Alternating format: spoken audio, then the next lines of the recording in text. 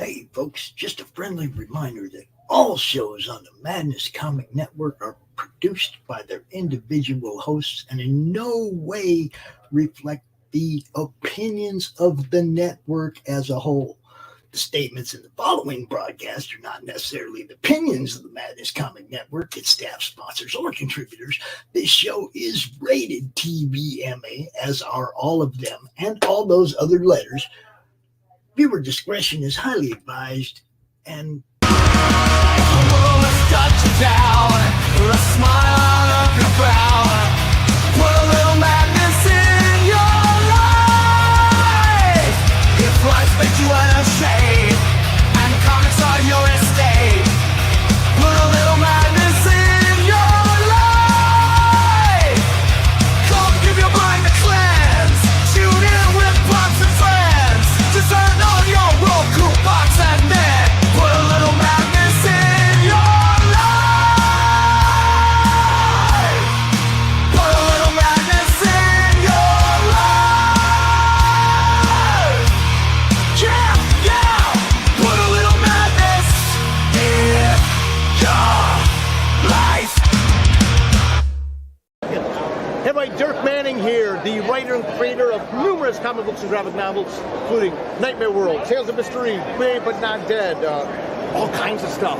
And I am super excited for you because you are getting to watch right now, right this moment, out of all the things we're going to be doing, you're getting to enjoy and revel in the Madness Comic Network. And that is awesome. Thank you for being here.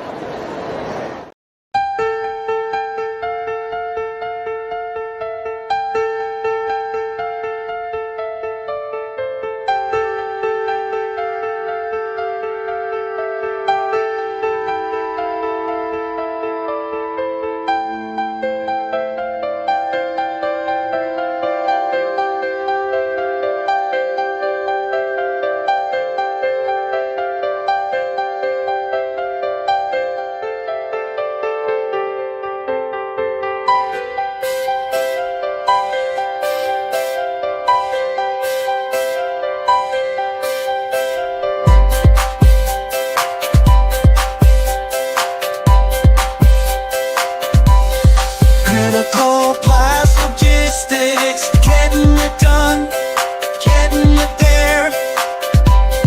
Critical path logistics, getting it done, getting it there.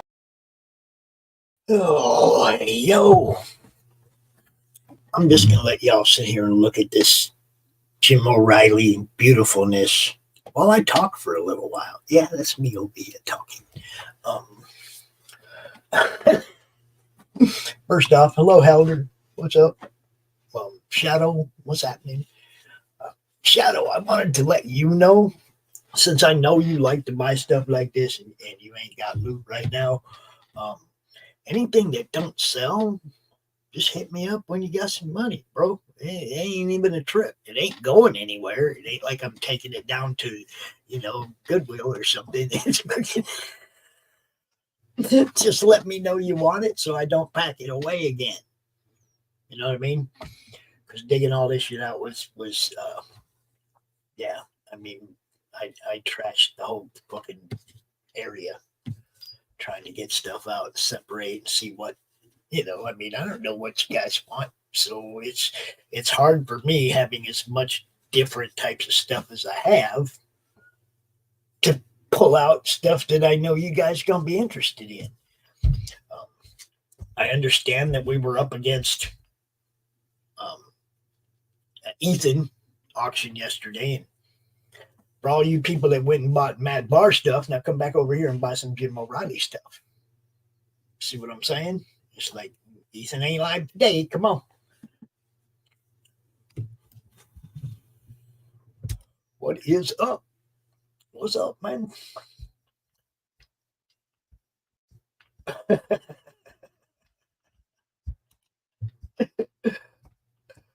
get the saving money for stuff thing. Trust me. That's all we're trying to do right here is save stuff. Oh, I never got a message back. From Jim about that.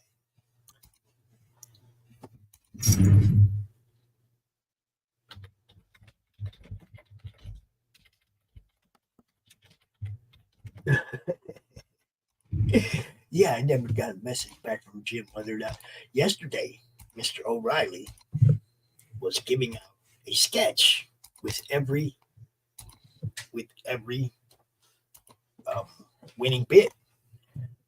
He's doing sketches from people that were winning stuff. So you weren't just getting what you got in the auction, you were getting a sketch from Jim O'Reilly too. Now, I do not know if he's doing that today. I do not know. But if he does, you know, if he gets back to me and says he is, then anything bought today will have a Jim O'Reilly sketch come with it as well.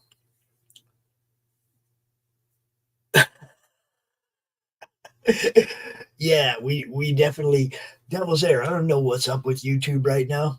It's like I can look at my analytics, right? And it says I have 2,600 more views than usual in the last 28 days. And 15% more new subscribers than the last 28 days. But somehow I have 24 less watch hours. I don't understand that math. I got like thousands more views than usual, right? Like I'm getting new subscribers every day, but my watch hours are less. They keep going down. It's like the only reason that could be is because YouTube's taking them. Those views that they remove from you guys, they're not the bots. They're the ones that actually count your watch hours, guys. And there's no way for you to see or tell that, so they can get away with it. When you're monetized and you're like right on the edge of that 4,000 watch hours, yeah, they're going to make it really hard for you to keep that threshold. You know what I mean? Yeah, YouTube math is really sad, isn't it? How do I have like over twice as many views this last month and steadily going up in subscribers, but less watch hours? Don't make sense. We do the same amount of shows. Everybody, same people are watching. You know what I mean? I don't get it. And you can see them in the chat. You know who's there. You know what I mean? You can tell who's watching. Now, the Twitter thing, in StreamYard, I think they bullshit you a little bit about this, the Twitter. I think they're showing the amount of people that actually click on it, right? Look at it for a minute. But those people aren't there the whole time. And I don't think that number fluctuates up and down. I think it just keeps going up. Oh, more people watching on Twitter. Not necessarily. Somebody else checked in on you. But that doesn't necessarily mean that they're continually watching. When it says I got 70 people watching on Twitter, and I go look on Twitter and I don't see 70 people there. I see 4 or 5, 6 or 7. But yeah, the whole thing is screwed up. That's the one thing about what I'm building, what I'm trying to build, the Roku channel. There's not going to be any algorithms, guys. People going to watch your show or they don't, based on how good your show is and how much you promote it, how much we promote it, how much you promote it. You know what I mean? It's not going to be based on any algorithms. We're not going to be behind the scenes trying to get more views for this guy than that guy. It's like, I don't have time for that shit. We're not going to have none of it. Okay. There ain't going to be no selling of information, your information, none of that. I haven't even decided if I'm going to set up any kind of subscription thing where I even have to get your information. You understand what I'm saying? I don't care about any of that. What I care about is that your shows are up there on my TV so I can watch them and other people can watch them in a really simple manner. They go to Roku, they click on the Madness channel and they scroll through the titles and they go, oh shit, look, Doc's got a new episode. I'm gonna watch that. That's how that works. Very simple. You don't have to type in your name. I mean, you got it, you got Roku, right? That's it. I don't care about none of that, guys. I really don't. All I care about is just getting the network up and running and getting myself situated in an office or whatever so that I can continue to do what I do. That's all. That's what this whole auction is about. So, what's up, Gray Wolf? What's happening? So, I hope that Jim will respond to me so that I can put that banner back up there.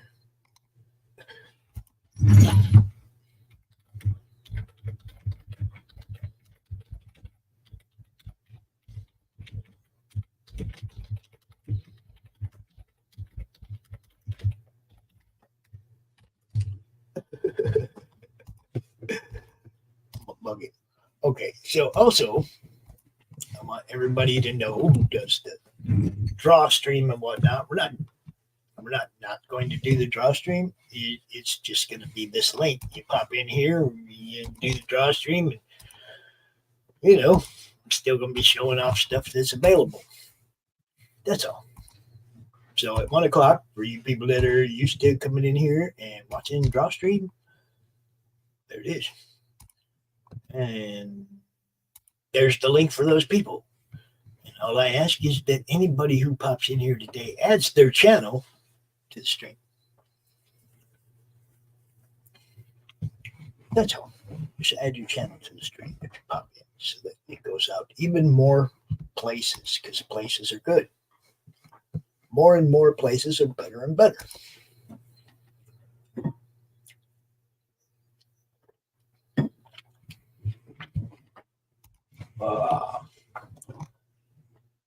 So yeah, that's pretty much it. We had this up here yesterday. We had Bill O'Reilly Bill Moss pages up here yesterday. Published pages from books. Bill Moss, Mira X, Zen, right there. Got a couple of published pages that were up here that nobody bid on. I get it. Ethan had an auction, but we had one too. It's like with some cool shit. It's like, come on down, and this one actually is for a cause, and that's to help everybody get their shows up on Roku and whatnot. It's not, I'm not just selling art.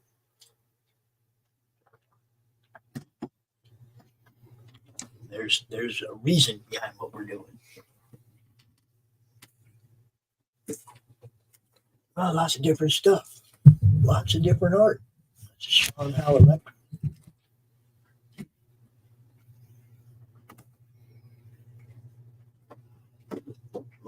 Yes, more Jim O'Reilly. Oh yeah, you can't have that one. That one's mine. You can have the ink though. You can have the inks.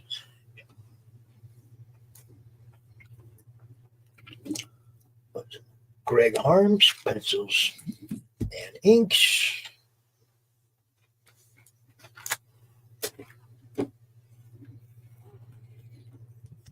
Greg Harms, pencils, inks. I think that guy's name is Tempest. That's Anthony Moore. Right there. That's Greg Harms. Some more Greg Harms, pencils, inks.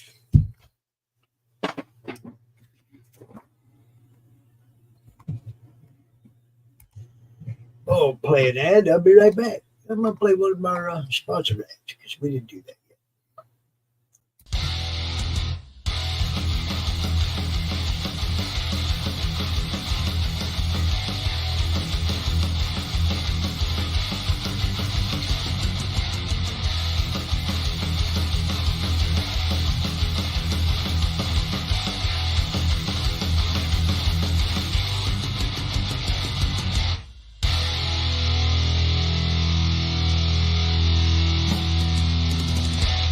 Flip City Magazine is just really pulling out all the stops, man. Your guys' production value of this magazine has gone insane.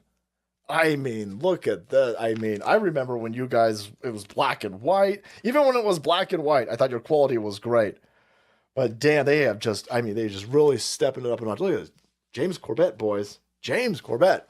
Genuinely cutting, but also funny, and obviously just chaotic and very fun.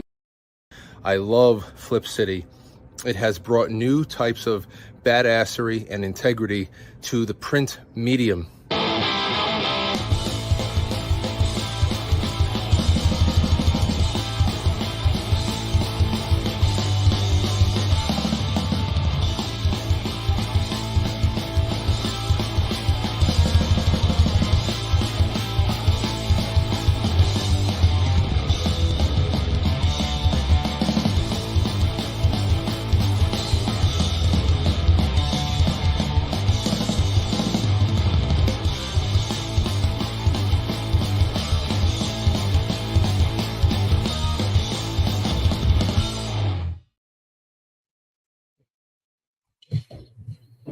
And we're back. And yeah, got a lot of stuff here, people. There's a bunch of art. I have a set of cool ass prints. And it's a set of cool ass prints. They're homage, some of them are homages. They're all by the same guy, Greg Harms. Same as some of that art. We got some comics. Actually, you know what? I got these from RJ because the printer screwed these comics up. The printer printed it backwards, like a manga. So I was like, oh hell, I want those because I like that kind of stuff. I like stuff that's a mistake.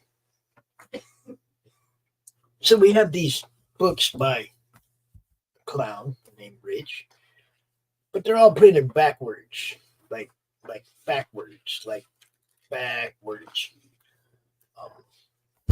So if you like a mistake comic, if you like comics that are printed wrong, just screwed up, whatever, I have some of those too. If he pops in, man, just let me know so I know to switch over to some comics from art or whatever. Because I don't know what to show people, pal. It's like nobody comes in here and goes, "Hey, man, show us the prints, show us the comics, show us the art." I'm not, so I'm just throwing shit up here. I don't know. I know I got a lot of cool shit. A lot. So I got 3 copies of this backwards printed incantessi. I'd probably just sell those, like $10 a piece, $15 a piece, something. Anybody's interested in one? I'll tell you what, if anybody's interested in one of those, I would start the bidding at $10 on one of those. But, somebody has to act like they give a shit.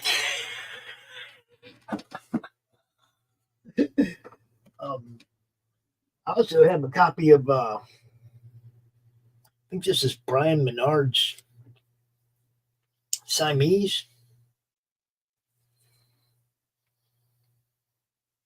I start the bidding on that at $10 as well. Tell you what, I'll just put a couple of these books up. They'll all have the starting bid at $10. We'll just stick them all up here where you can see them. Okay. All of them have a starting bid of $10. Just say bid confirmed on the one that you want. This third one is J.P. Cummins. I don't know. Anyway, that's what we're gonna do. It's A, B, C, bid confirmed. Yeah. That's all you can do. Just let me know something to look for and pull out. Otherwise, it's just what I got here. But opening bid $10 on any of these. Just bid in the Madness Comic chat, please, because I'm out here by myself and I can't monitor every damn thing. we're all over the place. So for now, I'm going to just say that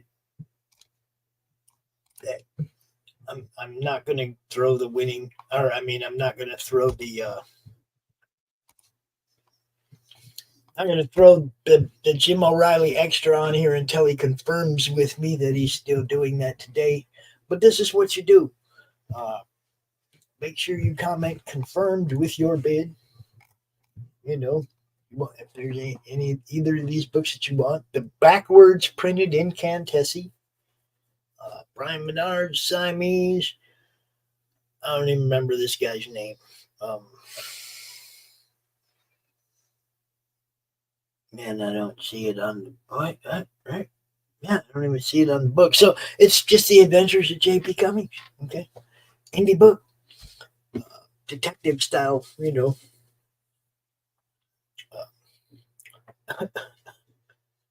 There you go. We'll throw them up first, and you know, if anybody wants a comic book. Now, I guarantee you, all those probably cost more than $10 when they were bought. Well, except for that. That one, they just said, man, we got some that are printed backwards. I said, yeah, give them to me. I want them. I like that kind of stuff. And believe me, I'll still be keeping one for my collection. Right now, at this point, I pretty much sell anything in my collection. I don't know what people want. I'm showing art. I'm showing prints. I'm showing all kinds of cool stuff. I had some Star Wars cards and stuff up here yesterday. Star Wars Day, guys. Star Wars Day yesterday. Hey. This one ain't starting at $10 though. But if anybody wants that, let me know. I start to bidding on that one. That's just what I'm saying. I don't know what people want. And not much I can do if I don't know what you want. I can just throw some stuff up here and hope I'm hitting. I don't know that works, but you know. We got stuff. We got pages from Nera X books by Bill Moss. We got, art. Just a lot of different stuff, man. Out here doing what we can do.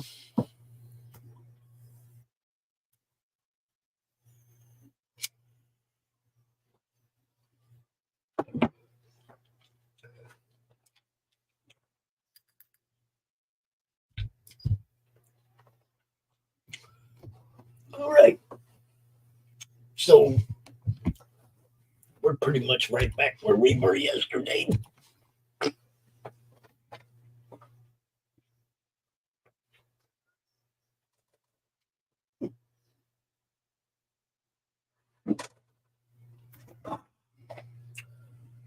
If you're watching, please share this out.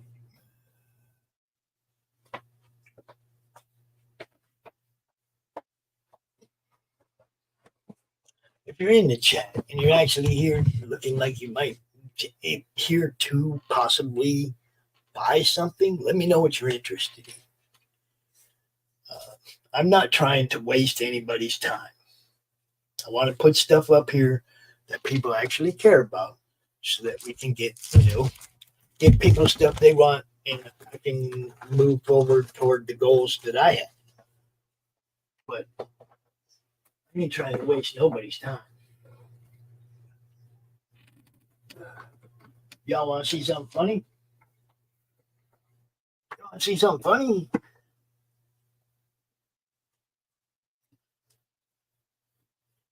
You don't want to see this. You don't want to see this. Don't worry about it. It's only funny to me.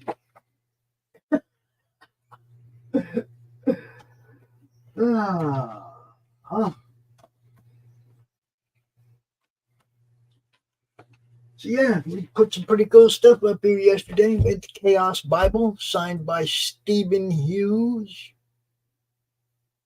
Jason Jensen, or Justin Jensen, can't remember. Brian Polito, and that other guy. The Chaos Bible. Put that up there yesterday. Nobody bit. It's a comic book, people. It's in a frame. It's the Chaos Bible. We had a metal cover, number 2 of 10, Book of Sarah by Tom Rapka. Metal cover. Nope, that one's metal cover. I did not pop this out. I did not pop this out to see whose art this is, but that is actually a sketch cover. Spawn 301. And nobody bit.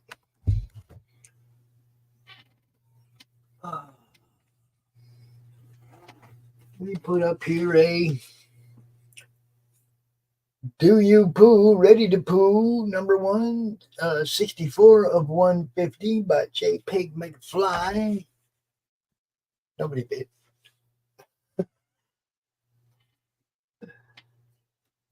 And a sketch cover.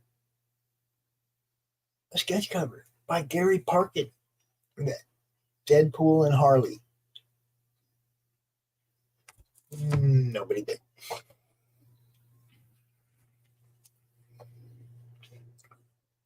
Greg Horn. Autograph. Edge Venomverse. I showed all this stuff yesterday. Nobody bought any of it. It's like, I just don't know what people want. I got all kinds of stuff. Don't know what people want.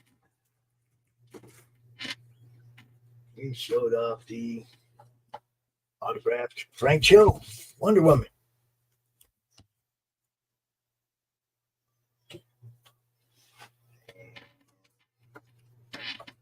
A autographed Karen Nicole, Confessions of a Cosplay Diva.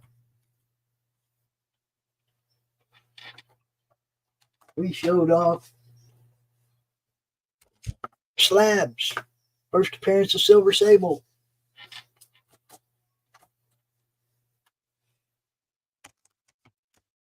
Venom Inc. Alpha number 1.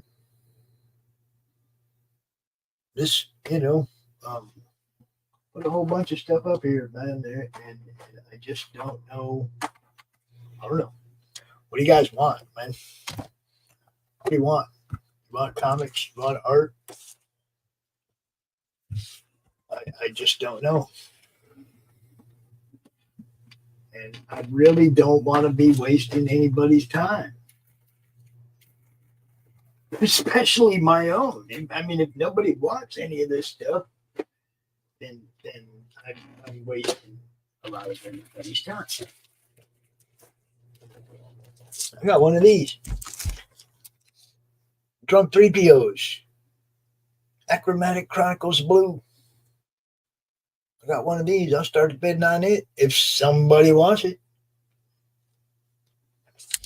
That's what I mean. I just don't know what I'm supposed to you guys want. What do you want?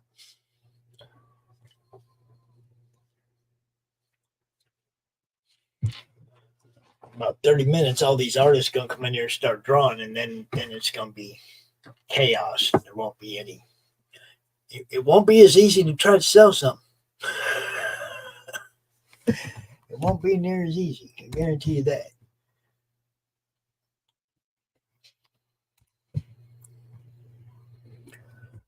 This is what I'm going to do.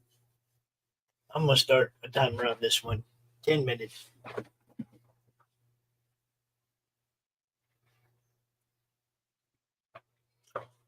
This is a thick-ass book. This is a heavy book. This ain't no,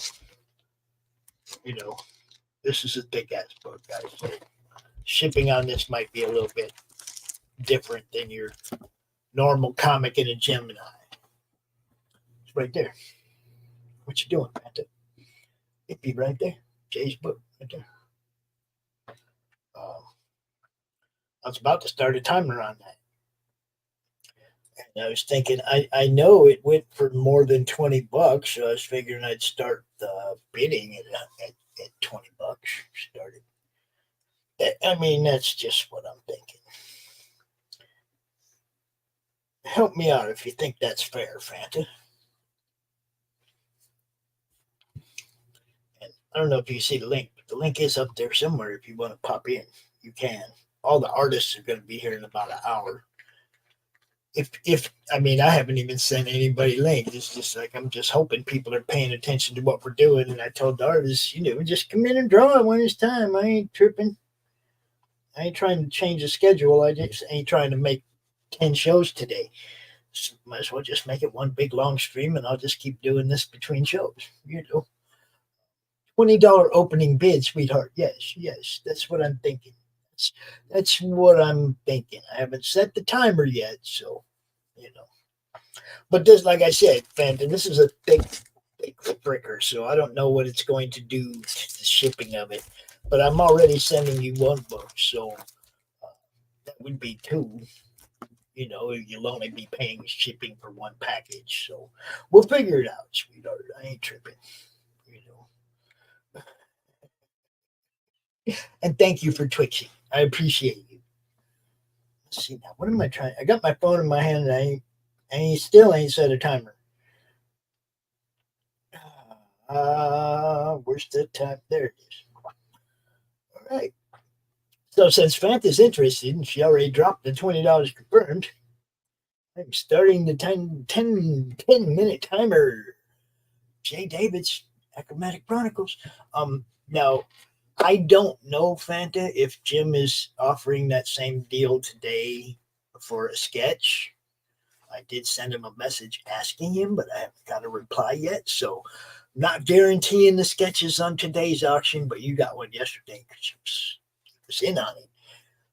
Yesterday, Fanta scored Malin's Godlike and a sketch from Jim O'Reilly. Yeah. Dude, can't beat that. Can't beat that. And you know all about it, then tell everybody all about it. You could come in here. You can. I know a little bit about it, but I guess last couple months are kind of a blur, if you know what I mean, with the health issues and all the other shit I'm going through. It's just like, yeah. Ooh, I'll drop a crow. Well, I mean, I guess I do have a couple of, I do have I got some tabletop and stuff, but I mean, I don't have any really D&D stuff other than the Slaughterville stuff. I guess I can always hit Chris up for more than that. I'd rather people just bought that from him, though. The Slaughterville RPG and stuff that he sells on, I think he has it for sale on BigSexyOutdoors.com, but I'm not sure. We're trying to get a centralized store for all the Madness people can put all their stuff in one place. But I think that's where he put the Slaughterville stuff. There's a blanket for Karen and Dante, and all kinds of fun shit over there. There's a Karen and Dante blanket, guys. It's funny as hell.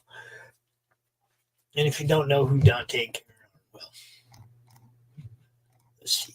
There's not a picture of them here in the studio. That figures. Let me see if I can find a picture of Dante and Karen, guys. I know. I'm pretty sure Fanta knows who they are. Do we have Dante and Karen? Can we find some Dante and Karen? Oh man, I'm gonna have to do it the hard way.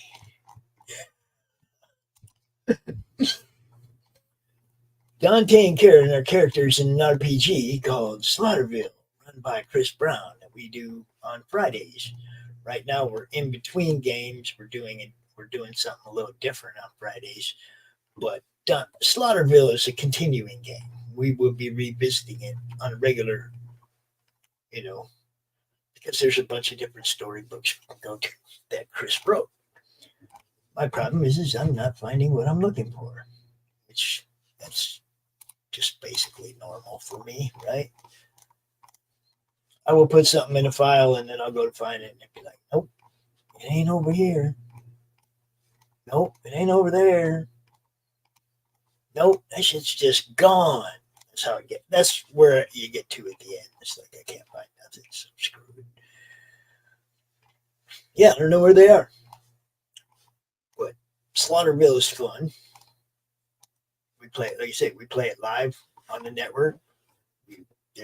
It's one of the playlists. If you go to Chris Madness Gaming with Chris Brown, you'll find all the different RPGs that we've run. Always fun. Chris, a good dude, hangs out with us on the regular. You know, let me see. I'm in the middle of proofreading the Slaughterville RPG stuff. As a matter of fact, I have a couple left to read. No, I think I got one left to read. This is the Slaughterville role-playing game book and a couple of the storyline extra storybooks that come with it. You know, I just proofread this one, and I already proofread this one. We haven't played this one yet, so I have not cracked it open because I do not want to be influenced by it when we play the game. And then this is the core rules book. Now, if somebody wants to buy this set, I'm sure Chris wouldn't mind in either providing a set himself or, you know, supplying me with a new one. I'm sure he wouldn't mind. So right there is Welcome to Slaughterville, core rules, the role-playing game. And this is good stuff. When I proofread it, there were only a few mistakes. So looking forward to everything that comes after that. Because this is a fun-ass game. We play it, you know. I should be, on Twigs on my channel, on the Critical Blast channel, and on Doc's Twigs. We're all over the place, man. But all the same, anybody wants to jump in here just for a second and add your channel for the extra reach, I'd fucking love it. You know, the more reach, the better. 4 minutes left on Achromatic Chronicles Blue. Fanta gonna steal it for $20. What's up, Billy? Billy.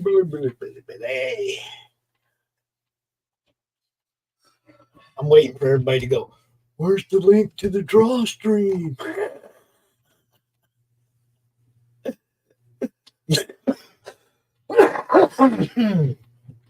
Oh, crap. Yeah, well, I still feel like crap, people. So, you know, if you get moments of sounds like that, it's just how it is. I still feel like crap.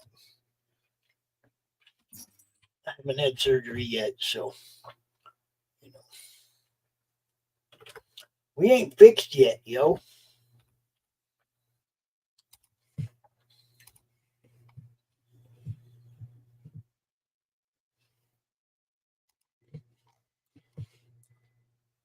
Oh, for the grandson. Yes, buying comics for the grandson is freaking awesome. I do that all the time. I buy comics for the grandkids. And those are the comics you won't see up here for sale because I gave them to the grandkids. We'll give a little shout out to our boy Doc. Our boy Doc had to check out yesterday. Had a medical issue. Issue. I hope he's feeling good today. But I know he was told to chill out for a couple days. It's funny because he's just like me, man. They tell you to sit out, and it's like, no, I got work to do. But thankfully, Doc was at the end of the book. He doesn't have a whole bunch of, I got to get this done up his ass right now, so maybe he can rest for the weekend. He'll be feeling better tomorrow. I know Kurtstour is also a friend of mine, is crapped out and didn't even feel good enough. I mean, he passed on Madison Con this weekend, Mighty Con Madison, I think it's called, something like that. He posted he ain't gonna be there because he ain't feeling it. And I'm like, man, I hope I hope he's feeling better. He's supposed to be our guest on Monday Madness tomorrow, but if he's not feeling it, then we'll get him out here again. But he has a campaign called Spectres and Sabanian, and it's the 5th book in the series. It's a good series. I got the first 4. He's a nice guy, and just a little shout out to you, Kurt. Hope you're feeling better. Hi, I'm Kurtzauer, and you're watching the Madness Comic Network. You see that little laugh at the end? That's because that was like the 4th take or something, and he finally got it right. I love that dude. Everybody, like, when I first started this, it was the Comic Related Madness, because that was the Facebook group. That's where we did everything. We didn't have a network. And then when I grew into the network, and then it was like he kept saying Comic Related Madness Network, like Marmaduke, like Marmalade does. You guys know. Hey, yo, it's me, Pops Fan Marmalade, and you're watching the Comics Related Madness Network. I used to play that at the beginning of like every show, and then everybody thought it was the Comic Related Madness Network. And it's not. 20 seconds. Banter's about to steal one. Yep. So that's how it works, people. Banter's about to steal one. Nobody wants to bid against Banter. It's so not fair. Might as well just sell them to her straight.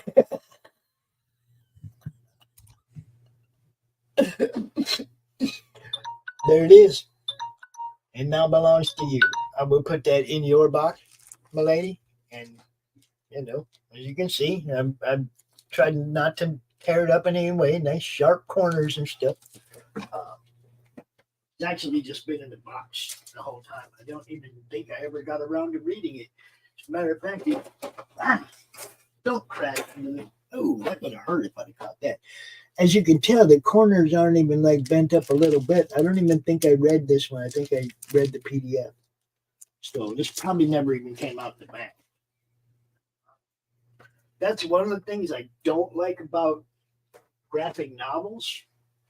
That's why I'm a floppy collector, because floppies, you know, it's like you can actually read it once and the corners are not all warped and stuff. But if you read a graphic novel one time, you got to put that thing in a press to flatten it back out.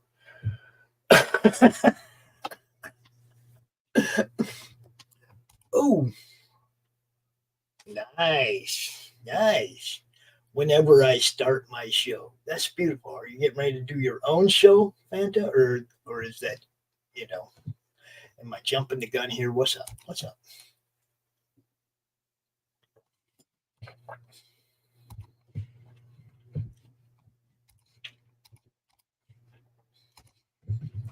Oh, she said be right back, so I'm not going to get an answer anyway.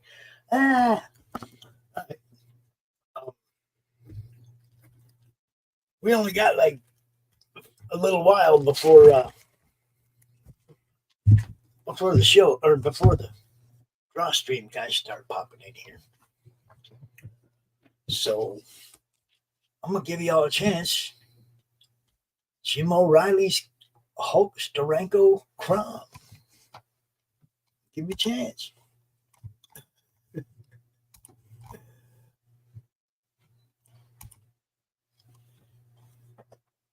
It's right there.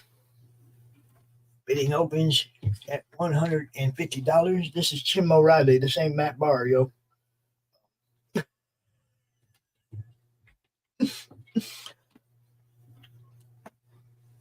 you go. Jim O'Reilly, Steranko, Hulk Homage, Crom. Or Crom, yes, Crom. Opens at $150.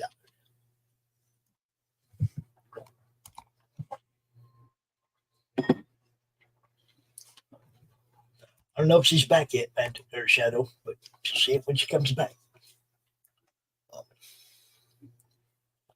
Banta's over there cleaning up, too. She got some good stuff yesterday. She just scored herself something else she wanted today. Now, if I'd have known she wanted that, I would have put it up there for her yesterday. I just picked through a little bit more stuff, trying to find things people might want. But yeah, Pale Rider. I'm not sure what the Slaughterville set cost. I don't know what Chris is selling them for, but if you get a few of your buddies in here looking, I would definitely put them up there and give you a chance to bid on them.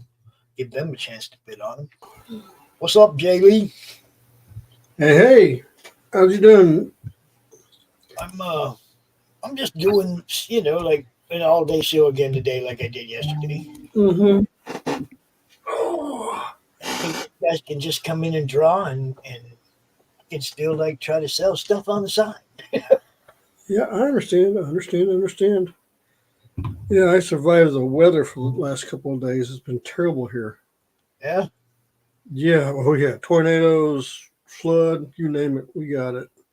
Where the heck you at? I'm in Dallas. I lived in Dallas for like 8 months through a winter, from a summer through a winter, right? And then left in spring. And it was the winter that you guys had all the huge ice storms and branches were falling out of trees. I know. It was about 10 years ago, 9 years ago or so. I've lived here in Dallas for almost 30 years, so. It's like where we lived, there was like trees that overgrew the sidewalks all the way down the block, right? Yep, I know. That's what my neighborhood looks like. You're walking on the sidewalk and branches are falling. Yep. And you're not looking down where you're walking. You're looking up to make sure you don't got to dodge something. I know. Yeah, that's what happened. Because I moved in my neighborhood, we had trees going all the way down the roads. Now there's hardly any trees because of that ice storm. Yeah, it's like I know. What's up, Christian? There's the link, my friend. Yeah, I got real lucky this past week. I had been looking for some Neil Adams artwork. He had passed away a few years ago. Yeah. And I actually came across 2 pieces, and I was like, and he had signed them. And I was like, you know what? I'm going to pick those up. And I got them for a good price. So I was real happy about that. But it's I'll tell you what's hard to find of his is anything that's Batman related. Because anybody that's got that, they're not giving those up. Yeah, I ain't got nothing like that to give up. So no, I ended up getting what I ended up getting some. I got a piece that he did of Rogue from the X-Men, and I got one of his Superman artworks. So I got both of those. So I'm real happy about that. Well, I wanted to let everybody know who's watching. If you don't have any money right now, and you see something on these auctions that doesn't sell, all you got to do is hit me with that opening bid 2 weeks from now when you got money or whatever. If you see something you want and you can't get it right now, it doesn't sell, it ain't going anywhere. You know what I mean? Just hit me up. Say, hey, man, you remember you had that up there for $20? Can I get that? Yeah, you can get that. You see what I'm saying? It's not like it's just it didn't go in the 10-minute time limit. That doesn't mean it's not still for sale. I need to get to Roku up, guys. I ain't got time. I ain't got no more time to play around. This is ridiculous. I got to get to work. We also have a Christian Zappo piece. I'm gonna put that up here next, since he's right there in the chat, and will probably be joining us soon.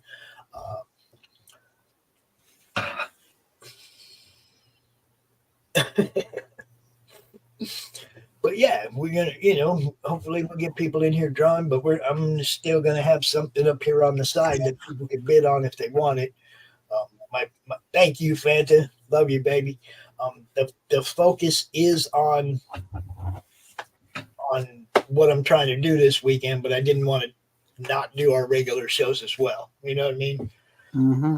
So I still want everybody to come out and draw, but I want them, everybody to understand this is what I'm trying to do still is pull off this auction, make some money.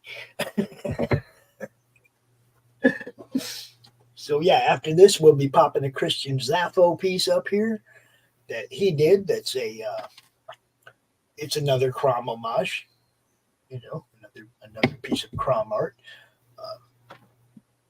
I like when people do Crom art, man. It's cool. It's funny. I found this whole series of books too.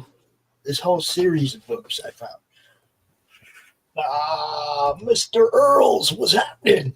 Hey. How you doing, man? Hey. Oh, nice. Fanta, I will help you in any way, even if it's just backstage production or something. Anything you need, I got you. When you learn your way around StreamYard, I'll help you. You can do this. Everybody can do it. If Jeff can do it, anybody can. Exactly. How you doing, my friend? I don't know if you people know. This is Jeff Earls. Jeff Earls from the Earls Show. Yep. Baron Earls. Yep. Now you can go ahead and look up in the upper right of the screen, and you should be able to add your YouTube and maybe more to the stream. Let's see, stream this to your audience. Yep. Yeah. See, and then the reach grows, and the reach grows, and the reach grows. Anybody wants to pop in and add their channel, Twitch, Facebook, whatever, to the stream right now? The only thing I ask is that people do the bids on the Madness Comic Network YouTube, because it's hard to watch 15 screens. When you only have one, I know some people got like 2-3 monitors, and it's like, I can't do that, man. Got one. 2 minutes left. Jim O'Reilly, Steranko homage, Crom. 2 minutes left. Starting bid 150, guys. And I can guarantee you, look, when we did the Crom campaign, this was up for $300 and it sold, but we didn't fund. So the guy never paid for it. He never got it. Basically, he could have said, "Hey, Pops, let me send you money for that." But yeah, this sold once for $300, but didn't sell. You know what I mean? Anytime, Fanta, I got you, man. I've helped a lot of people start their. Do you guys know that Keeping It Geekly dude? I helped him vaguely. I helped him start his show. He's got like 600 episodes now.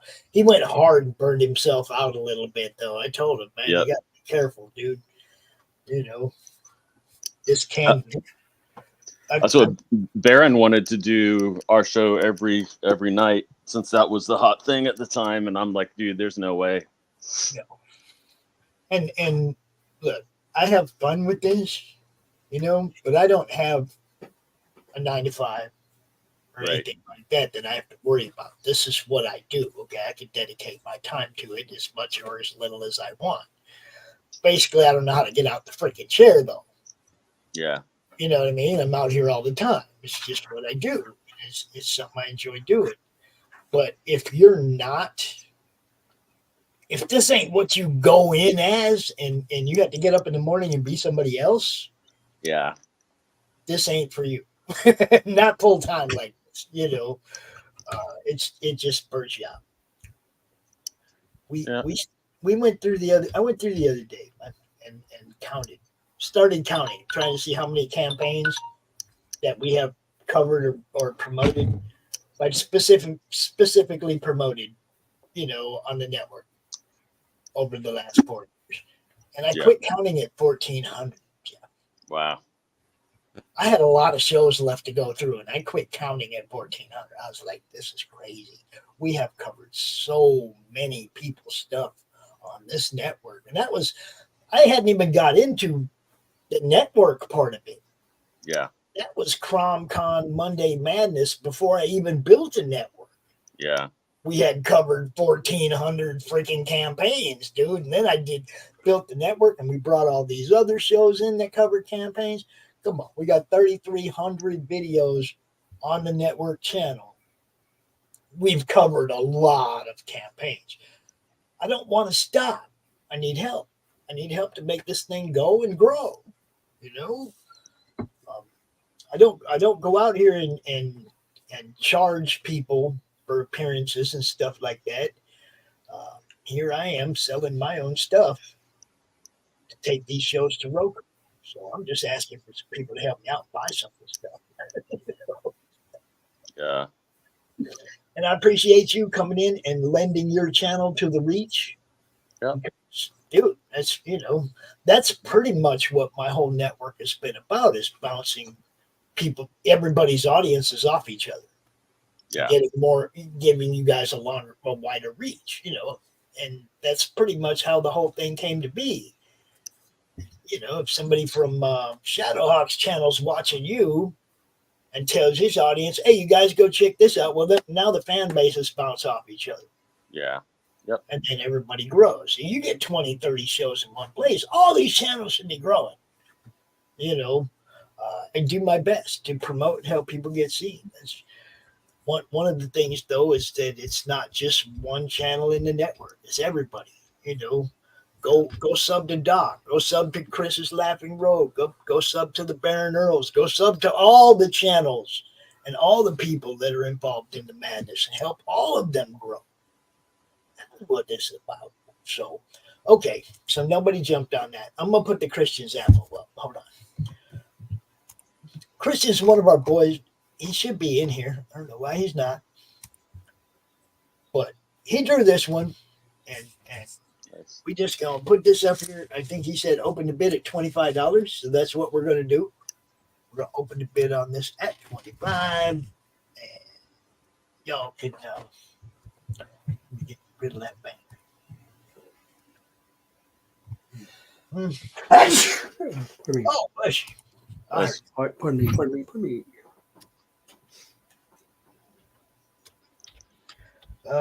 Type this stuff out, pup. I have this. I had to resort to an old keyboard. Yep. And it's like so small. And man, the slightest tap on another. Yeah. And it's Typo City, and it's like, man, I like my other one. It was wide, everything was big. And, oh, this is killing me. Yes. Bless you. Even Fanta got you. Christian Zafflo's Crom. Oh, also, if you look real close at this Crom and you see way down in the corner, way down in the lower left corner, there's a boulder down there, and there's a little guy peeking out behind it. Can you see him? Let me see. Yes. That's Doc.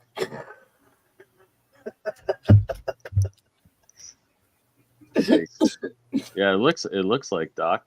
Yeah, he said it's Doc. He said, don't forget to tell everybody about Doc down in the corner. So there it is. It opens at $25, guys. Christian Zaffo. Where you at, Christian? I know you're watching because I see you up there somewhere. Yeah, you're right there. And then I said, look, links everywhere. Nice. Join us, my friend. Come inside. Oh, that was yesterday. No, today is the day of the 6th, right? Yeah, okay.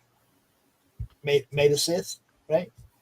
Or is that tomorrow? I don't know. I get so mixed up on these dumbass dates. I know.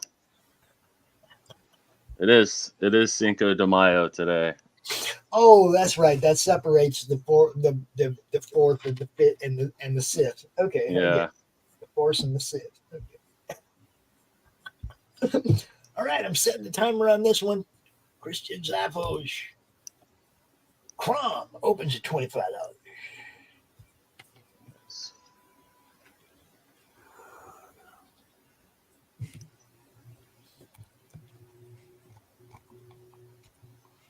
And that picture reminds me of a bunch of old indie comic stuff. He definitely gave Crom a serious look, where most people give Crom the funny, the comical, the right. cartoon. Yeah. He gave him the I'll kick your ass. Look, I like that. You don't see too many of those. Not playing around. And I do have a lot of crime art, just like a lot of it was given to me, like to use for campaign stuff and Right. stuff. And it's like, I don't want to get that way. Some of it I just can't sell. There's some stuff that people are giving me that I just can't sell, Yeah. At the same time, there's stuff that like this Jim O'Reilly one that we just had up there. I have the pencils as well, but I ain't giving them up. Okay. Wow. I'm keeping the pencils of that. But if somebody wants his inks over his own pencils, I'll give that up. But I love original line work, man. Yeah. I like even though I like inking, I like the way pencils look too. Well, I mean, I like the way how rough they are. Yeah, and then and you can darken it enough, right, to play ink. You know what I mean? It's yeah. like you see it right there. The dark shading. It doesn't have to be inked. You just get a little darker pencil. I mean. Yeah, that's actually what we had to do with my Pistol Fist comic, because we either had a budget for an inker or we had a budget for a really good colorist. And I was like, I'll go with a really good colorist. Yeah. I keep forgetting about the payment banner. Yes, get the payment banner. Yeah. I forget. I've had a rough few days too. Not a lot of sleep the last few days because of the health issue. Yep. Yesterday I was tanked. Yeah. And got up to do this, and I was like, man, I'm gonna make it. There I was, 8 hours later, still out here doing it. We streamed for 8.5 hours yesterday. Wow. And we got up to about, I think, real close to $500. And so I have the funds for the LLC, and I'm really happy about that. But I still need to be able to pay somebody to write up contracts for the investors so I can get real money in it and right. They go to work. You know what I mean? Yeah. This is like just to lay that legal groundwork. That's what this auction's all about, is to just lay the legal groundwork to do this. I have investors sitting on the side. Daniel was out here yesterday. Daniel's out here yesterday buying stuff, and he's one of the investors. That shows you how much he wants this to get the groundwork laid, because he's out here helping finance that too. You see what I'm saying? Daniel Riley from Iron Age Knights. Nice. And he's big supporter of what we're trying to build here. He gets it. Are there? I mean, I haven't even looked. Are there other, or how many other indie comic things are on Roku? Nothing. Wow. We found one weekly show. One weekly show. We're talking about hitting them with 40 weekly shows in one place or more. An actual channel. Right. Actual channel for what you guys do. Not go up there and hope everybody comes and looks at your once a week thing, but a place where they're looking at all of everything everybody's doing. And every week you put up a new episode or whatever. And you know what I mean?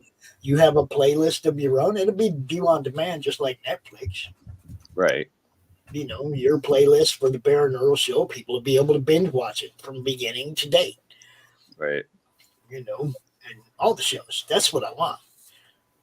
If we come up with enough financing to buy that big server to store all that information, all them shows, because that's really what the main cost was of this whole thing. Right. That server cost $1,500. A server big enough to do what we're talking about. Yeah. So, and that's about what we were short on the crowdfunder. Yeah. We could have gone up and just moving forward but we still would have came to a. I mean, we could have started this thing and had everybody's shows from today forward on the channel, right? But Yeah. no back history, no previous content. I didn't really want that. I wanted you guys to be able to upload your previous content as well, so that people can actually binge watch through your stuff all the way up to what you're doing now, you Right. know, and see the development of your shows and everything. Watch them grow, just like we love to watch artists grow. You know? So basically, it was the same thing, and we just didn't have the money for the, you know, that huge server. So we could have started this and gone forward, but it wasn't what I wanted it to be.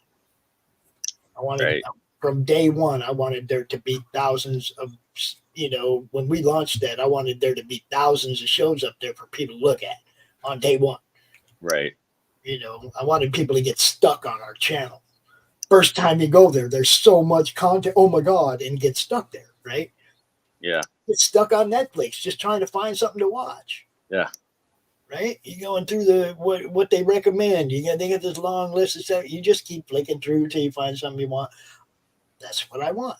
I want our Roku channel to be just like that, where people they're stuck there before they even find something to watch. DPR sent me here. Well, thank you, DPR. I'm sure you're talking about the Pale Rider, and we appreciate that. What? Usually this time of day, Brian. Usually this time of day on a Sunday, we have an open draw stream, and you can see up here in the corner, you got James Lee, and he's up here drawing. And we have a few other people that usually pop in, but I forgot to send everybody individual links. They can come get them from the chat and join in right there. But yeah, this is what we usually do on a Sunday is the draw stream and a show called the Show Offs, where I come out with my friend Dave and we show off our collections. But this weekend we're doing an auction, and I have a ton of different types of stuff to auction off. Original art, signed comic books, couple of slabs, just a bunch of stuff. And we've been going through it. You got a lot of signed prints, stuff like that. And I just put some up here. I give it 10 minutes and an opening bid. The opening bid on this one was actually $25. It's up there in the chat somewhere. Yeah, the opening bid on this one is $25. This is Christian Zappo's version of our mascot, Crom. If you don't know who Crom is, then that's Crom. That little green dude. And the first time he was ever drawn was in the middle of that logo for our network. Way back about 5 years ago, 4 or 5 years ago. So he's been our mascot. You can see Jim O'Reilly right here. Did a Crom Starenko homage. We have that up for sale. A whole bunch of cool stuff, man. Right now, we have 1 minute left on this one, and the opening bid is $25. If anybody wants it, you can get it right now. And Christian, where are you? Where are my people at? Well, I don't know if you'd want me to auction anything off for you, but I could. Hey, dude. I don't have anything that's super great, but especially being a writer, but if you want to throw something up, you're more than welcome to. That's what this is all about, really. I mean, Christian drew this a couple weeks ago, and he's like, "Yeah, Pop's throwing an auction." And I'm like, okay, you know. We've had a few donations. Also, I keep forgetting to say this, but you guys know our friend Wayne, Mr. Big from the Milwaukee Mob and the Buffalo Mob. He also donated one of each of his books, signed, $20 each. The Buffalo Mob by Wayne Clingman, or the Milwaukee Mob by Wayne Clingman. So if you're just looking for a book, a good book, and you like the mob and stuff, we got you there too. I wish I had pictures of the covers of those books, but you know me, never prepared, always, you know. So what do you want to talk about, Jim? What do you want to, or Jeff? What do you want to talk about? oh, I don't know. You don't know? I can. You want me to? You want me to show you the only things I have? Well, I mean, if you want to, like you said, if you want to throw something up there and put an opening bid on it, and we'll, I don't want to butt in on the other auction that's right now, but no, this is the auction. That's the whole thing. Anything the whole show. Okay. Well, trying to make sure I don't have anything bad in here. I actually have. There's only one of these that got made for my Nemo the Lad comic. It's supposed to be coming out from Scout Comics. We'll see. I did. There's actually our Nemo the Lad books on Amazon, places that are written. You said that's one of a kind right there? Yeah, this is a. It's like it actually has notes in it. Of different things that I had taken notes on. But yeah, this is the only one that got printed so far. See, that's the kind of stuff I buy. Like a notebook. If that was in my collection, I wouldn't sell it. You see what I'm saying? Yeah, I have I don't know, but only half the pages are available to be written on. I have a lot of those. Somebody puts out that first comic, and then they come back here a couple of years later and they redo it and they fix all the mistakes and the errors and stuff. I love having that first one. Yeah, I have. I was gonna say. I don't care about the redo. I don't care about the redo. I want that first printing of those books. Yeah, it's cool. Yeah. Yes. Look, I have to respond to this. We have no idea. Look, we never seen Crom. There's nobody saying that this ain't Crom. Okay. Yeah. I'm not gonna claim it, but we don't know. He looks less like Conan than I thought he would, but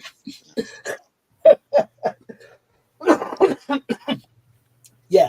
A lot of people were like, what's up? See, Crom is actually a acronym for comic related madness. And we had a poll in the group to name him, and that was what people wanted was Crom. So he became Crom. You got to give the people what they want. Yeah. Some of you might have missed out on some of the stuff that sold yesterday, but this Bill Moss piece, this dragon sold. This sketch cover by Mauricio Alonso sold. Let's see. I think, those two. That's all I have up here, present that sold. But we sold some stuff. I like this one. What do you think of that one, Jeff? Yeah, that's a good. Yeah. It's Deadpool and Harley. Is that badass or what? Yeah, I like the shadow, the shading on it and stuff. Yeah, it's cool. Like that one didn't sell. I was surprised that didn't sell. It's like, dang, we'll put that back up again today. I'll be putting different stuff up all day. But if you have something you do want to auction off, you can. Otherwise, look for something next. I don't know what's next. Do your thing. Well, I'll show this too, and it actually says even on it, not for resale. This is some people know something I was working on. This is basically a very different spin on War of the Worlds, where it's actually told from the point of view of the soldiers that are in it. And it was and then I had an idea for a sequel, and that's one of the reasons why I wrote this one. But this is one of those only printings too, that's like a advanced copy thing that I did. Proof copy. Yeah, it's like a proof copy that I was going through. I don't see as many notes as I thought I had, lines and highlights, but I guess I didn't. But I can put this up too. Okay, that's Mars War by J. Earls. Yep, and it's not and this is not even available yet. Yeah, I mean it will be later this year. But yep.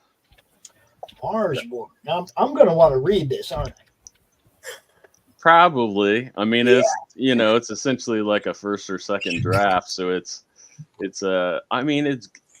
I think it's good overall, because what I did too, and I even put a thing in the back of it. What they did with the original War of the Worlds novel, for anybody that hasn't actually read the novel, is like every chapter was a day. It was like day 1, day 2, day 3. So the lengths of the chapters vary greatly depended on like what happened on that day. So I copied that. And so and this is where some of the planning and some of the hard work that comes in when you're a writer or artist and doing all the research and everything. But like I actually, like I had to track where they were, like where my troop was and where the stuff that was happening in the actual novel. So, so I had to do all that to make sure everything flowed, and it worked out really well. I'm really excited about the second one. That's why I wrote, because I was gonna do them like really close to each other. I was gonna do Mars War 1, Mars War 2, because I was really excited about doing the sequel. It's supposed to be us going to Mars to fight the Martians. But what do you think would be a good opening bid for that? What do you want? What do you want? Lowest bid? Yeah, I mean, whatever. No, can't give it away. $20, $25. Where we going? I would be the print cost. I mean, the retail cost of it. What would that be? Oh, I mean, retail be $12 or something. Okay, so we'll start the bidding on paperback. We'll start the bidding on that. Since it's a proof copy, we'll start the bidding on that at $20. What do you think? Yeah, that's fine. That's a one of a kind, folks. You ain't going, even if you buy one of these later, it ain't gonna be like this. Yeah, and a lot of my stuff, it's almost as one of the things I've been doing, since I am a writer too, and not just a comic writer. I've been really liking. It's about the same price, really, for me to do to have hardcover copies available as opposed to paperback. So a lot of my stuff I am making hardcover, and I'm just keeping the price down because I feel like it's better, it's to give people something that's easier, that's going to last them longer. Right. Yeah, but hardcover costs a lot more to produce than it does paperback. Not as much anymore. Oh yeah. Who are you going through? I mean, mostly Amazon, who uses the same as the others, but I mean, I can do a hardcover for like $10. That's what I'm saying, but if you take the price of a paperback to a hardback, it's almost double. I'm also a writer. But it's not going to last as long, is my point. No, I agree. Everything that I've published, I've always published hardbacks. Yeah, I've always published hardbacks. And I've noticed that with my books, I've actually sold more hardbacks than I do paperbacks. Yeah. And the hardbacks, the people want them because it'll last. It's more like I've got this hardback; it'll last me for a long time, and I won't damage it like I would paperback. We can fold the pages real quick, and the covers can get messed up. Yeah, and even if you want it on your like bookshelves and things like that, paperbacks don't really do as well with being in those things. Yeah. But I think, and I know it's part of the old way, the way that things used to be done, but especially with so many people used to charge like $25 to $30 for a hardcover. I'm just like, I don't have to charge that. Well, the way I was taught, and this is where I talk to other writers, it's not you set your price to your books. Yeah. And you set the value of what you write is the value of that book. That's why you see some hardbacks that are like $18 and some hardbacks that are like $45. Yep. Because, it depends on it all depends on the author, the contract you have, and the publishing contracts you have, and all that. That's what it does. My paperbacks are set at $14, and my hardbacks are set at 25. And I've sold all together, all my books together. That's audiobook, everything. I've sold like 75,000 copies. Cool. I know the pros and cons of, when you're selling books, what happens when you get a mass order and then you get returns and stuff like that. So I understand everything that you're going through, and it can be a headache if you're not careful. Yeah. No, I've been a pro writer for like 20 years, so I know that. Oh, and you've got more expense than I do. But I mean, to me too, like I've just seen the market change so much, and just the book sales are just crashing the same way a lot of comic sales are too. I mean, it's just some of that's the economy, but I do think it's because of the changing market. Well, I think it's two things. I think it's two things that I've seen. Is a lot of writers have gone to being just writers and not storytellers. Right. And with me, I was taught there's a difference between a writer and a storyteller. And to be a successful writer, you need to be a storyteller. Yeah. And the other thing that I was taught was if you read your book and you're openly amount of your book, if you can't pick up your book every time and just read it because you enjoy it, nobody else is. And you've got to be your harshest critic. Yeah. When you're writing the book. And that was some of the things I was taught. And, it's just, there's just so much things that you've got to weigh in on when you're writing a book. And I was so naive when I first started. But, learning what I've done so far after these, I've been at it since now going on 5 years now. And I just had the right book at the right time. And I had the right publisher to get it out, and it did great. So what was the book? The Steins. It's you can get it on Amazon. You can get it at Walmart, wherever. It's a horror trilogy vampire werewolf classic. Cool. And I put some little niches in it that I felt you didn't read in other horror books, and it paid off. And it was something. And what happened was in 2018, my mother died. So I got real depressed, and my doctor suggested I start writing stuff just to get stuff off my head. And I have a wild imagination as it is. So, it came out to what it became. So I was like real lucky. At one time, I was number 13 on the horror list on the New York Times. Very cool. So I was, I did really good with it. And the thing is, I know how to tell a story, which helps me a lot, the storytelling part. Yep. Yep. So are you writing and drawing your comics? I do, yeah, but I don't color. So I have a colorist. That's cool. Right. I think it's good, even though it's good when people can do everything. I think it is good when you still have to work with other people and also take a break. Well, I started out as an artist. I've always been an artist. Yeah. I wasn't a writer, just per se. And what I did was back in the 90s, I tried to get on with Image. I had tryouts with Image, Top Cow, and Extreme Studios. I had tryouts with them. Yeah. And I did some self-publishing a little bit. And then I left and went on to do T-shirts for professional wrestlers, which really paid off. And, I just did stuff like that. But when I broke my hand, I had to stop for about 5 years because I had nerve damage in my hand. And it took about 5 years for it to fully heal. And then Brian Wynn taught me into picking it back up, and I was able to come back. Probably within 2 years, I was back where I was when I left, in art-wise.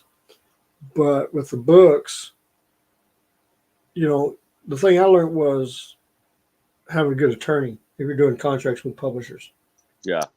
Because there's some publishers out there that will screw you over big time, and you've got to be careful of it if you're not careful.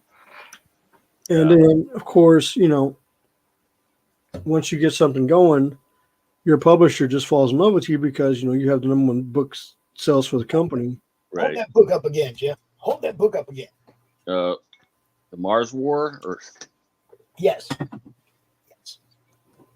2 minutes left on this. 2.5 minutes left on this, guys. Mars War proof copy Nobody else has one.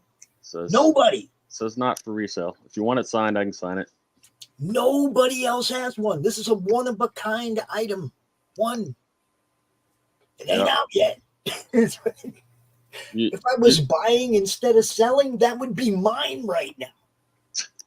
I ain't lying. Everybody knows I get shit like that. That's the kind of stuff I love. It's one-of-a-kind stuff that nobody else gonna have. You know, even when they do buy it, it's not gonna be like that.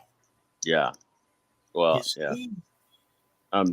I'm editing a lot and adding a lot to a bunch of the characters too. So you see that's what I'm saying. So no it definitely will be different.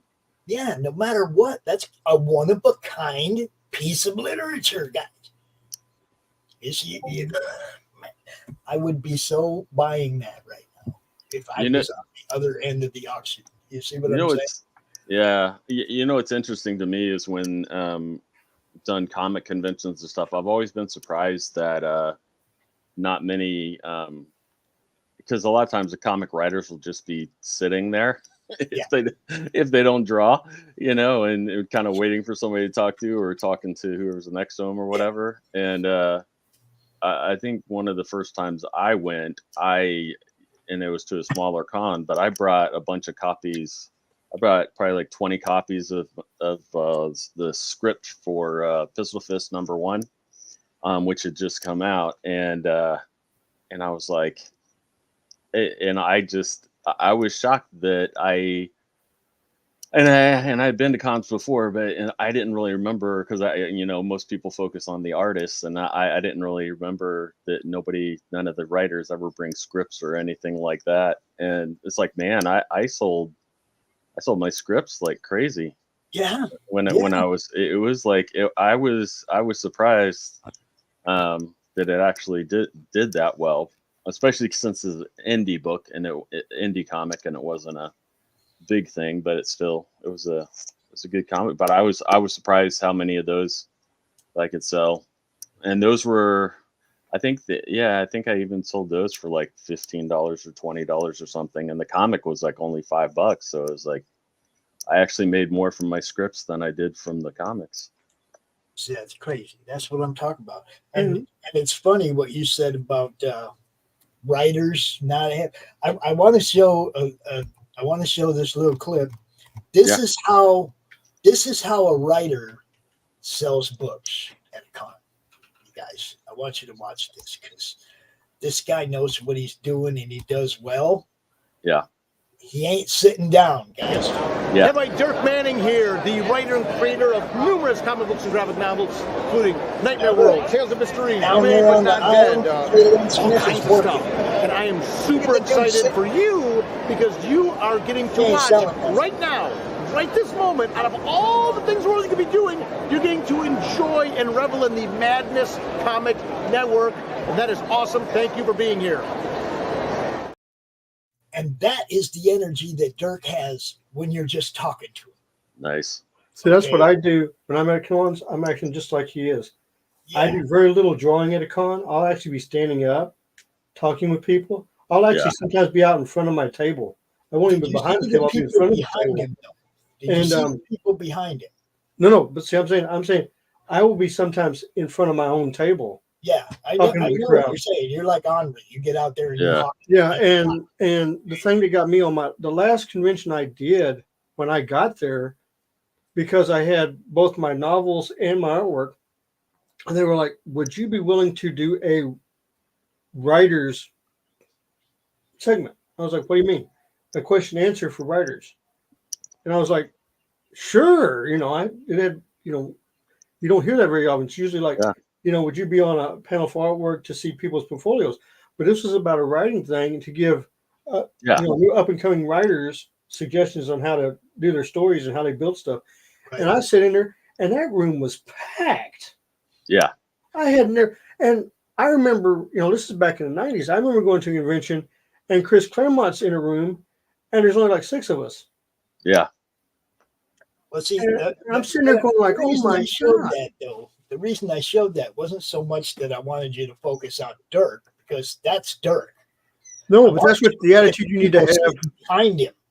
I wanted you to look at the guy sitting in his chair in the next booth, looking at his phone. And then farther down, you can see Kaylin Smith working, standing up, selling books. The contrast between how you look to the fans. Yeah. If you're sitting behind your table with your head down looking at your phone, how many people you think are going to stop to talk to you? Yeah, that's exactly what happens. Yeah. You know, I mean, That's exactly what up on happens. his feet. Kaylin's up on her feet. These people are up, moving, talking to people. They're engaging with people, and so they're selling books. That dude sitting there with his face in his phone, he wasn't selling no books. Well, no, I mean, but that's the point. You've got to be engaging to your fans. Yeah. You just cannot sit there. And now if I get a commission and I got to sit there and I got to focus on the commission, but if I don't have a commission, I'm going to talk to people. Shadow Doc's not here, bro. He had a little health issue yesterday during the auction and checked out. And he said he's supposed to be like laying up in bed for a bit. So, Hope he's okay. Yeah, I do too. I haven't heard from him today, and I'm not going to bother him in case he is getting some rest. So, all right, guys. We put this up yesterday. Nobody jumped on it. I don't know why nobody jumped on it. This is a published page from Return to Hellspace, Zen Intergalactic Ninja. Mm-hmm. Okay. Also, well, we are streaming to his channel, but no. See, that's just when I comment in StreamYard, it goes to all the same comment goes everywhere. See, it's like there and there and there. You know what I mean? It's there. It wasn't Doc, right? Like I said, I haven't heard from him yet today. So, but yes, this is Bill Moss, published art, page number 20 from the book Return to Hellspace. It was published by First Comics. You can see we got Nira X, we got Zen, we got Nira, we got Zen.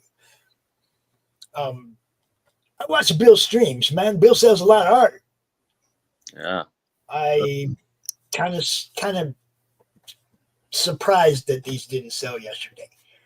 Okay, now I found out, 4 or 5 hours into the show that somebody else was having an auction that draws way more viewers than I do. Yeah. So, that's why we're back today. I'm hoping that some of those people that were over there yesterday will come over here and look and see what they missed out on today. So I have 2 pages from this book. I have an unpublished cover from this book and another drawing that Bill did that are all available. Okay. The 2 pages, I don't even remember. I think we had them for $100 yesterday, opening bid. And I watch Bill's streams. I know what his art sells for, guys. That's a freaking steal. That's a steal. Bill's art goes $300-$400 for a page all the time. Last night, he saw a drawing that went for more than $100. And it wasn't even a published page. I'm telling you guys. I'm putting this stuff up here at steal prices. Get it.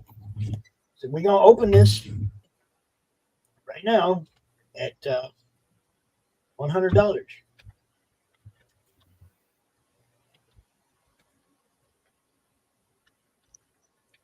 Oh, I hate typing on this keyboard. I really hate it. I can't even see it. Stupid things are so small. Return to Hellspace. Page number 20.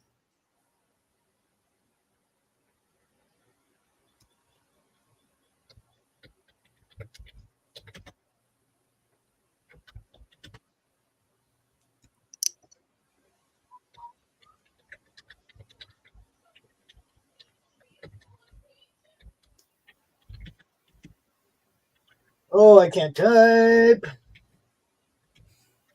Okay, opens at 100. Right there. Let's see. How did I do? How many typos? Oh, we did it. Okay, good. There you go. Bill Moss, original art, Return to Hell Space, page number 20 by First Comics. Opens at $100. You have 10 minutes, people. Oh, and also just one little rule I like to have. Anybody bids in the last minute, we extended a minute because I don't play the sniper games. So if you're going to bid, just bid. I'm going to extend the auction if somebody bids in the last minute. So there you have it. This ain't eBay, people. This ain't eBay. I want you to be happy and know that you didn't get burned out of something that you would have paid more for if given the opportunity. It's going to go to the highest bidder, not the guy who sneaks in under the clock. Timer's on. You got 10 minutes. Here you go. Dude, this stuff's beautiful, man. This is a beautiful piece. Yeah. Page. Nice. He said, you got another one. This one, I love this. Yeah. This panel right here, man. This that's badass. And everybody else is going to be like, oh, but Nira X, and they got it because Nira and Zen are. No, I like that panel right there. Yeah. No, I agree. It's dynamic, and it's not just your typical panel. Yeah, it's like that dude's skeleton jumps right out at you. Yeah. You like the extra skulls? Yeah. Extra skulls and the weird horns or whatever they are. Yeah, spiked spines. And dude, that's just a cool ass piece. Yeah. Spread the word, people. If you know people that like to buy original art. As a matter of fact, everybody you saw buy a piece of art on Ethan's stream yesterday, send them this link. Yeah. Send them this link. Everybody who didn't get to buy a piece of art on Ethan's stream yesterday because they got outbid, they still want to buy art. Send them the link to the stream. We got some cool art, man. Well, I guess my wife is calling me from the other room, so I guess I need to go. But right. Is it going to stay on our stream when I leave? Yes. Okay. Yeah, cool. as long as you don't turn it off, it will. Yeah. Yeah. So I'm okay to hit leave studio then. Yes. I was going to ask if somebody hits me up and watches the stream later and wants to get that book. Yeah. Can I send them your way? Yeah, definitely. And to the little Nemo book or whatever that I showed earlier. Cool. All right. Thanks a lot, Chip. Appreciate you. Yep. And for those of you who don't know, Wednesday nights, 10 o'clock, the TheBaronEarlsShow, right here on the Madness Comic. Yep. Pretty awesome guests. Yes, always a good time. Great show. Tune in, you guys. That's why we do this. That's why we're doing this. Yeah, I will say we should, although I think it's happened to be rescheduled now, but we should be having the author creator of the Meg, Steve Alton, on soon. So little plug. We'll have to introduce the author of the Meg to the founder of the Meg. The Madness Entertainment Group. Yeah. Well, he wrote it like 20 years ago, so. Oh, I know. I just stole the initials. I was like, man, the Meg, it works. It worked before. It can work again. We'll be the Meg. Yeah. Thanks for being here, bro. I will talk to you. Okay. Bye. Brianna. Hi, how you doing? If you want to come draw, you can, but I'm trying to sell stuff too. We got 6 minutes left on this, guys. You're not going to see, look, you're not going to find Bill Moss art for freaking $100 anywhere, especially not a published page. It just ain't going to happen, guys. I don't care, No, you can. Do you want to come out? I can send you the link, Brianna. If you want to come out and draw, that's fine. I'm just trying to sell some stuff too. It's like an all-day everything stream. come out and draw. Dave's show off. We're still going to come out. Dave's still going to come out and show stuff off, but he's going to be probably showing stuff off that he's trying to sell too, so that we can stay right with the theme of the day.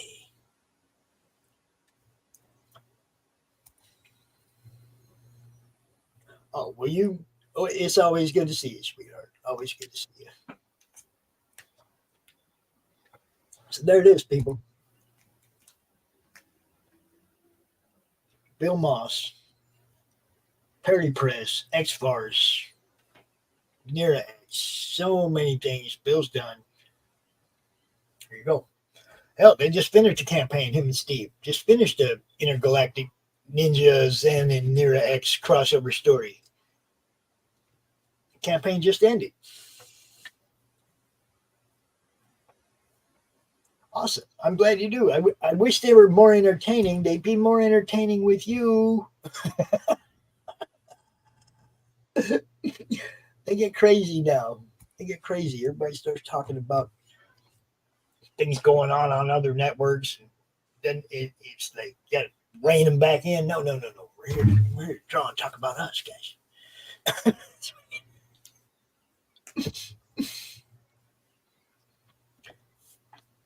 So what exactly are you drawing there, Jane? Well, I was telling you about, I got that Neil Adams artwork. Yeah. So I decided to do my version of Superman with Rogue as a crossover. Mm. So I'm inking Rogue right now. And I'll get to Superman in a little bit. It is. But you can see Superman takes up basically the whole middle of the page. And then Rogue's kind of off to the backside of him. Yeah, well, he upstages everybody. That's what OP does to these guys. Yeah, but let's be honest. Rogue can probably hang against Superman. It'd be neat if she can put him out, but I don't know how that works against. Well, I'm just saying, just because of her strength is on the same level as Supergirl. She's that strong, and she's got the invulnerability too. Remember, she took Ms. Marvel, the original Ms. Marvel's powers. So she took all that. Everybody forgets just how powerful Rogue really is. She's basically, that's just it. She can suck the powers out of a human, but doesn't work on a Kryptonian. Well, I'm just saying a straight up fist fight. Straight up fist fight. She can pretty much do she can probably do it from anybody, and her powers work on anybody or anything that's alive. That's what I'm saying. There's only one way to test that. She could go. No, there's in other episodes she's done it against other people, other creatures. So she could probably zap him pretty quick. I just never been a fan of overpowered characters that don't have any weaknesses to seem to be able to win all the time, no matter what. Well, Rogue for a long time had that mental problem. You know what I mean? Like Superman. I ain't never really been a fan of Superman because come on, you got the cold breath, you got the heat vision, you got the X-ray vision, you got the superpower. You can fly. You're super fast. Come on. Well, that's what they came in with the kryptonite. Yeah, well, I mean, that wasn't. Yeah. I mean, let's face it, that was a good idea to bring that in. Well, you had to have something, but really, if you just don't make them so overpowered in the first place, then you can have actual combat with people that they don't have to just pull out a green rock every time. Well, the thing was they kept increasing his power. Yeah, because originally he wasn't this powerful. And you can make him more powerful. Person ain't even no fun. Yeah. That's what I'm saying. I lose interest for those guys that Well, like I'm not. The Hulk's funny because he could just turn to Bruce Banner and you're screwed. And he's screwed. Well, I mean, the funny thing is when you look at the merchandise-wise, Superman sells real well, merchandise. But when it comes to comic books and other merchandise, it's always Batman. Batman's always outclassed Superman in sales. there's something that's always resonated with Batman with everybody. You know what I'm saying? Yeah, it probably was that TV show that we all watched when we were 10. Well, no, I mean before that he was popular. Batman's always had the knack for stuff, and he's just that popular. All right, this one's about to go off the block. You guys, y'all missing out on good art. I don't understand what do you people want? What do you want to see? Tell me what you want to see so I know what to put up here.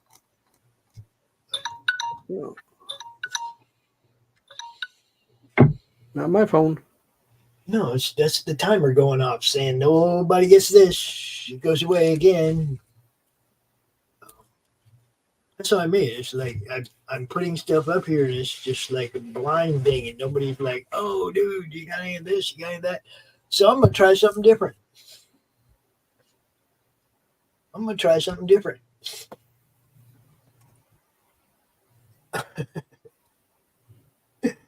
Yeah. I mean, if you don't want good art, I can sell you crappy art, guys. I can do that.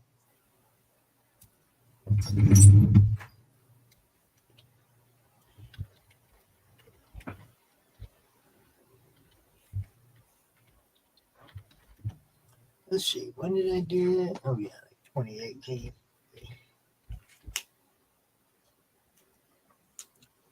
Yep.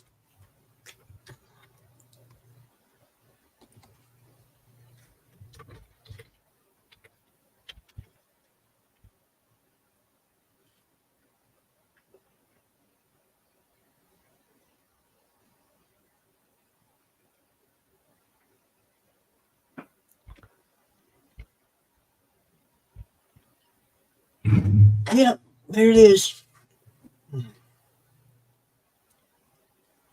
Let me see if I can jack this up a little bit.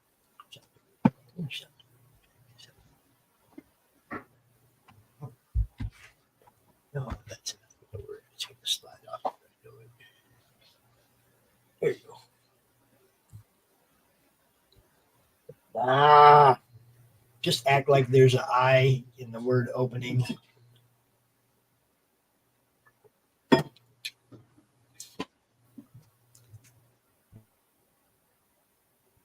I'm going to take a minute, play that. We'll be back in a few. The future. The final frontier.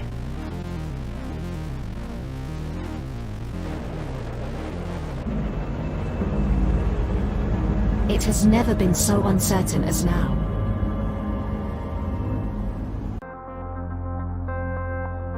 AI, VR, haptic wear, nanotechnology, mass destruction with a remote click.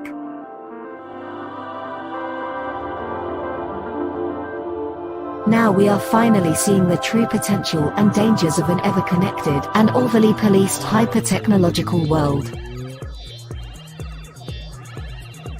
Have we finally become the architect of our own demise?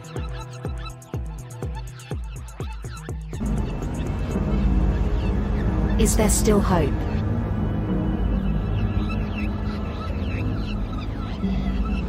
Welcome to the future.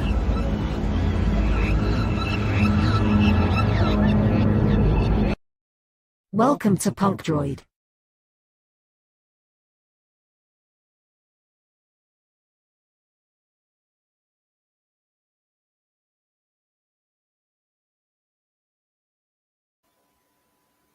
Yeah, Punk Droid.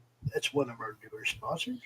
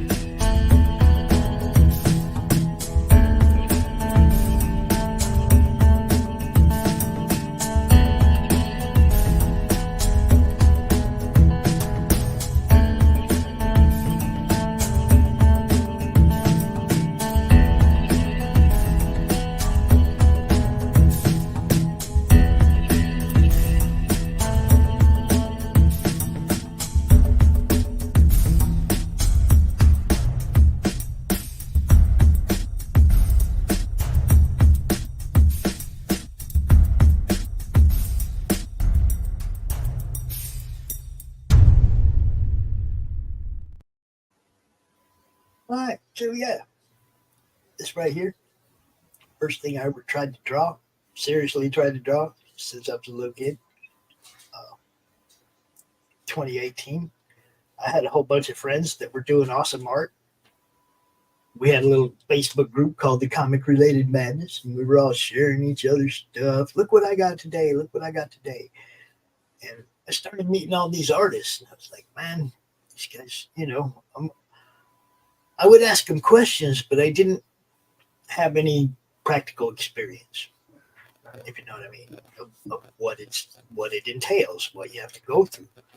I learned a whole bunch from different people drawing this piece, and it took me hours, and I realized what artists go through. And my biggest question, the reason it's in a frame is not because I'm vain and think this thing is the best piece of art ever. I put it in a frame so I'd quit fucking with it. And I would ask people, "Hi, Carrie, how you doing?" I would ask artists, he's like, "How do you know when to quit?" I mean, I kept looking at it and going, "Oh, I need to fix that. And, oh, I need to fix that. No, I need to fix that." And finally, I had to put it behind glass so I'd quit fucking with it. You know what I mean? Yeah, I'm talking to you, James. You're the only one here, dude. Dude, it depends on the artist, and it's all self-governing. And I can't tell you when to start, when to stop, or anything like that. No, that's not what I mean. I was asking them, how do you know when to put the piece down? What makes that a final piece? What I mean, because for me, it's like I had to put it behind glass to leave it alone. The thing is, and this is the way I do it. I look at the character that I'm drawing, and I'm like, what does the character need to look like? And then what I do is I get up away from the chair and I step back and I look at it. And then what I do is I will put it toward a mirror so I can see it reflected. You know what I'm saying? Where it's flipped. And if I think it looks good flipped, I'll stop. And then I won't go back to it. And especially if I'm working on like the book, the Stein's, the comic book I was working on, which is now at the colors and letters hands.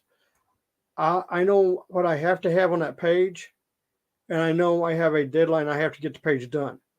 So I draw what I need to as fast as I need to. That way I can move on. Right? Because I can't just stop and look at something. Well, like this piece here, I drew with one pencil, a black number 2 Ticonderoga. Okay. All the different shades of pencil is all the same pencil. Just, I learned a lot from different people. Jim O'Reilly taught me a lot while I was doing this piece. But I mean, I didn't know anything about it. You know what I mean? It's like I didn't know about shape building. I didn't know about anything. That's why the head's just a little bit too big right here. I know that. I know her head's just a little bit too big. But angles of the arms, I was complimented on the hands for a first drawing. Everybody's like, "Damn, dude, you did pretty good on them hands." And it's like, I didn't know that hands were a problem because I'd never drawn hands before. Well, see, and I just drew. Me, it's kind of weird to ask me this because the way I started out drawing is not like everybody else. Most people, when they start drawing, they're going to start drawing people like you did. Okay. I did not start that way. I started out drawing airplanes. Well, that's what I drew when I was a little kid, was like war machines, tanks, and planes. And see, I went on to general drafting and architecture. So I was kept in that field. I didn't go to, and I'll explain. And I explained it several times. What happened with me was, I got one comic book. I got X-Men 269, which has got the cover of Rogue and Ms. Marvel on the cover. And I saw that cover, and I saw that comic book. And when I went through the pages, I was hooked. I was like, I want to draw like this. And so I started sketching and trying to draw people. And oh, they turned out terrible. I mean, they were just god awful terrible. And I ended up seeing my cousins in New York and going to the Big Apple Comic Con for the first time. And I met, this is before, this is one of those things. And I met Jim Lee, and he gave me 20 minutes of how to fix my anatomy. And I kept practicing on that ever since. I've still got those pieces of paper. And I mean, they're nothing special. They're just body anatomy. You know what I'm saying? There's not, you can't tell, there's no, it's not like seeing him draw a rogue or anything.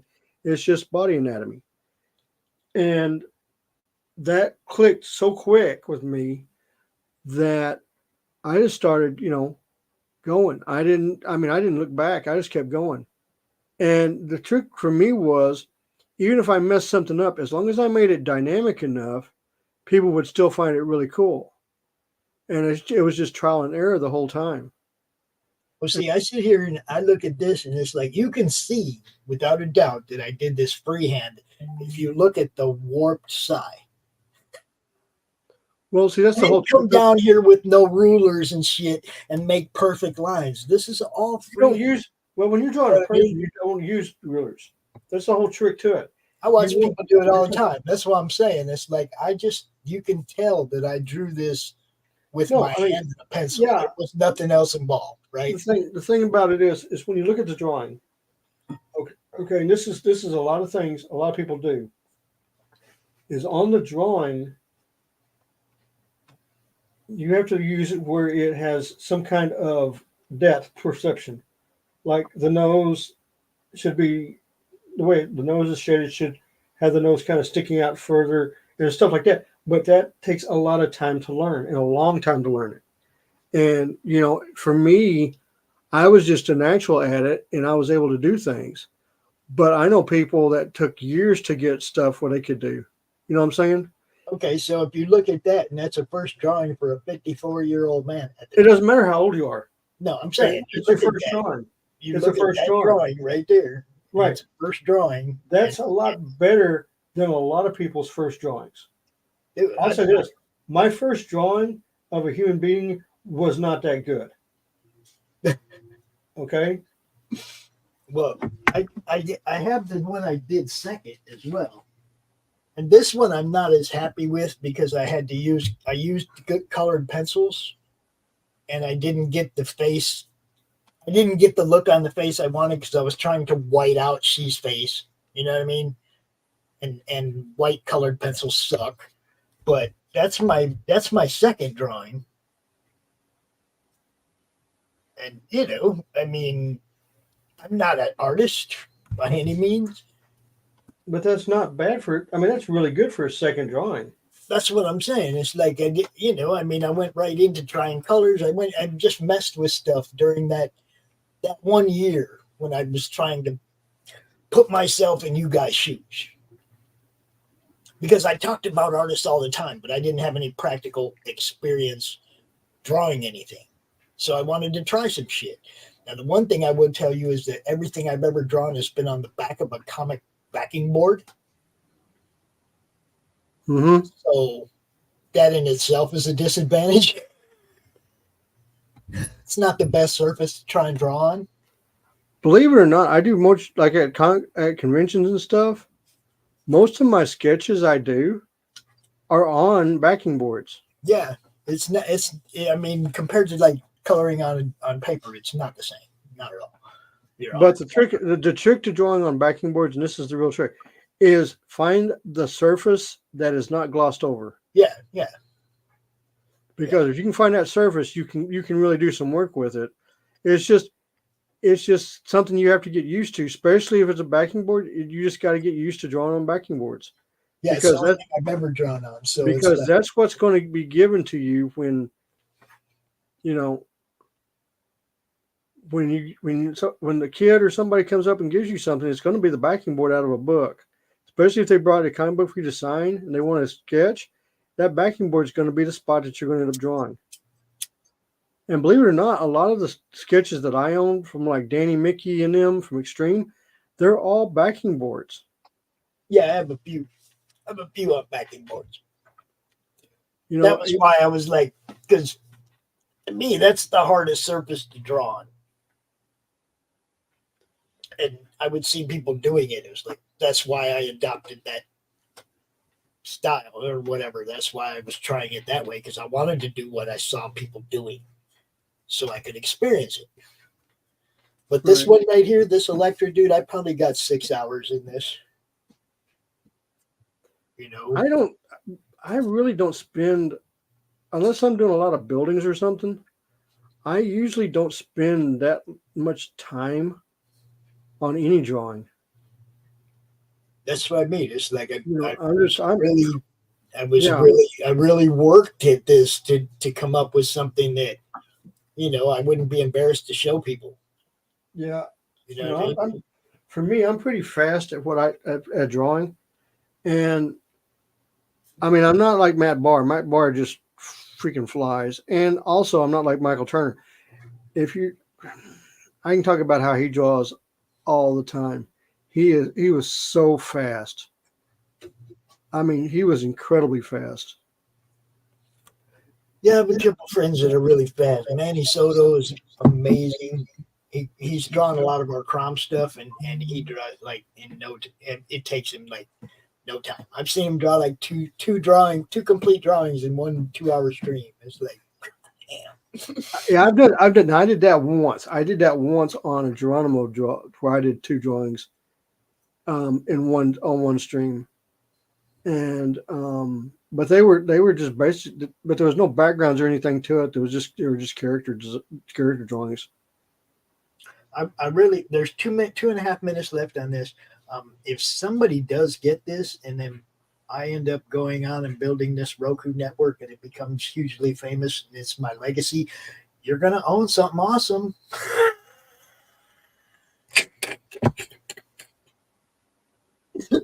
You'll have my first freaking drawing. That'd be awesome. Okay. I will see you later, Brianna. It's always good to see you, love. Always. And Carrie, that's James Lee. He's on us all the time. He's with us all the time on the draw stream. I don't know where everybody else is, but you know.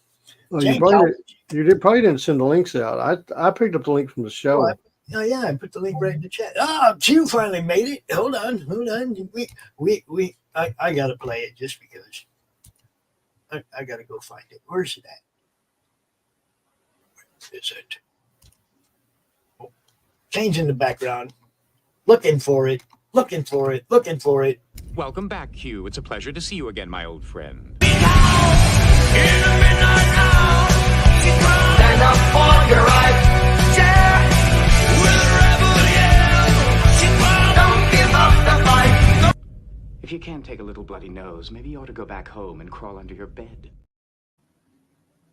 Going once, going twice, so for this motherfucker. It was about time you showed up. Yeah, I know. It's like, where's he Q? Sorry, my apology for delays. I was busy with cleaning my bookshelves, that's why. Cleaning your bookshelf? Yeah. You mean dusting? Yeah, he hasn't read nothing, so he's back there and collects dust, so he's got to dust it off. Okay. So, Gary. Yeah, we just kind of doing this thing. Look at this, Q. You see this thing on the screen? Mm-hmm. You see this? Oh yeah, looking at it. Electra. That's the first thing I drew like 6 years ago. Not that I drew a whole bunch. Yeah, I drew that. Not that I drew a whole bunch of stuff after that, but I drew that. I only drew like 5 or 6 drawings. I went through this little phase of trying to teach myself some of what you guys do and learn from some of you guys. And I drew a Thanos. I drew a Lady Death. I just drew a few, right? One of my favorites was Drunken Frosty. Drunken Frosty was a snowman. Nice. Drunken Frosty was a snowman. He was laying in somebody's yard. He was laying in somebody's yard in a puddle of puke with an empty bottle of Cabo, and Ever since I drew that, I've wanted to do that. If I see every time I see a snowman now, it's like I want to run over there and knock it down and drop an empty bottle in its hand. Like a guy drunk and fell over. Oh, I just thought of something really, really diabolical to do. Diabolical. Oh yeah, Halloween. So you got a pit bull or a Rottweiler that sits on the front porch. Go get a turkey leg and put a tennis shoe on it and give it to the dog. Oh fuck! Turkey leg. You know the turkey leg that you get at the grocery store? Yeah. Yeah. Go get one of those and put a sneaker on the end of it and give it to the dog.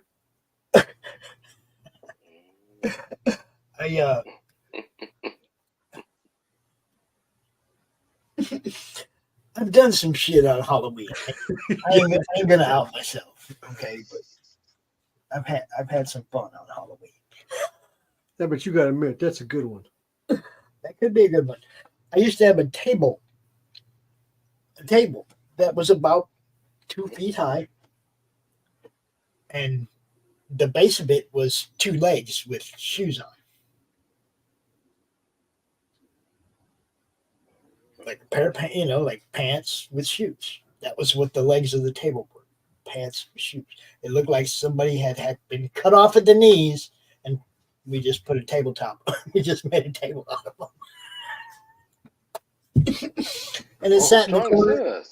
It sat in the corner, and when somebody new, every time somebody new came over, you just watch and wait till they saw it, and you could tell. You see their eyes light up a little bit, and then they relax. You know what I mean? But it got everybody the first time. Everybody. It's hilarious. All right, guys, we're gonna go with this Jim O'Reilly Suicide Squad after Jim Lee. Beautiful piece, 11x17 on Bristol, and the opening bid will be $150. You did, Carrie. You did. We'll have to look.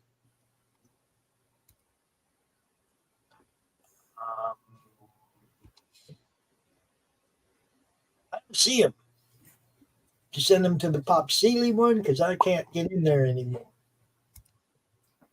No, that's not. Nope. Mr. Christian Zaffo, what's happening? What's going on, guys? How are you, sir? All right. All right. So, Jim O'Reilly,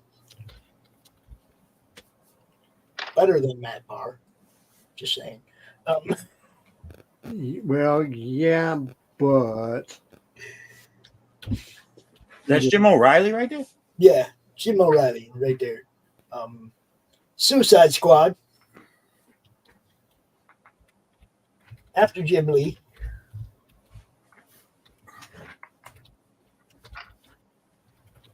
He was doing a study of Jim Lee's lines when he drew this. And he was generous enough to donate this to us for whatever we needed it for going forward. I think that's what he said to me. He said it to me a long time ago. He said, you ever need something to sell to help out, to help out what you're doing? He's like, here, you got a piece. It's not like I commissioned a Suicide Squad from him or asked him for it or anything. He's just like, Jim is a nice, generous person, period.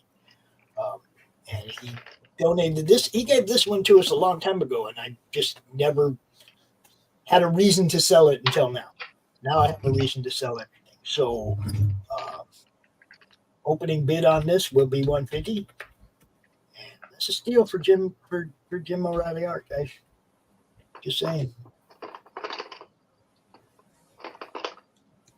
11x17 on Bristol. Beautiful piece. And yes, hey, what's up, Roland? It is.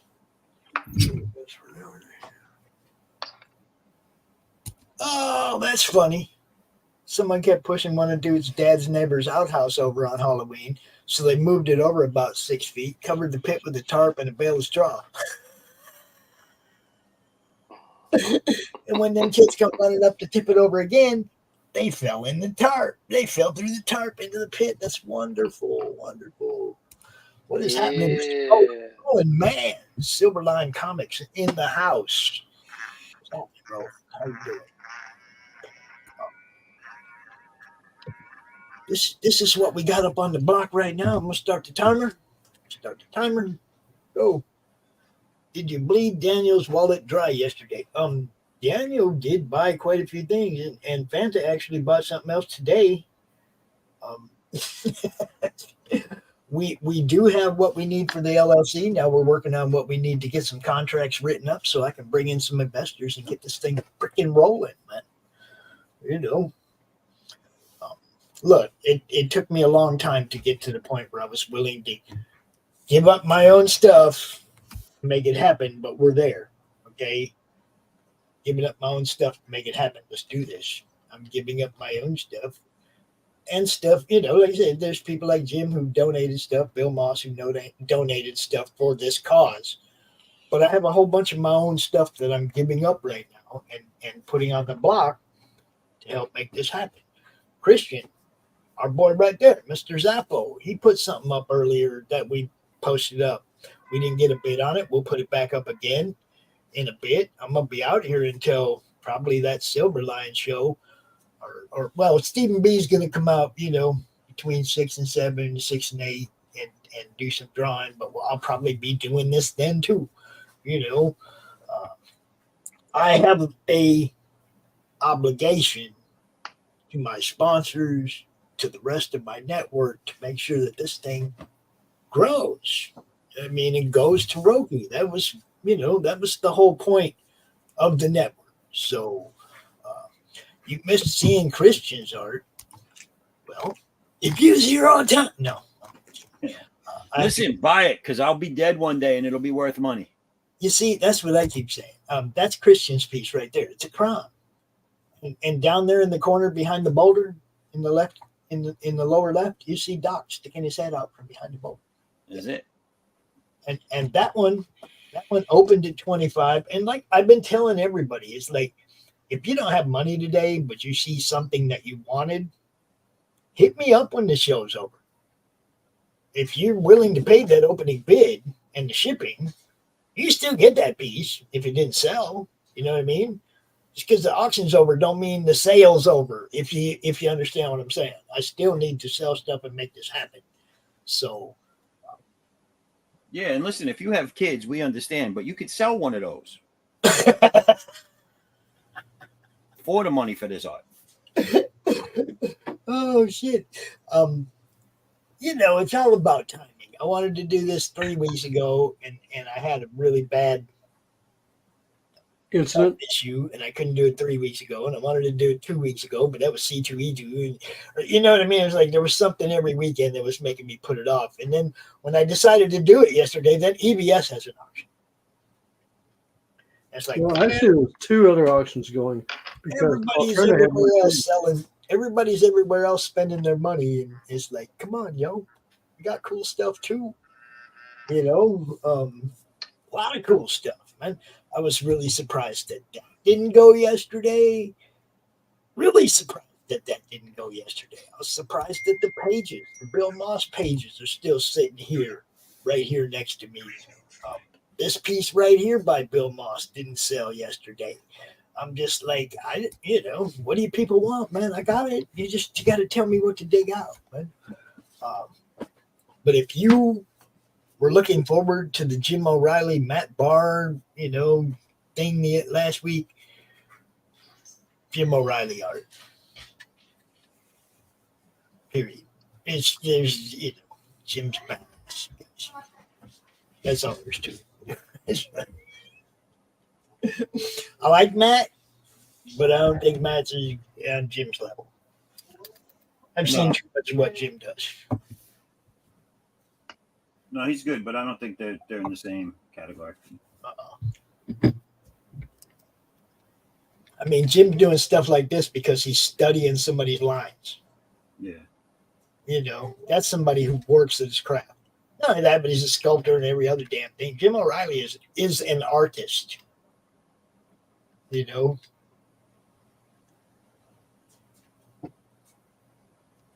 I wish I could do the shit Jim does with the clay. Damn. He did a Mojo that was badass. He did was it a Pit that was badass? Yeah. Jim O'Reilly is just badass, yo. You got 5 minutes left to get in on this piece right here. Suicide Squad after Jim Lee by Jim O'Reilly. 7x17 on Bristol. And hell, it's just badass, guys.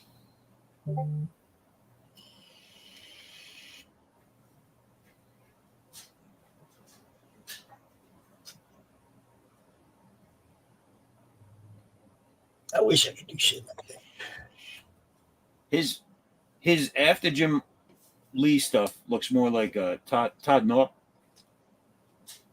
The faces look like his, which is good. It's just different than Jim. Well, I know this is what he told us yesterday when he was on the show. No, it's a great piece. I like it. That when he was doing this, he was doing a study of Jim's line work. You know, so I just know that everything I own that Jim O'Reilly did, every book I've seen him do work in, every piece I've seen him do, no matter how much he says, "Oh, my work sucks," he's a badass. See, yeah. And yesterday, everybody who bought something got a free Jim O'Reilly sketch. Everybody. No, don't tell me you got caught up in that stuff. Oh. I avoid all that shit like the plague, you know.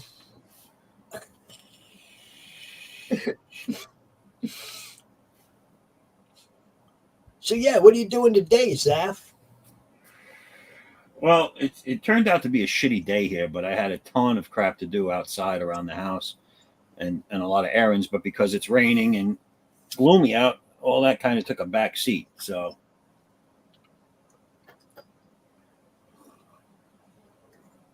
today I am drawing. This is my version. This is the first ever appearance of my character that is my Red Sonja-esque type character, only much, much more gooder. Did you say gooder? Yes. Gooder? In what way? This is just gooder. Don't you mean better?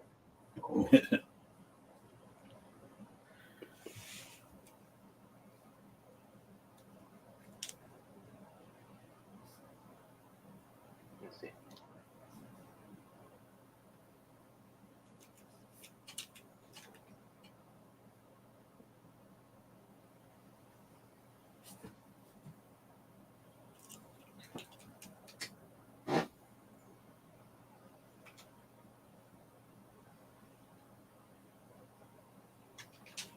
Hmm.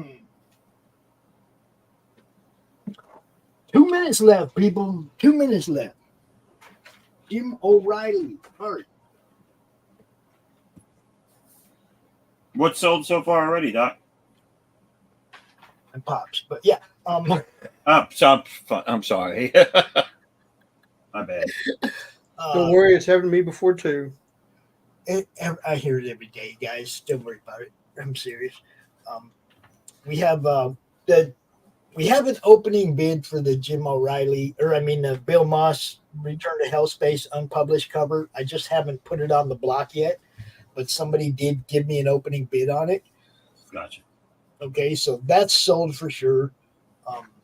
Phantom got a couple of books. Dan Riley got a bunch of stuff yesterday, sketch covers and just, nice. He cleaned up. Dan did good yesterday. We're right now, I think Fanta said we're sitting at $530 on the GoFundMe, which puts us above what we need for the LLC, so we can roll. Okay. But I still, there's still stuff we need. I need to be able to write contracts so that I can bring in these investors. Daniel P. Riley is sitting there with $1,000 to throw at this as soon as I can throw him a contract. Right. Right. I'm not just going to take his and look, all these guys are like, yeah, I'll send you money. No. Wait until I get all the legal stuff in place. I'm not just taking your money. Okay. You're going to have a contract with a return of investment, with some idea of what you're going to expect in return for your investment. You see what I'm saying? I'm not just going to take these guys' money. I just don't work that way. It's got to be legit. That's good. So I'm laying the legal groundwork. That's what this is about. Getting the LLC, getting contracts written for these guys so that we can take their money and go forward. Right. But I don't want them paying for the groundwork. I want their money to go toward the actual Roku channel. Right. You see what I'm saying? It's like, so this is to build the legal groundwork for the Madness Entertainment Group. And when I say Madness Entertainment Group, that includes all the people who bring their shows to the Madness. And they will all be included in our storefront. They'll all be on our Roku channel, on our website, their storefronts. Everything they're doing will be linked to the Madness Entertainment Group. They're not contractually obligated to us. They can take their show and leave whenever they want. There may be some people who want something in paper. Okay, they know their show's going to be played for the whole year, and they want it in paper, and that's fine. I'm not going to take nobody's stuff down unless they want it taken down. You see what I'm saying? I want the network to grow. Right. So, okay, I'm going to try something a little different. And, okay, I won this piece a couple years ago on a stream. Dude was drawing this, and he said the first person to figure out what he was drawing would win it. Obviously, you can see this is Hellgirl. Okay, as opposed to Hellboy. So I'm the one that figured it out. I'm the one that won the piece. This was done in 2020, and since then, this particular artist, who was a friend of mine, has passed away. And his name was David Faust. And I have another piece by him, so I'm not taking away something that I love. I'm going to keep the Miss Beetlejuice. He didn't sign this, so I know who did it. I will keep this one, and I'll always have something from David, but I'm going to put this one up. Okay? So from the late, great David Faust. Ooh, it's a sweet piece. It's Hellgirl,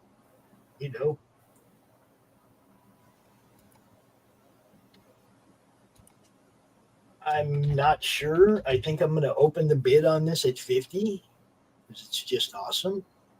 It's an awesome piece. I didn't figure out who it was right away. I'll tell you that. There was probably 50 people watching that stream, and the way he was drawing it, we had no idea. At first, I thought it was Tank Girl. Okay, because we didn't have this. That looked like goggles. It wasn't defined as horns. I thought it was Tank Girl. That was my first guess. But I didn't type that in the chat. I waited. As soon as he started doing the arm, I was like, oh, shit. That's Hellboy. I mean, Hellgirl. And there it was. But it's a beautiful piece. I love it. And if I didn't have another piece from him, I'd never give this up. There's no way. So if you like it, I'm going to open the bid at $50.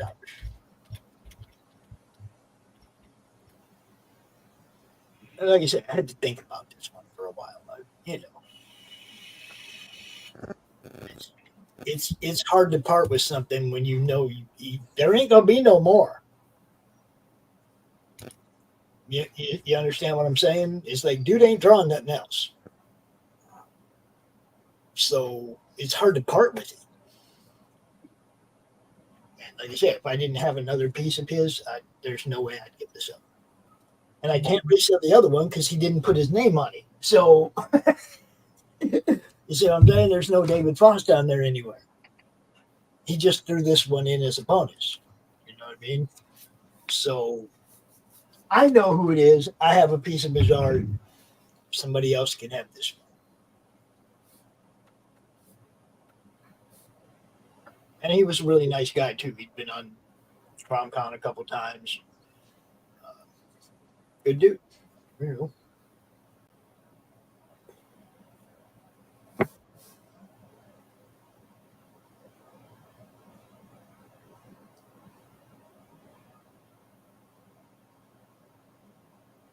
Q. Yo. Q. What's it say on the sign right there? Oh, that sign here? Which one? Or this one or that one? Either one. The one that says 66? Okay. This one that says Zappos? Zappos? The 4th Street? Zappos, yeah. The It's one of my bar. many businesses. The Zappos bar. And where are we hiding Crom at on this one? This one is Route 66. Crom would be right here in that bush. Yeah, that's what It's I all, thought. everything is on fire, and there's Crom, flame in the shape of Crom's face. You giving him Ghost Rider skull? I like it. I like it. Yeah, we are here to highlight other people's art There's too. Calcaterras. You got what? And across the street, there's a Calcaterra bar. The Calcaterra Calcaterra's bar. hotel. Or hotel, right here. Hold on, there's it, right here. Oh, look, Laurie's in there too now. That is awesome. Mantis says, Quentin, you. Yeah, the Fanta. There's Calcaterra, so hotel. And down below is De Leon Ammos.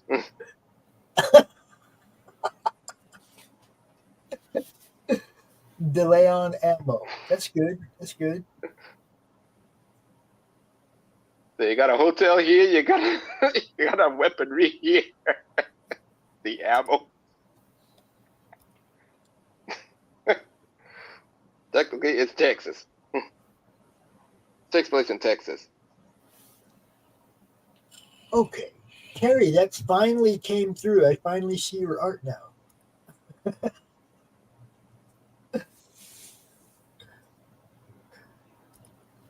It just came through on my Facebook just now. That devil guy. I like it. Guess what, guys? Carrie can draw too. She just ain't telling nobody. Well, how Carrie come she can can't join the open draw stream? That's, well, man, she just had a what do you call it? A laptop. Her laptop took a shit. So after I get what I can get done here Laptop is for being us, a dong. look, once I get done what I can get done here for us, getting, the groundwork laid for what we're doing, my next goal is going to be some kind of fundraiser for Carrie to help her get a new laptop, because Carrie's been helping us a lot, and I need that laptop working. She can't. No, those are her first ever sketches, and she can't draw. She's just like me. If she wanted to, she could draw. Okay, because for first ever sketches, those are pretty good. At least the one I just looked at was really good. I don't know if there's more coming. It seems like it's taking Facebook forever to send that to me. But yeah, we're still right here, folks. Right here on this one. The late David Faust, Hellgirl, opens at 50. He ain't drawing no more, guys. There ain't gonna be no more. The only stuff there is of David Faust is out there. That's it. There ain't no more. So, if you're a collector, what can I tell you? This is the one. Yeah, Fanta, I knew you were talking about Lamar and Drake in Minecraft. I knew it. I knew it. I knew it. Yeah, I don't care. I scroll right past that shit like it don't exist. I just don't care. I'm out here trying to sell some books and sell some art and help build a network that'll help everybody else. That's all I'm trying to do. Have fun while we're doing it. You still in the chat? What's up?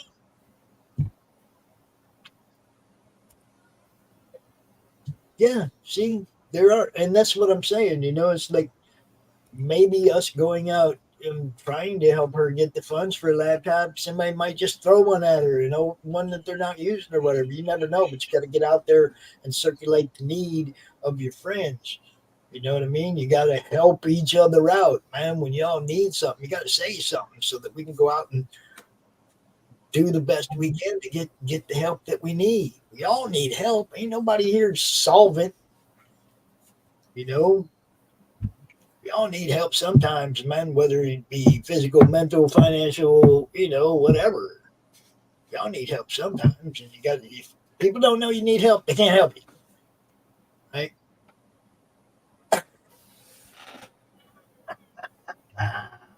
Throw them in a box and mail them to her. How's that? Throw it in a box and just mail it to her.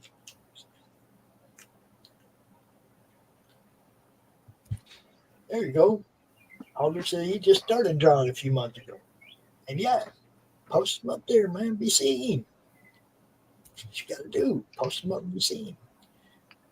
Now, see, I don't know if a lot of you guys from the Twitter side of things ever heard of David Faust, but I knew him from my Facebook group, like way back in the day, before we were even doing a whole lot of this. Like this drawing was in 2020 when I was first starting to do CromCon. It's not like we were a big old, any kind of established network or anything that I was doing. It was just a Facebook group, So people from Facebook, if they're watching, they might recognize David, but I don't know that he had much of a Twitter following. I don't know if he was over there or not. But what I do know, like I said, this dude passed away, and there ain't going to be no more David Faust art. So, epidemic is my weakness. Was he published at all? Yeah, I'm sure he was in. I mean, obviously he wouldn't have been on CromCon if he wasn't promoting something he was part of. Do I remember exactly what it was? No. I'd have to go look. I mean, look, when I started going through this stuff, I found stuff that has been on my wall for years, and I can't remember who drew it. Mm-hmm. Because I have so much, because it's been so long, and because I talk to so many people all the time in the artwork, there's no way to keep track of all you guys, not unless you're like around all the time. Then I know who you are, but yeah, I can't remember what book he was part of. It might have been the Naughty Strippers series Wendy does. It might have been from that. I don't know. It's so many people, like I said, so many people that I've talked to over the years, man. I couldn't believe I had got to 1,400 freaking campaigns that I had covered without even getting to when I started bringing other shows into the network. We had covered 1,400 different campaigns before I even started building a network. Wow. And we have over 3,300 videos up on the network now, so you can imagine how many more we've covered since then. With all the other shows in the network and the other people that cover stuff, and it's like, man, there ain't nothing wrong with what we're doing. Anybody in this industry that wants their stuff to be seen should be part of what we're doing over here. And the more the merrier. Bring it. Got about 5 minutes left on this one. David Faust, Hell Girl, 2020 opens $50. My next campaign is going to go up next month. Yeah. Well, Yeah, we're June. going to promote the hell out of it, just like we do all our friends. That's what we do. Speaking of which, I'd be remiss if I didn't take a little shot over here to this. Y'all hold on for just a second.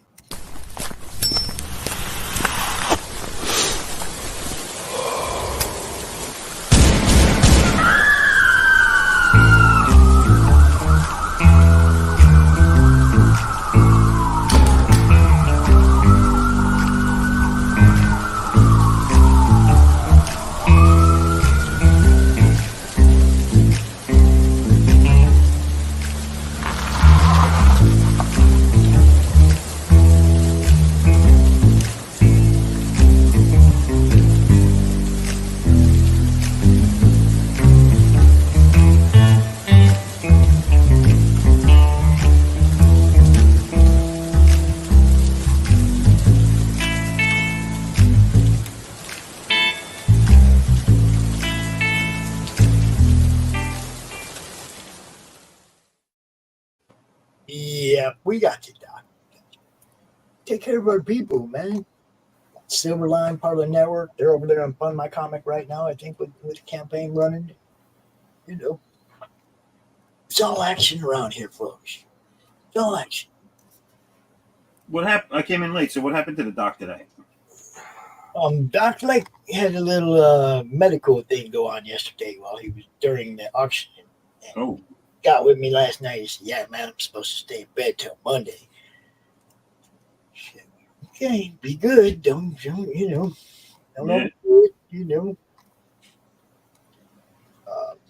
He's yeah. There you go. Get well, Doc. If you're watching, we love you. Alder says that he tried freehand copying from reference. Sketch right there at that link. He turned into a promo for the Indie Copyright stream.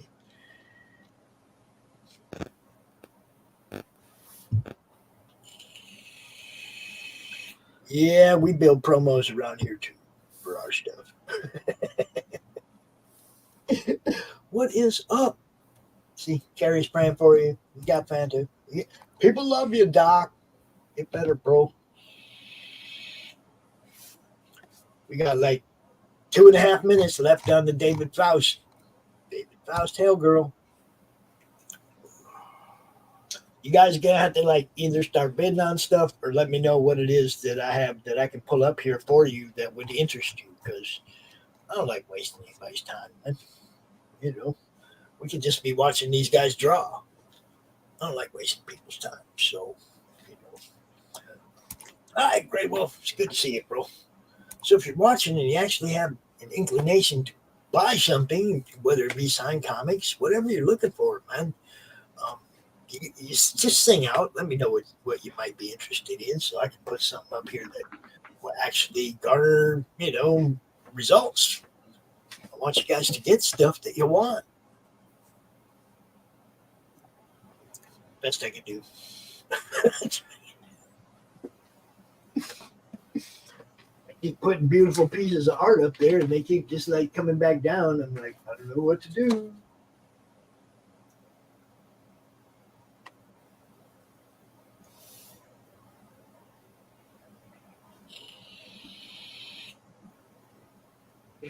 Mm.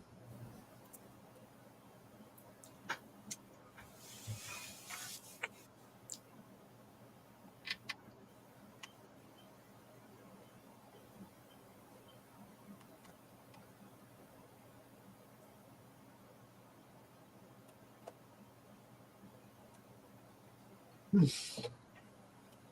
mean, if it's comics you want, signed comics, sketch covers, whatever, just like say, hey, man, put some of this kind of stuff up there, and I'll put it up here. We have stuff to do. 30 seconds left. Remember, if you bid in the last minute, we extend it for a minute. This ain't eBay. No snipers allowed.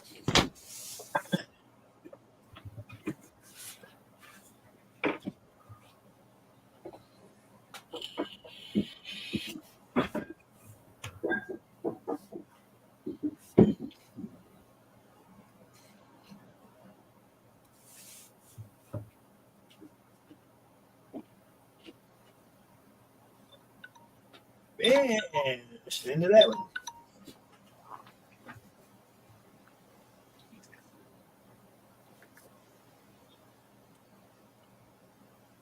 Okay, so we will try this. You try this right here. This is a Harley Quinn Zero sketch cover by Gary Parkin of the UK. That's a beautiful piece of art, guys. That's a beautiful piece of art.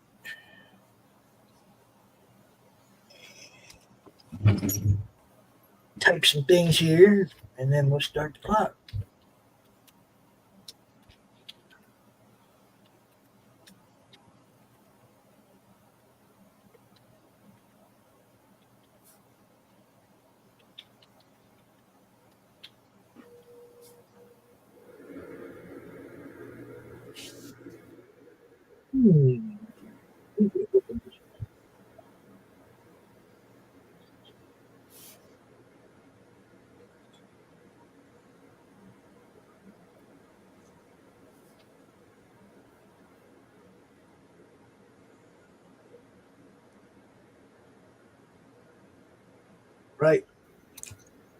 Right there.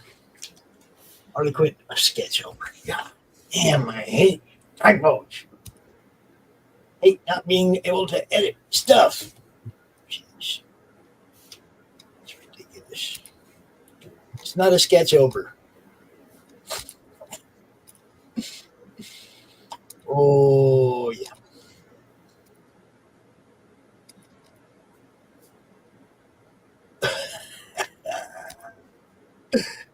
Carry. I'll make you see that. Now, this guy, Carrie, this guy's from the UK. This guy that drew this, Gary Parkin. You might look him up. You might even be able to meet him, get a sign or something.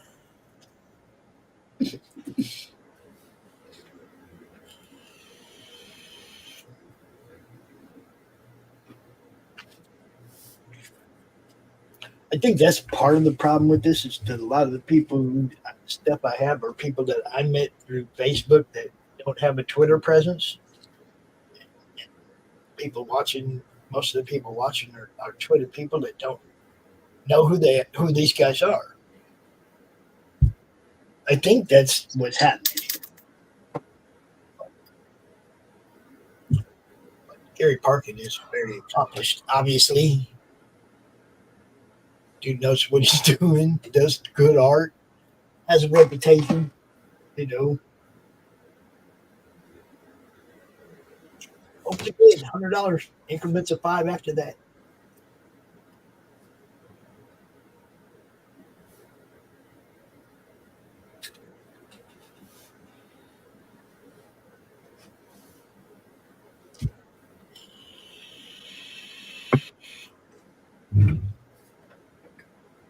I'll be right back. Chat amongst yourself.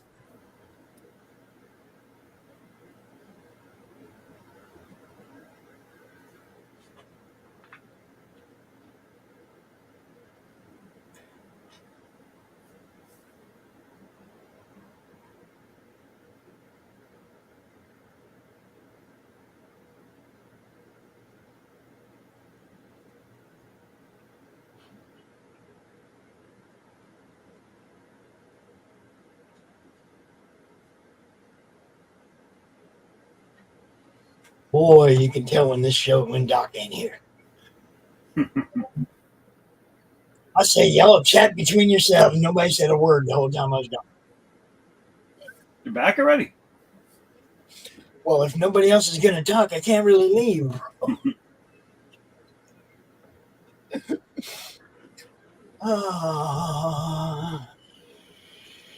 That's just the way it is.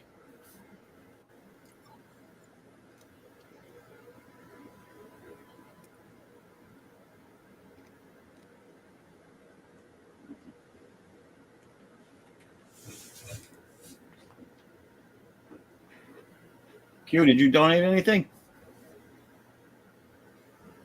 Oh, looks like Q froze. Q froze?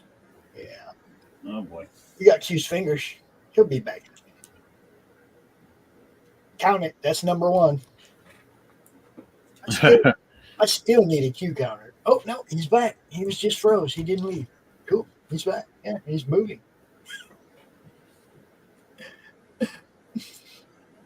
Q.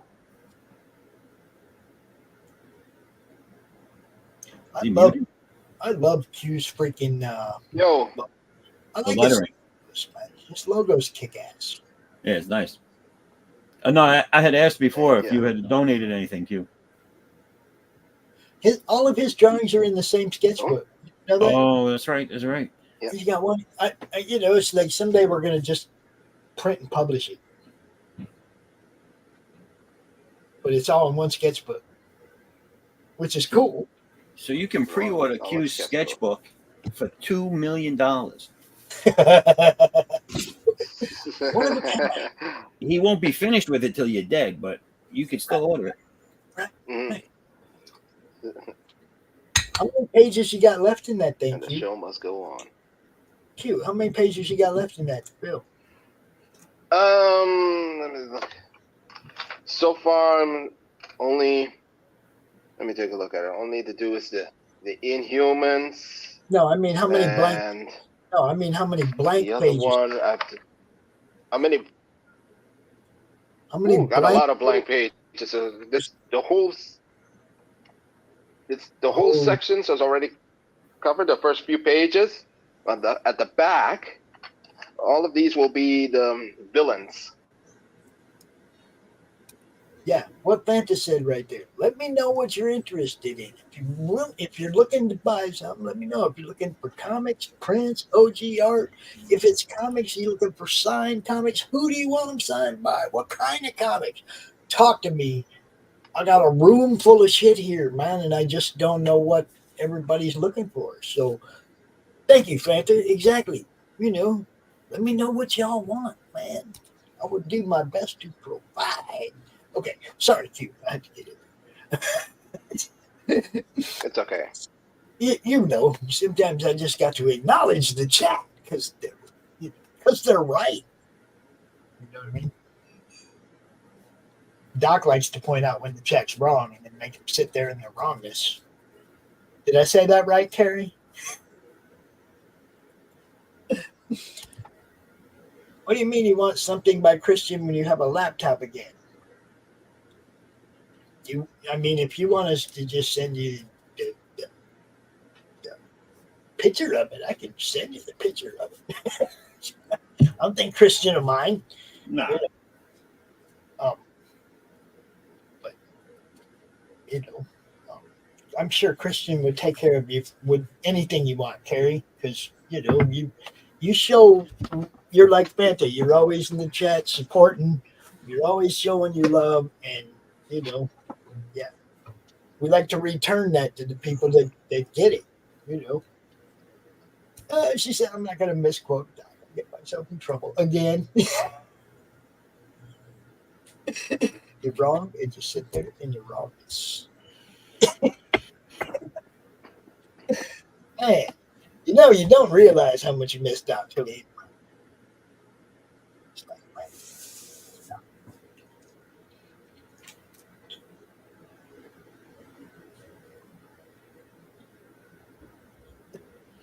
I miss Doc. I miss Doc with every shot so far.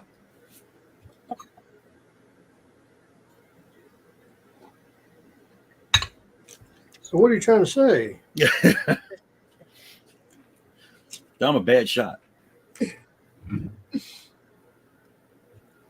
Well, it would help if you actually pointed it at the right direction. That's true. That's true. You ain't wrong. Or loaded it, or even had it. How's it going? I don't know. I'm figuring Doc how's it going with the rooster fight? Doc's a big target. I don't think you're going to miss that. Believe it. I got a brother that probably miss him. So, I'm not making this up. So, when I was younger, my brother and I went to a World War II bombing range to pick up brass. And we're out there, and I step on a rattlesnake. I stepped right on its head. My brother has a 12-gauge shotgun, double barrel. He goes, jump back, I'll shoot it. Oh, God. I jumped back, and he unloaded both shotgun shells at the same time, and he missed the snake completely. The snake wasn't even 6 feet away from him, and he missed. Wow. I was like, you dumb idiot. That's better than I thought it was going to end up. I thought you were going to say he unloaded into your foot when you jumped back. No, I ain't that stupid. I know my brother too well. I'm looking for something right now. I will be right back with you guys. But see, this is kind of the stupidity that you do when you're young and you live in the country. Yes.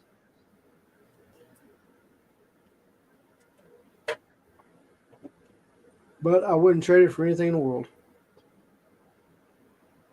That was some fun times. Okay, Fanta, to answer your question, I do not have James O'Barr art. Okay. I do have some crow that I don't know. I do have some crow stuff. I don't think James O'Barr has sold any of his artwork. Because I've never seen any of his artwork up on auction for anything. Is he still around? Yeah, he's still around. Yeah, James O'Barr's still around. And he's still depressed as ever. Yeah, I'm looking at the stuff I have, and I'm just pretty sure that it's not him, but it's other people. This one, I don't know, might be him. Now I've got some crow books signed by him. And does he still do art though, or anything? Number 1 and number 3. I don't think he does anything. I think he just shows up at conventions. Wow. I think everybody else writes and draws his stuff now. But is he even? But he doesn't even write anymore, right? I don't think. Well, he hasn't done anything since the crow. There's our boy. It's Jim O'Reilly. Jim, I sent you a message. I was wondering if that bonus was still in effect today or not. So I have a bit of crow, but not a lot. Yeah, hop in here, Jim.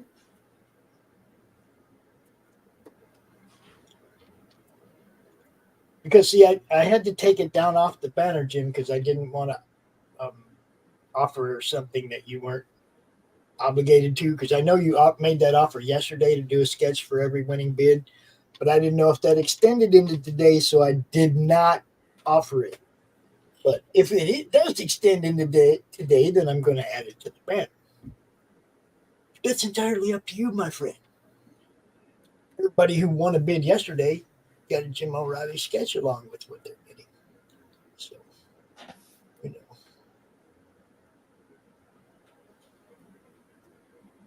No, Carrie, we're not looking forward to it. Don't like it. That's just me. It's okay. My opinion is not necessarily the opinion of the Madness Comic Network. Just my opinion. I got to say it. Sure. Jim said sure. So look, I'm going to add it to the banner. Any winning bid will also get a sketch by Jim O'Reilly. Now, I'm not talking about a commissioned piece. I'm talking about a sketch, guys. You tell them who you want and he'll draw it, right? But yeah, let me add that to La Banor. It was on there yesterday, but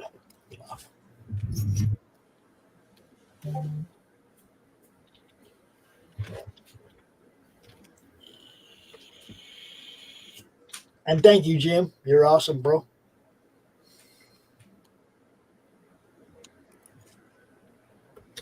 So now people, when you buy something for $20, you're already getting a sketch that's really worth more than that. You know, Fanta scored twice. 30,000. I can't even keep count anymore. Some of these guys getting stuff at a steal and know it.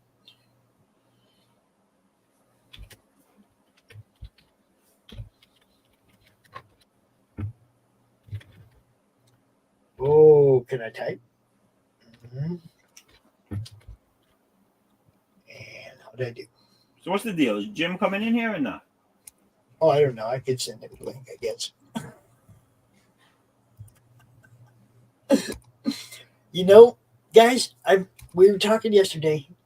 Oh, I already sent him the link. He can be in here if he wants to. We were talking yesterday, Jim and I and everybody. I met Jim way back when I was promoting the very first campaign. I seriously tried to help somebody sell books. Like 5 years ago. And I met Jim. He worked on that campaign. That's how long I've known Jim. Since the first campaign I ever tried to promote. And I actually have original art from that campaign here, or from that same series, or whatever. It's amazing. Jim and I have been good friends for quite a while now, and now he lives where I used to live. That's crazy. Where he lives in Texas? No, now he lives in Phoenix. I lived in Phoenix for 35 years. I lived in Texas for 8 months. I lived in Phoenix for most of my life. And yeah, now he lives down there in the East Valley, east of Phoenix, but it's kind of funny. You met him? What do you mean you met him? How come I didn't see this picture? Man, I hate algorithms. I hate the algorithms on social media. If I'm fucking following somebody, I want to see the shit they post, man. It's like all I see is like political crap, people I blocked and shit. On Twitter, my newsfeed is full of people I blocked. Political hacks that I blocked. That I just don't want to hear that shit, right? But every day, it's in my newsfeed on Twitter. It's like, why? Every day. Every single day. I even asked Elon, what the fuck? Why? Why am I seeing this? Isn't that amazing? You block it and then you see more of it. It's just stupid. Exactly. It's like no, that's not what blocked means.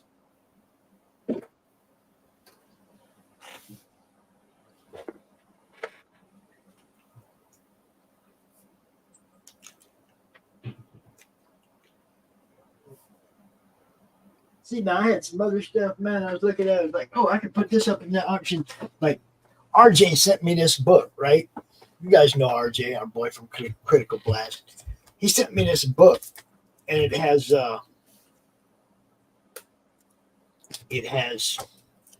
shit.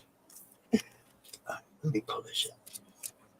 He sent me this book. It has a story that he wrote. I don't know if you guys are familiar with the Destroyer series, Remo Williams, but RJ wrote a story, a short story.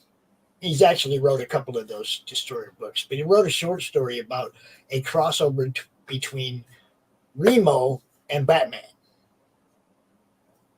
He never says Batman, but you know who it is, right?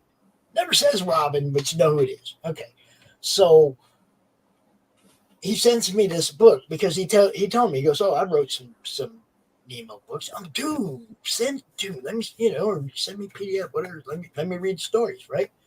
Well, he sends me this book, and I was like, well, it'd be cool. I could auction off this book that RJ sent. I go look inside, and on the page of the chapter, or on the page of the front page of the story he wrote, of course, it says for Pops. But God damn it, I can't fucking auction it. RJ, I need another one. Martinoff, bro. But if you guys are a fan of the Destroyer series or Batman, our boy RJ is also an author, guys. And a damn good one. It's a really good story. Pops, he's the one that does the publishing that you told me to. Fulfillment, publishing, and everything. Yeah. Yeah, he does. Does it all, man, and he can write too. Okay, so this right here, I was just talking about how I met Jim O'Reilly, and I'm pretty sure this art is by Greg. I mean, I know it's by Greg Harms, but I'm pretty sure this is art from that book, Realms. This is the pencils and inks of the little wizard dude character, right? And because it's not that well known, although if you look it up, Anthony Moore's Realms, I'm sure you'll find it. Dude goes to cons and stuff and sells books. I don't see a whole lot of social media presence, so people probably don't know who he is. But I mean, you can, like I said, you can find him online. You can see his books. But I got original art, pencils and inks right here from that book by Greg Harms. Greg Harms also did a lot of the art, some of the art for Mojo Risen, which Jim also is doing art for that. Jim's doing like the origins of Mojo Risen. So he's like doing his own spin-off of that book. But that's how I met Jim, was way back when we're promoting this right here. First thing we ever promoted. And that's why I still have it, because it was kind of like special to us. It was the first thing that it was the beginning of the journey that I'm on. Okay. And not really something I want to part with, but at the same time, the journey must go on. I hope y'all understand what I mean. It's like, we have to keep going and growing, yo. The madness has to just keep on going. And it doesn't have to be me. It just has to be. I don't mind bringing in investors and partners and all that. It's not about what I do. It's about what we do. It's about all of us, man. And I'm going to keep doing what I can do as much as I can do within my means. The more means I have, the more I can do. We have plans. We have so many good ideas and plans around the Madness Entertainment Group. And a lot of the people know what I'm talking about. We have ideas that are very easily put into motion once we get this thing rolling. Very easily put into motion. So, help us out. He said, Jim knows, like I said, he was there from the beginning. We've been friends this whole time. And look, he knows it's been a roller coaster ride for Pops from the beginning. Okay. The highest of highs and the lowest of lows. The Mojo Risen campaign, guys, which I think it funded at $4,000 in 45 minutes. And it was a first-time campaign for a first-timer. Nobody knew who he was. Nobody knew. We promoted the crap out of that book for like 9 months before it launched. And by the time it launched, everybody wanted to know what the hoo-ha was about. You know what I mean? It was like that thing took off. It funded in like 44 or 45 minutes. It was crazy. We were blown away. I didn't have a YouTube channel back then. I didn't have none of that. I had a Facebook group with about 400 people in it. That was my reach back then. But the excitement for that book was large. We made it large. People went and bought it, and hopefully they were happy with it. And I was in it.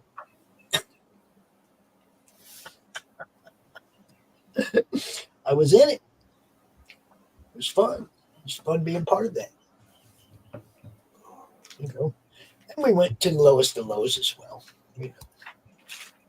But it's all up and down. It's been up and down and up and down.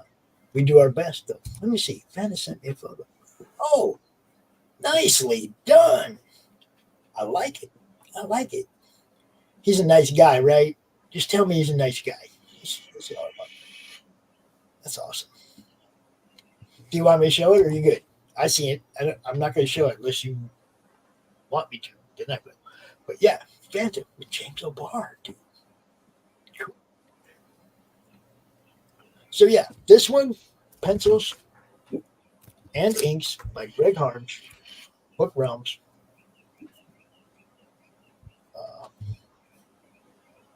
I don't know. It's both pieces, guys. What do you think? I'm gonna start the bid at $75 because I know people don't really know who he is or who this is, but trust me, dude goes to cons, sells books. It's like it's legit. He just doesn't have a big online presence. You know. Okay, cool. Let me get right there. Yes, most excellent. Okay, Pops, I'm going to have to take off. All right, brother. So, thanks for the draw stream. Like I said, it's been 2.5 hours, so yeah, we'll see you, I guess, next week. Most excellent. James, take care, man. All right, you want to go full screen and show what we did today? Let me see. Where's that? There you go. Oh, that's sweet. Go ahead and tell everybody where they can find it and whatnot. You can find it over on my website, www.thevonsteins.com. I've still got a lot of work to do on it. We've got all this buildings down here to do. And then you can find me over at Amazon. You can find me on X or Twitter. Find me on Facebook, Minds Truth. I'm on all social medias. So, keep an eye out, and I'll catch you guys later. All right. Later. All right, let me see. I gotta do this share screen thing. All right, I hope I'm gonna have to blow this thing up so people can see it. Let's see here. Let me see here. There it is. It's Fanta with James O'Barr. Everybody.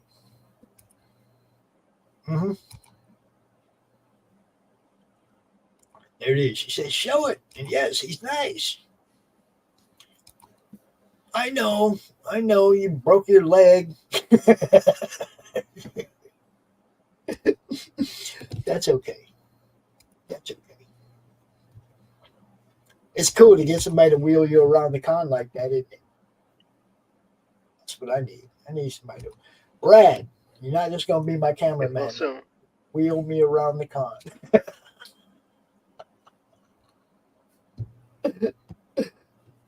Here you go. James said, catch him there on Twitter. Catch him there, thevonsteins.com. There you go. It's our CJ Beanie. Yes. So, yeah. Oh, did I even start? I didn't even start the timer, did I? Nope. Dang it. I didn't write out anything for this one either. Okay, look. I'm slacking now. Let's see.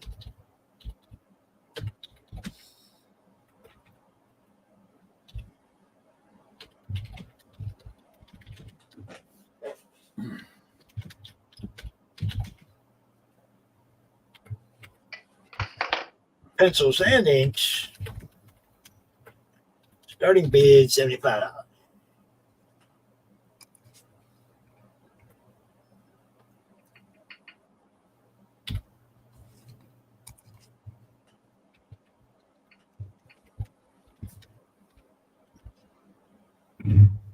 Okay. Get this up here. Right there. Sand inks.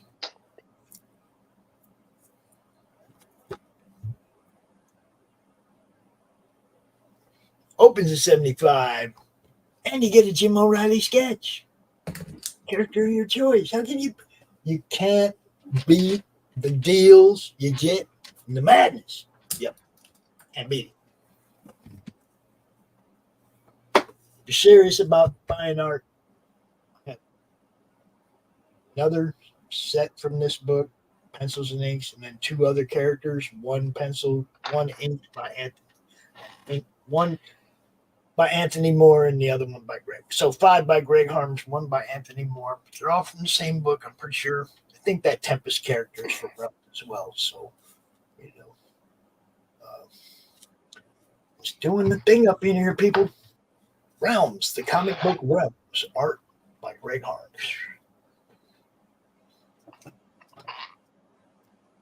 I think I used to have some of them books, and I think I sold them when I was at Savannah Comic Con. Because I went down there with a bunch of stuff and just threw it on the table. I wasn't there trying to sell stuff. I was there doing CromCon, but, you know, it's like, got our stuff on the table to get people to look at you. Then they see what we were doing. We had the computer set up on the table, big monitor on the table, and they'd see themselves walking by and, oh, shit, we're on TV. Yeah, you're on YouTube right now. CromCon live. That was so much fun, guys. You don't even know. Doing CromCon from the floor of a con was like the highlight so far of my experience in this. It was a blast. Even all the travel hassles and all the shit I went through, it was a blast. And I got to hang out with Chris Brown all weekend, and he's a fucking good dude. You know. And we're like probably best friends now. I have to say he's probably my best friend right now. Dude's awesome.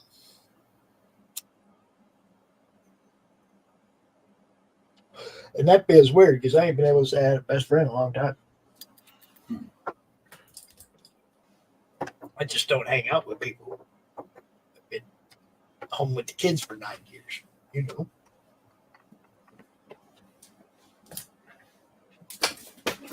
Damn it. All right. Okay. So we got about 5 minutes left on this one.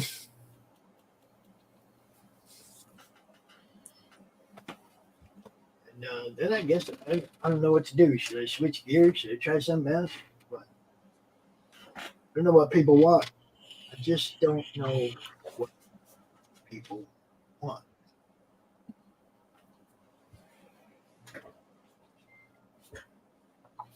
People buy all the art now. We could go at any time. I mean, I'm just saying, I got comics, I got it all. I just don't.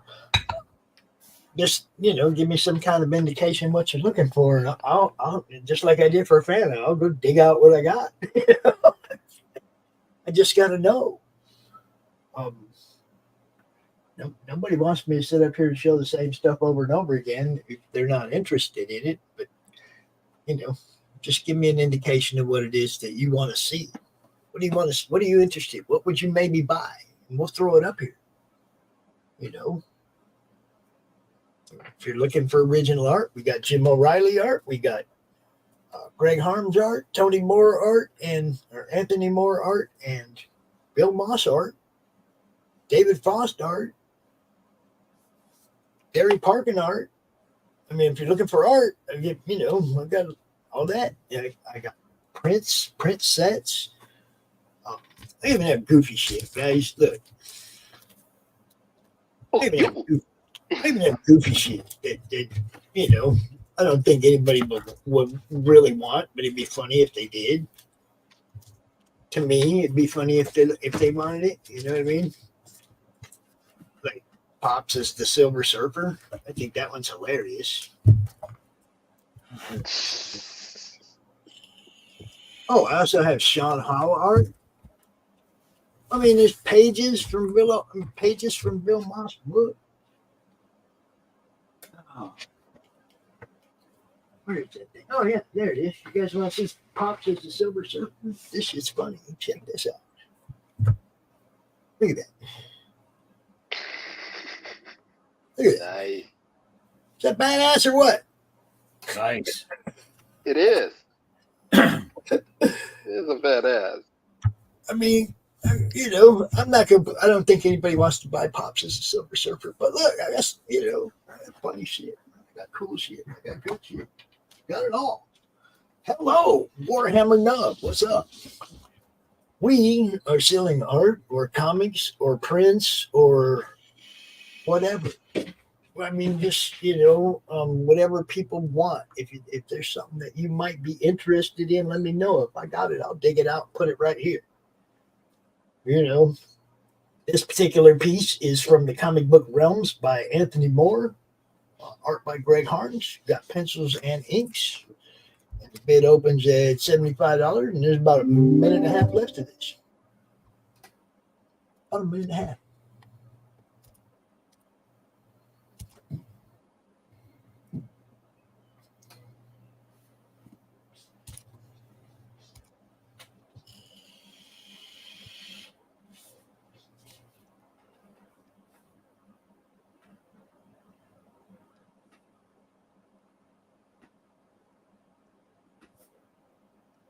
In about 15 minutes, my partner from the show ops is going to be popping in here. And he has stuff. He lives in the UK, and he has stuff that he'd like to sell too. So for those of you who have a hard time with the amount of money that it takes to ship something from here over to there, I bring you somebody who's right there with you to show you some stuff that he has too. So Texas Dave going to be out here in about 15 minutes, and we'll let him show some stuff that he also has for sale. And that, of course, I'm not saying that that's for sale, a interaction between you and him, not between you and the madness. You won't be paying us for that. You'd be paying him for shipping and whatnot. He lives over there. So it's just to make it easier for my UK friends that, understand shipping sucks. So I'm going to bring you somebody who's got stuff to sell that shipping won't kill you to get. You know what I mean? Try to always take care of my people. All right. 10 seconds left. Say goodbye to Greg. Say bye, Greg. Bye.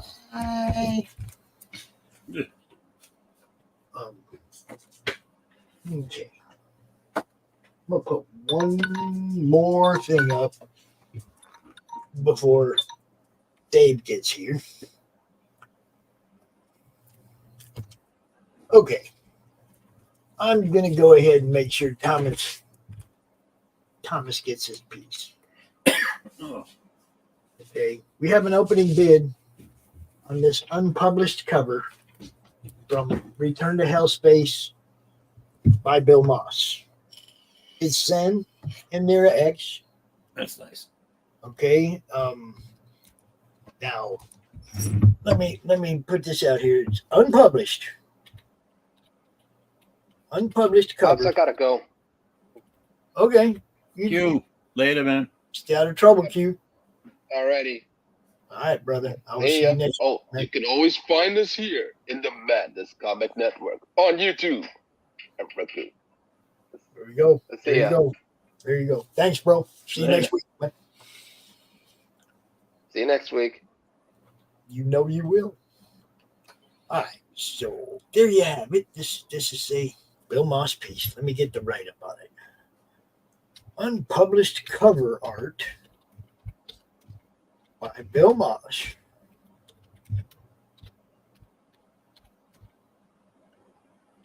This is Return to Hellspace.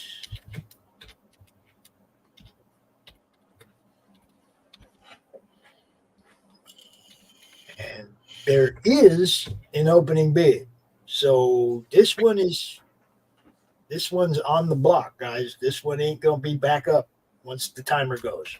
This one is out. We have a 125 bid confirmed. That meteor is badass. So there it is. Unpublished cover art by Bill Moss for the book Return to Hellspace. 125 bid confirmed.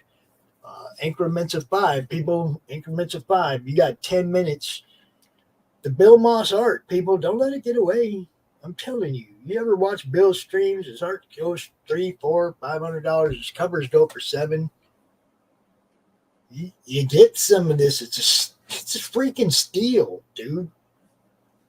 right there. Bill Moss.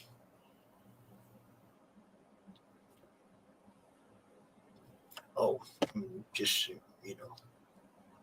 right there. Bill Moss, 2018.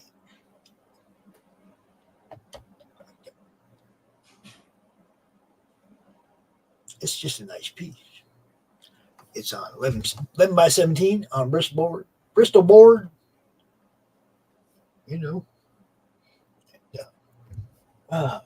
Messing with me, Cord. It's just a beautiful piece,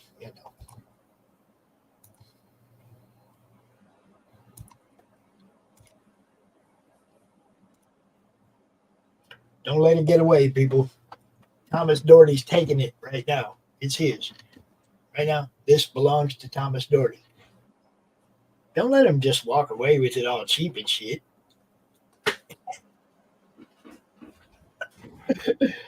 They can pay for that. They can pay.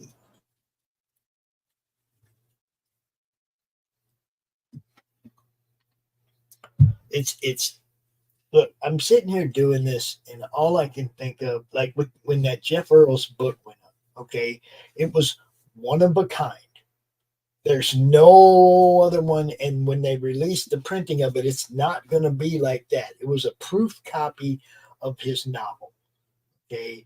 The only one. There ain't no other one like it, and he's putting it up here at opening bid of $20 or whatever, and nobody jumped on that. If I was on the other side of this auction, dude, come on. Anything that's one of a kind, guys. Jeff Earls is the guy that does the Baron Earls show with Mike Baron. Okay, he's the author, artist,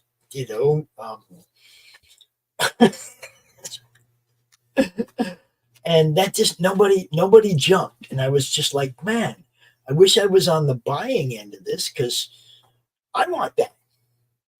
That's the kind of stuff I buy, one of a kind stuff. Right? And there it went, just rolled away. You can probably still get it if you hit Jeff Earls up on Facebook or Twitter, the Baron Earls Show. You can probably still get it. It's a proof copy, $20. And like you said, it's like he's done a lot of edits on the characters and stuff. When he releases the story, it's going to be a little different. That's one of a kind stuff. Proof copy of this book. I want it. Somebody go buy it. Send it to me. You see what I'm saying? It's like I wouldn't be letting this stuff get away, guys. I wouldn't. If I had money to spend right now, and I was on the other side of this, it wasn't sitting here in my room already, yeah, I'd be grabbing like this. Thomas and I would be fighting for this. We'd be fighting for this. It wouldn't just be walking away with it. And I know there's a lot of Bill Moss fans out there. I know there are. I know how many people just like 2 campaigns in a row, the Near X Dark Seas, and then the Sand Intergalactic Bounty Hunter or whatever. Both of them like smashed. I know people like Bill's stuff. I don't get why people aren't over here bidding on it. I just don't.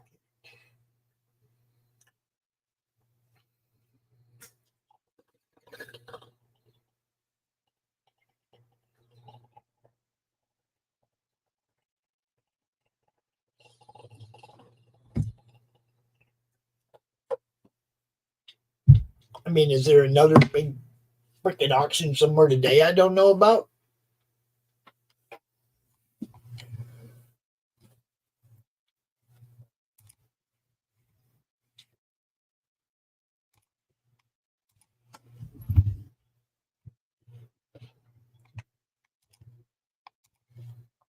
And on a separate note, looks like we just only about 74 subscribers from 1,000. It's kind of cool.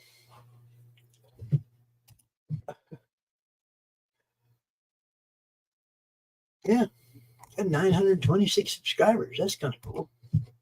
Appreciate y'all. And yesterday, Daniel's daughter picked up copies 1 and 2 of Ed Gein Demon Hunter. Obviously, number 1 is sold out. Your first printing of number 1 is sold out. So I have a few of those up in here, and I sold a set number 1 and 2 yesterday to one lucky winner who also got a Jim O'Reilly sketch. 2 comics for $10 and a sketch from Jim O'Reilly. 2 comics and a sketch from Jim O'Reilly for $10. Is anybody listening? You don't just get this, you get a sketch from Jim O'Reilly as well. You get 2 pieces of art, one from Bill, one from Jim. $130 right now, Jim. $130. I am not one of them auctioneer kind of guys. I'm not going to stumble over my words, trying to talk all fast till you go by it. Just there it is. 2 pieces of art for $125 or $130. Right now, Thomas is getting 2 pieces of art for $125.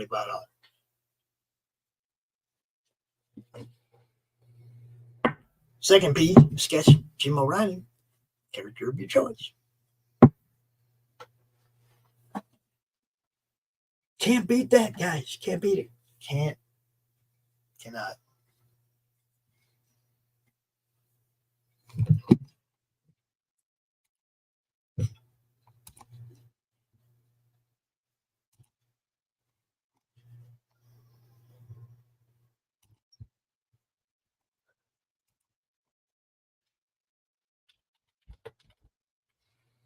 Mm. 2.5 minutes left. I'm just going to own it.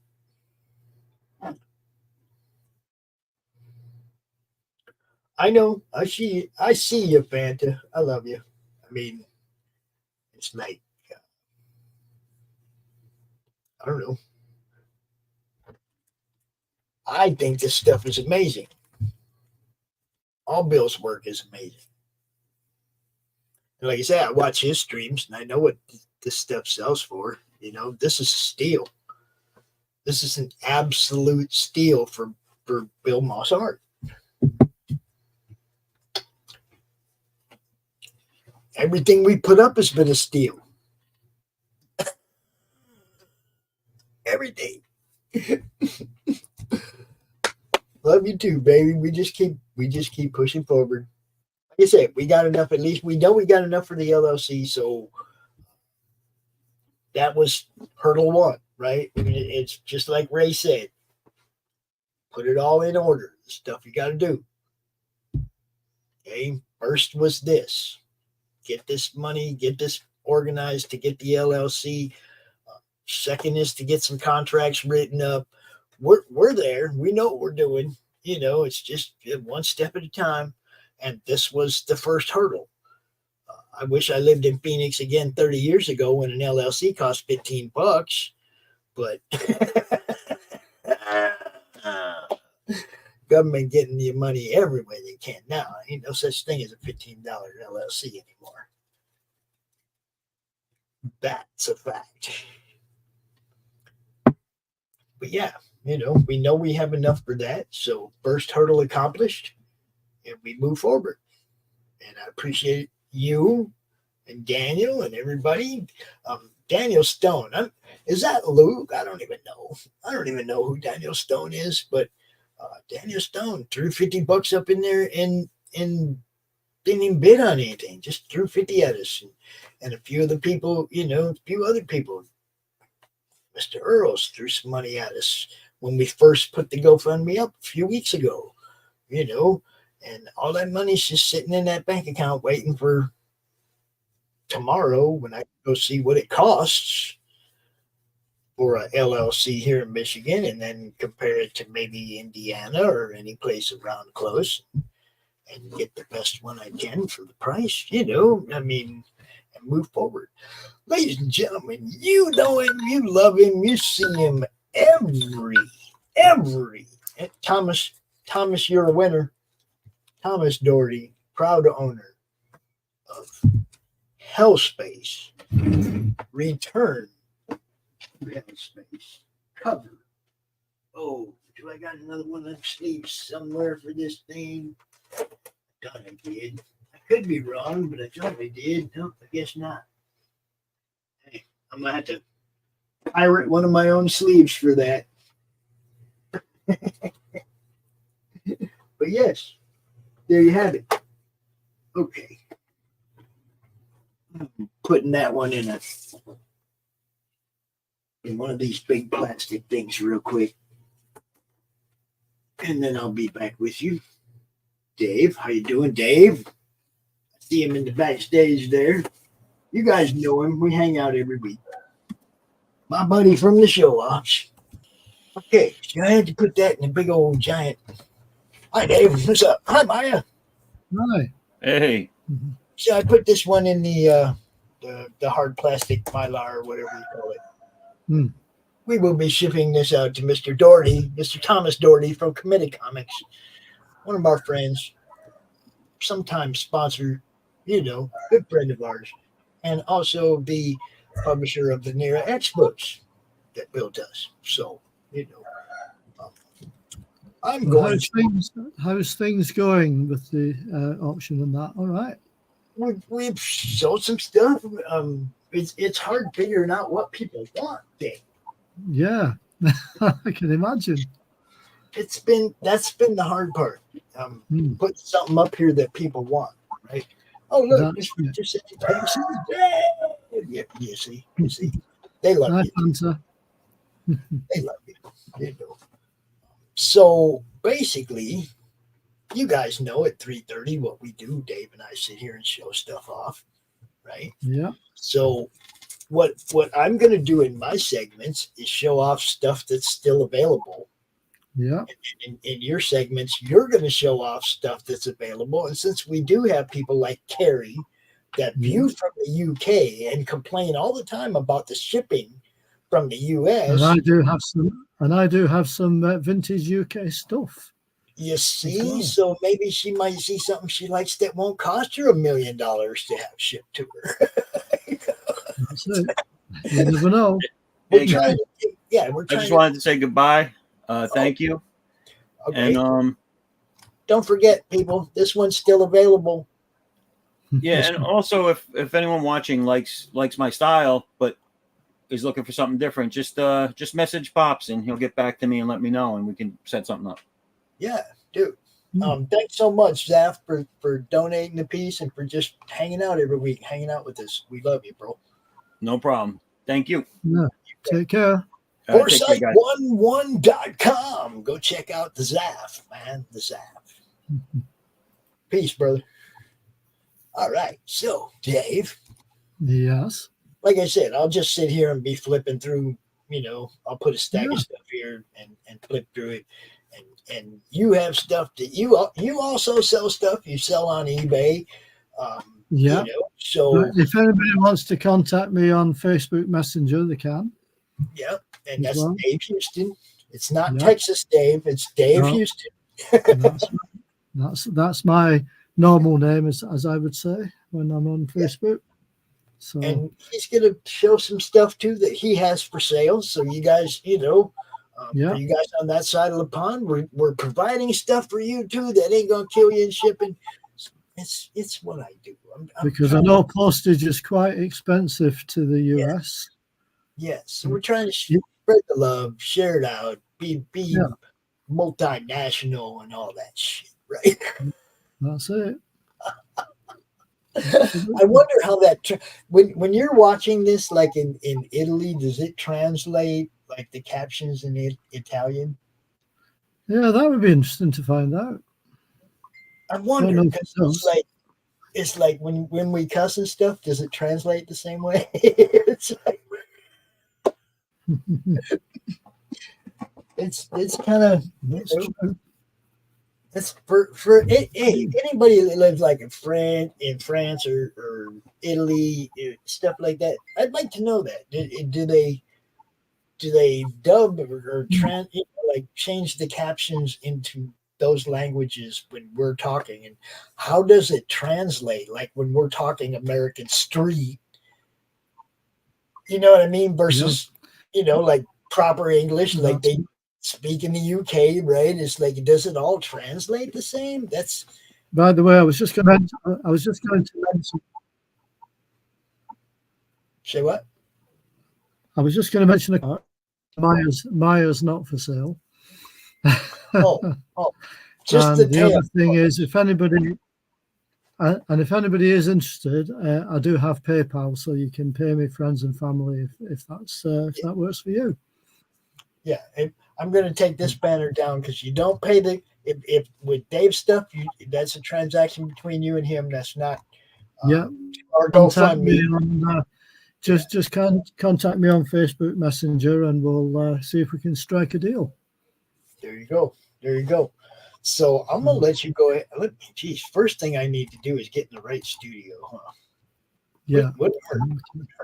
We get in the right studio. Where is it? The show offs. That's the one. Where are you? That's the one. Right there. That's what we wanted. Yeah. All right. So I'm gonna let you go first because they've been listening to me and looking at me all freaking day. So okay. You are right. Well, I'm going to start off with a bundle. I'm going to start off with a bundle of British reprints of some very early Spider-Man comics from 1973. So this is the first one of the bundle. There's about 21, 22 issues in this bundle. And this one, it was published in 1973. It reprints a complete Spider-Man story every week, published in the UK. So these are reprints of Spider-Man and Thor. At the bottom there, that's the back cover. So there's no free gifts or posters in any of these now, but how they used to do it was, this is the closest to a color comic reprint we ever got. So basically red, black and white. So in these early issues, this is what they did for a few panels and a few pages. So it wasn't quite full color, as you can see, and some of the pages were in black and white, which I can show you one there. So you've got your reds on one side and just your black and white and zip tone shading on the other side. So anybody who's not seen these, give you a rough idea. And like I say, these are 50 years old. They were published in 1973, so they're 51 years old. Now, this was the first time that we had Marvel value stamps, and somebody cut one out. So there's a hole there where the stamp used to be. So you to save these up every week for your free gift. There was also a coupon to join FOOM. That's still there, as you can see. Only 50p. How cheap was that back in the day? Only 50p. So 50p. So yeah, so basically I'm just going through this, give people an idea of what it kind of looked like.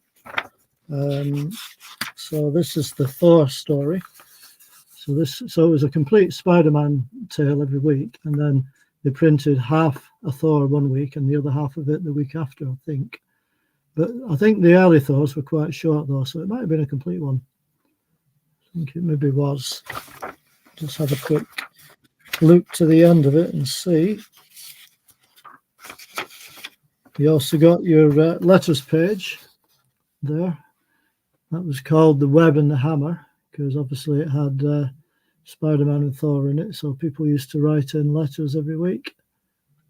And that's just a poster ad on the other side.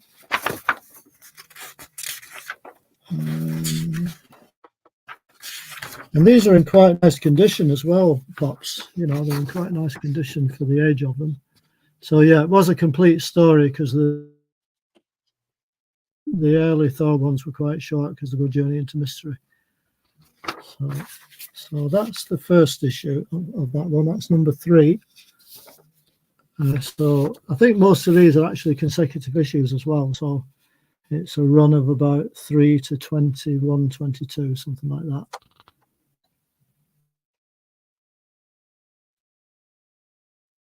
And the cost originally 5p. So the front and back covers were some type color, as you can see there. Fantasy captions on YouTube can't even translate English. I like that comment. It's so true. So true.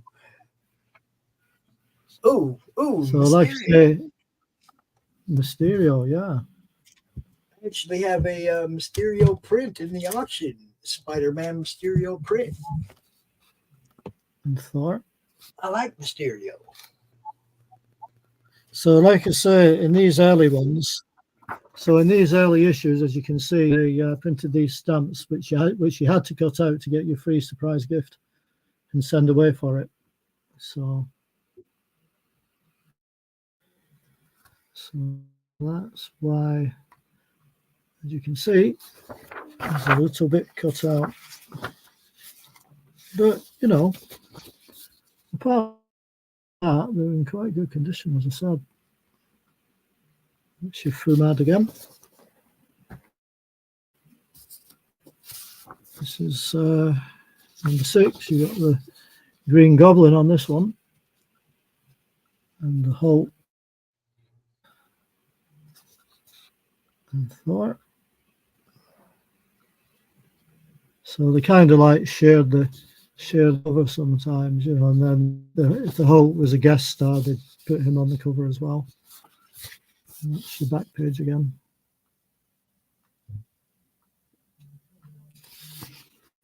So I've got a few bundles of these. This is the oldest bundle I've got, and I'm actually selling these on behalf of my friend.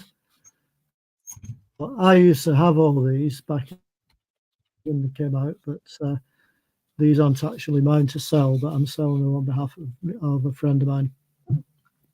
So these are actually currently on eBay as well. So if somebody wants to have a look at for more details, then that's where to find them at the minute. But if somebody wants to contact me directly instead, then I can delete the auction and sell them privately, so to speak. This is the next one, guest starring Daredevil in his yellow costume before he changed over. Spider-Man versus Daredevil. Spider-Man UK yeah. comic available. Get a hold of it. Dave, man. Yeah, these are Spider-Man Comics weekly, so it came out every week. Not that's month, tricky. you know. So you got. How many pages are You those? got 2 whole stories every week. How many pages? These are, let's see, 40 pages an issue. Every week, 40 pages. I don't want to ever see another comic that takes 2 years to Not bad. So you can imagine that the Marvel UK went through a lot of content in a very quick time. Yeah. Because obviously all these are reprints of the American issues. That's crazy. That's a lot of comics every week. Wow. Yeah, and also there was a lot of content. So as the years went on, they started catching up the American numbers. So they had to keep rotating some of the titles and some of the characters, you see. Nice. So as they wouldn't get up too far up to date. That's a pin-up page, that, as you can see. This is the next one. So these are all consecutive issues, as I said before. How to get a free chopper bike. How to get a free chopper bike, yo. Yeah. And that's the edition. On the back, you had to answer these questions. And I don't know, would you like to try the quiz, Pops? Sure, let's go for it. Right, there's only five questions. So first one is Spidey sells photos to the Morning Post, the Daily Bugle, or the Clarion. The Bugle. Correct.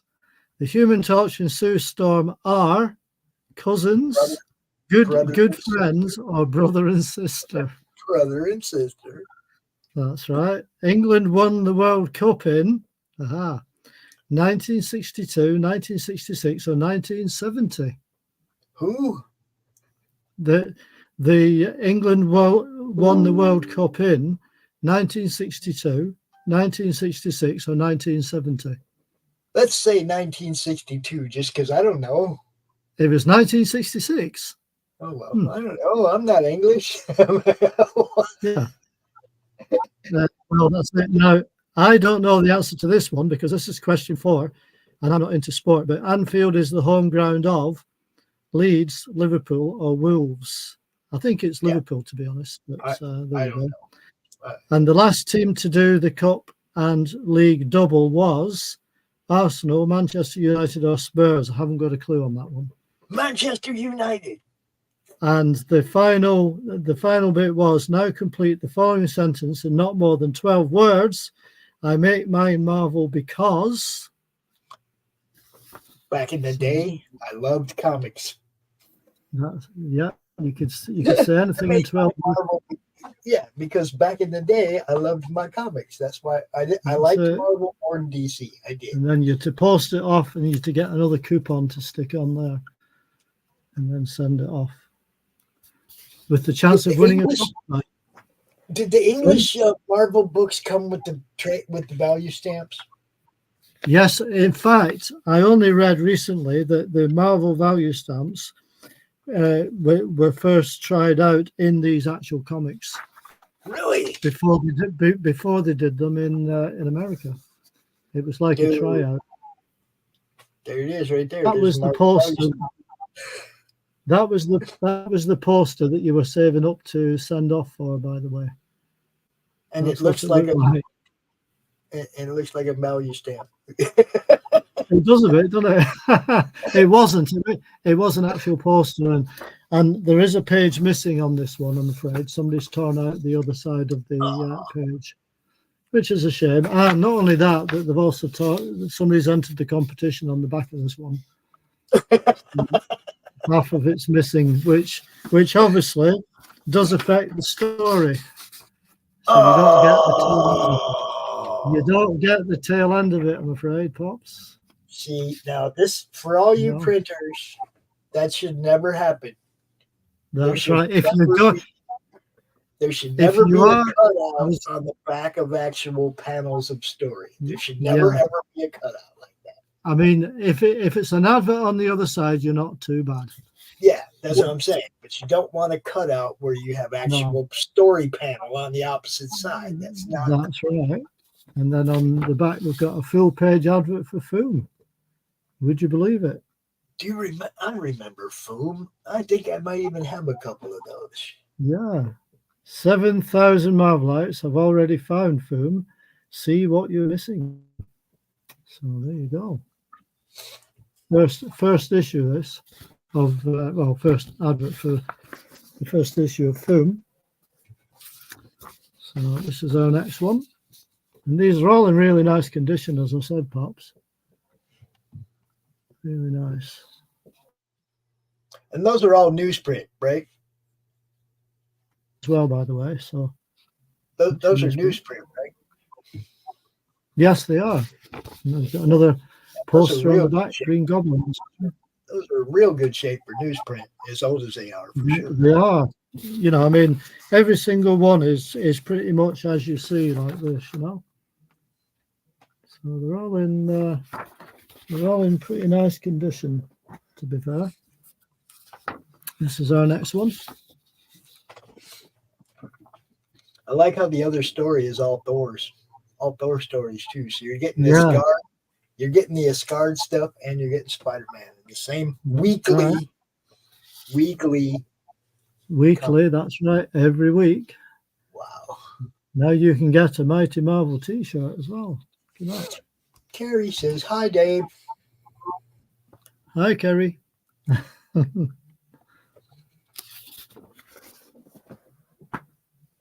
So, yeah, these are really nice, these. And Like I these say, are I used to... If you like want I them, get on Dave. Say again? I said, and they're all available. If you want them, get a hold of Dave. That's right. They certainly are. There's another advert on the back. So I'm just going to quickly run through this little bundle and then we'll switch over in a minute or two. Special Be Kind to Supervillains issue, this.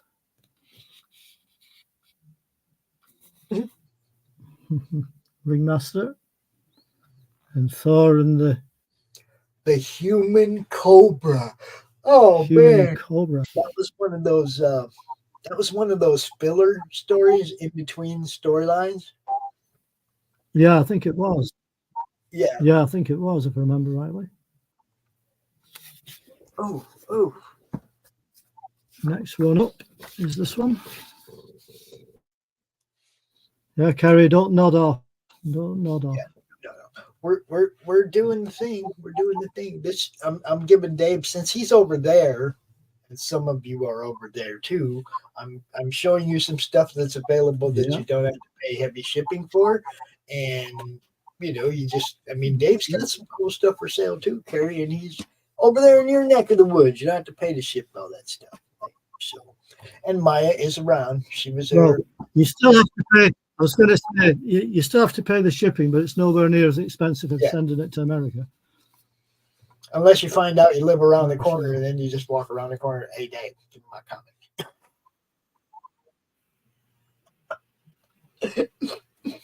I have had that happen.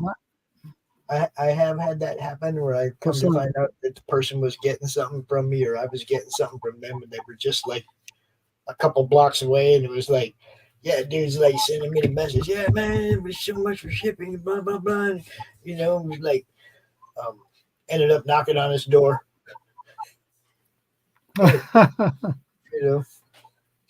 I'm not going to pay the post office. I'm not going to pay the post office for something I can walk over here and get.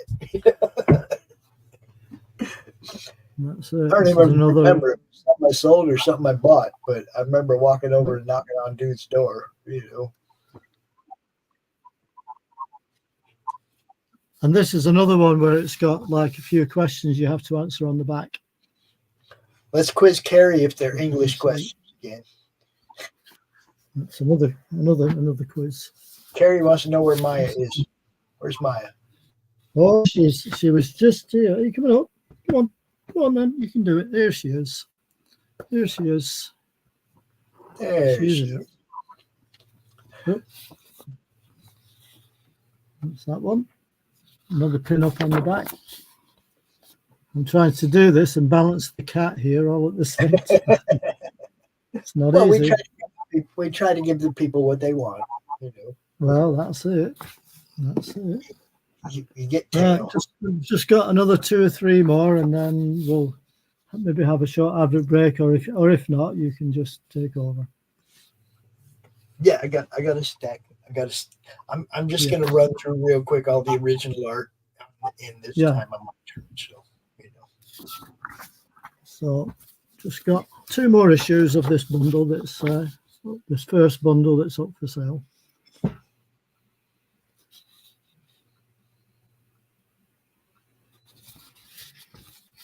Those are pretty cool.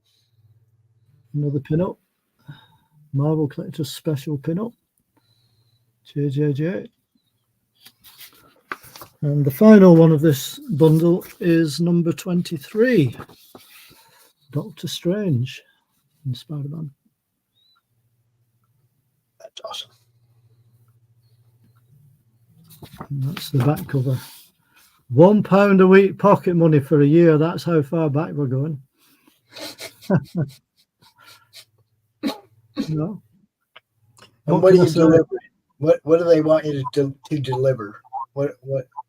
It was just another competition. It was just basically answer these 5 questions, like Jane Foster as Dr. Blake's sister, nurse, or sister-in-law. sister nurse or sister-in-law? What? It's just Yeah. she's just Either sister, nurse, or sister-in-law. Yeah, she's the a choice nurse. of three. She's a Choice nurse. of- Yeah. Just And here's one for you, Pops, that you will know. The capital city of the USA is New York, Washington, or Los Angeles. it's Washington D.C. to be precise. Correct. Right. So that's it for me. You want to swap over? All right, I'm gonna play a little ad real quick, and this one, look, I want to play Tanner's ad, but he sent me a damn 3-minute trailer. Did he? Yeah, I don't know if I want to play a 3-minute trailer, so You could play it in 2 parts. 3 parts. no, because you can't pick it up halfway through and start it again. You know what I mean? Oh, right. StreamYard doesn't give you that ability. Kerry's just asking if this is the show-offs, and it kind of is, but there's a different slant on it today. It's the show offs, and now I'm going to play an ad real quick, and then I'm going to show off all the original art that's still available in the auction. I'm just going to run through it real fast, right? Okay. But I'm going to play this ad first. Here we go. The future. The final frontier.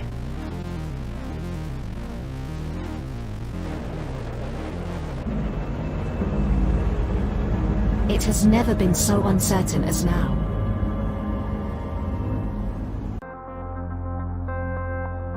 AI, VR, haptic wear, nanotechnology, mass destruction with a remote click.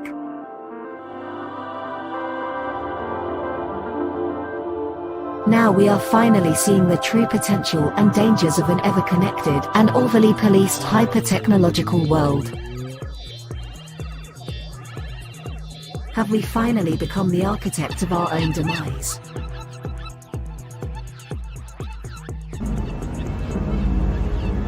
Is there still hope?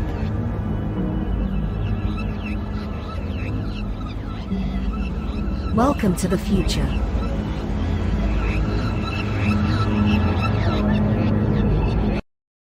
Welcome to Punk Droid.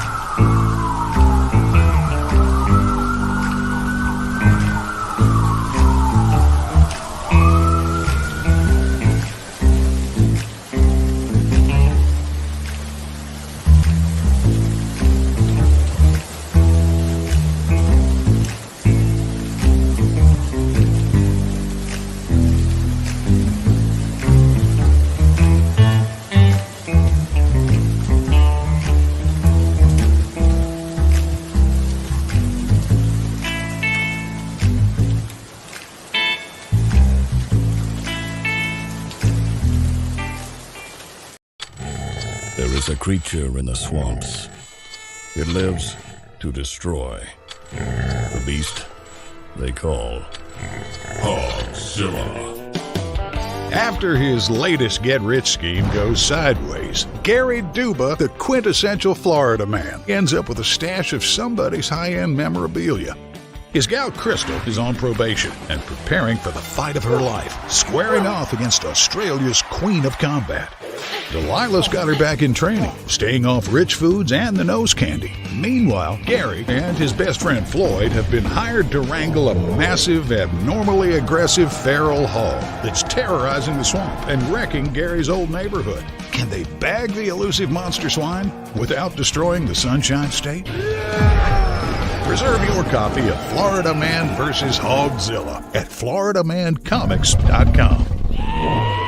We're bringing back funny books, y'all. Yo.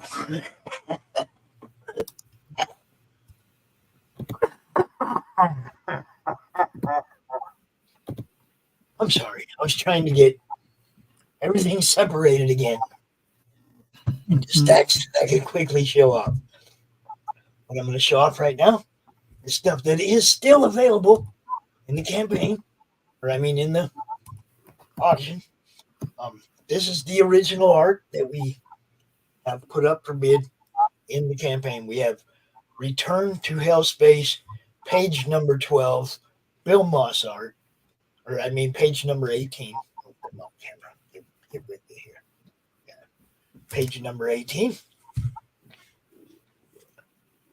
Okay, this was the problem, not knowing where I was going to go with this stuff.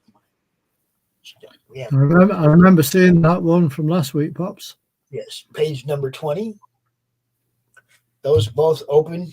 I think we were opening those bids at 150. Those are published pages from Return to Hellspace. This is a Axel Rose by Marv Vascalonis from Portugal. Charcoal.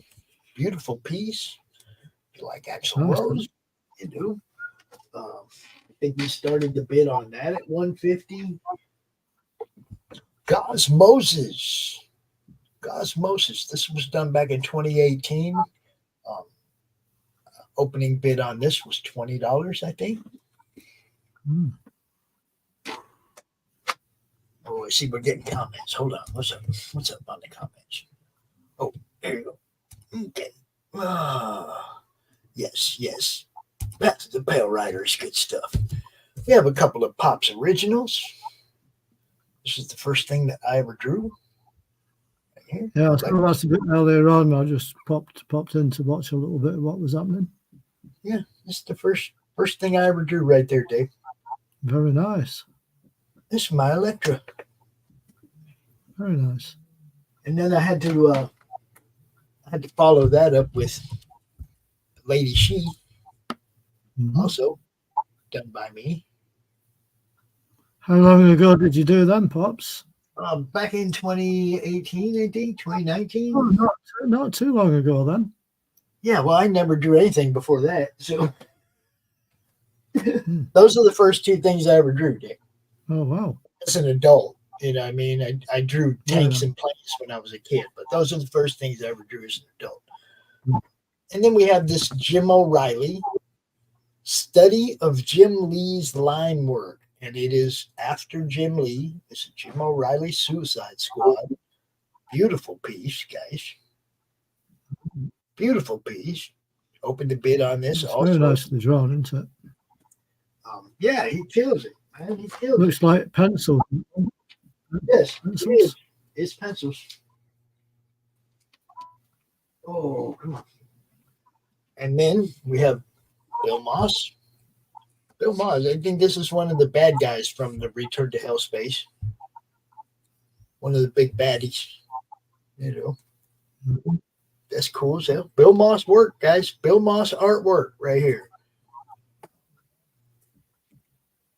And we have Greg Harms from the book Realms. Pencils and inks. We opened the bid on those. I think it's $75.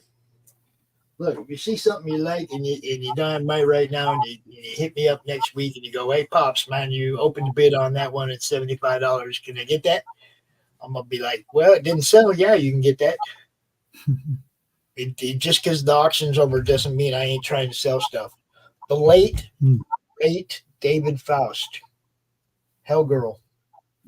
This guy passed away a couple years ago. He's a friend of mine. I don't want to get rid of this really, but I do have another piece that he did. So, it's not like I won't have something he did anymore. I still have it. Jim O'Reilly. I still like that one. I'm seeing it last week. The pencils are not available. This is mine. Yeah. But he scanned it and then inked it and put the chrome, the stuff around it. This one I will sell. The inks I will sell. And the starting bid on that was also $150. $150. After Steranko's Hulk, it's chrome. Yeah. Is that Hulk Annual 2 or something like that? Something like that. Again, we have Greg Harms from the Realms book. We have pencils and inks. And again, we will be which one? Which last one, Carrie? Come on. Oh man. You got me. I don't know which one you were talking about. We got the last one, or that last one, or I'll have to ask her to pop back in the chat and say which one it was. Or that last one. Which one? Am I going backwards farther? What? The gent that passed away, Pops. Oh, the David Faust. I think we started the bid on that at 50. I'm pretty sure we started the bid on that one at 50. The Hellgirl by David Faust. And I won this because I was the first one to guess what he was drawing, Dave. Ah, right. That's good. It's like he didn't draw the hand, or this didn't look like a chopped off horn, right?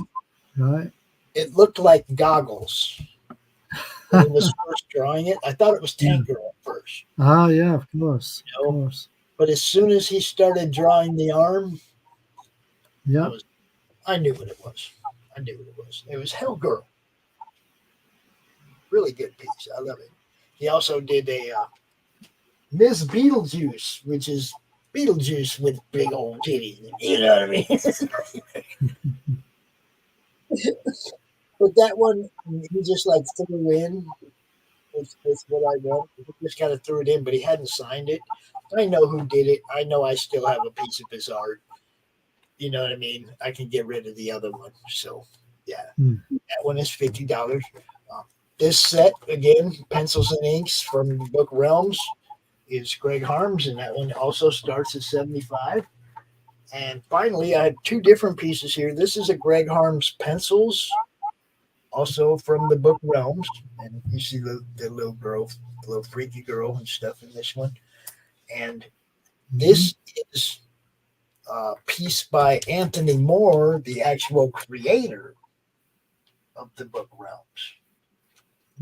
So, and the book Realms, I was telling people earlier, that was the first book that I ever went all in on promoting.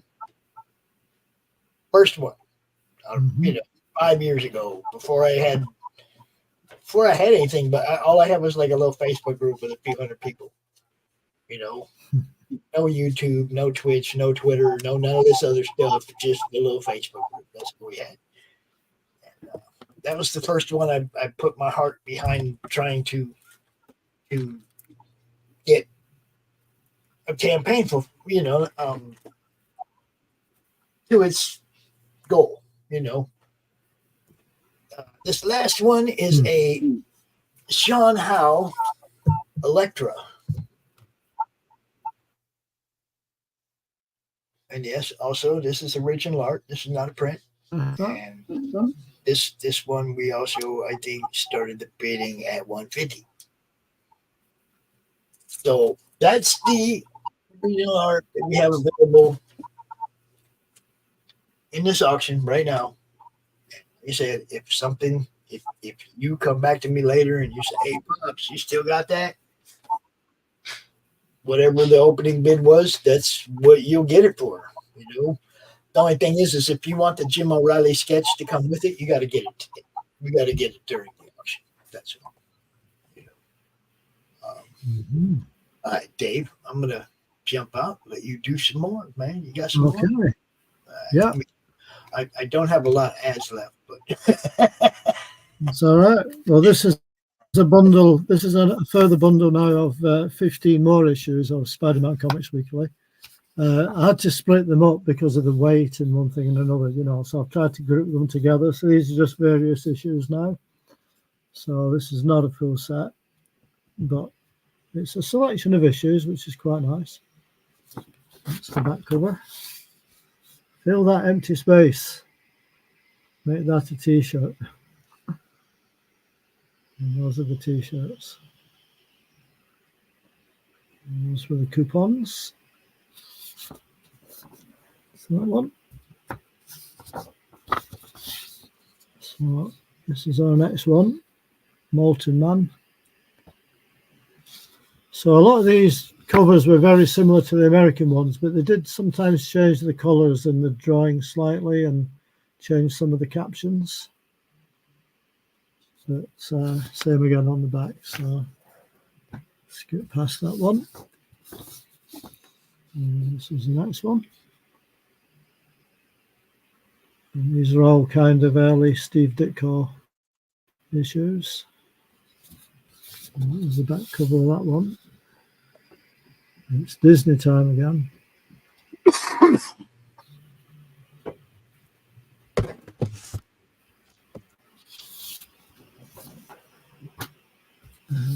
Next one up. Hi, Katie. What's up?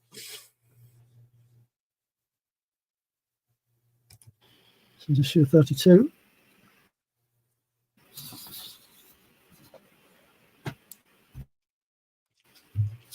Issue 35.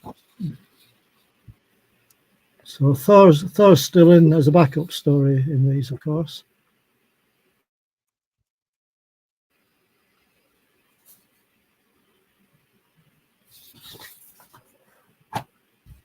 $36.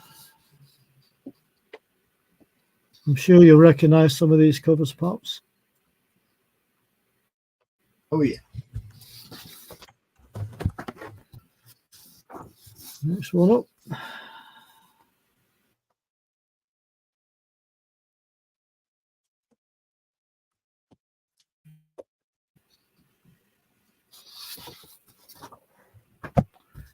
This is where he got injured and he had his arm in a sling.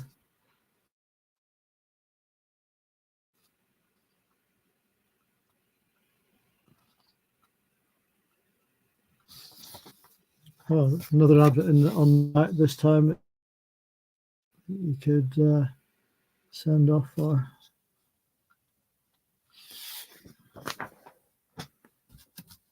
So a few of these issues have got rusty staples now, you know, because obviously they're quite old. This one's still from 1973.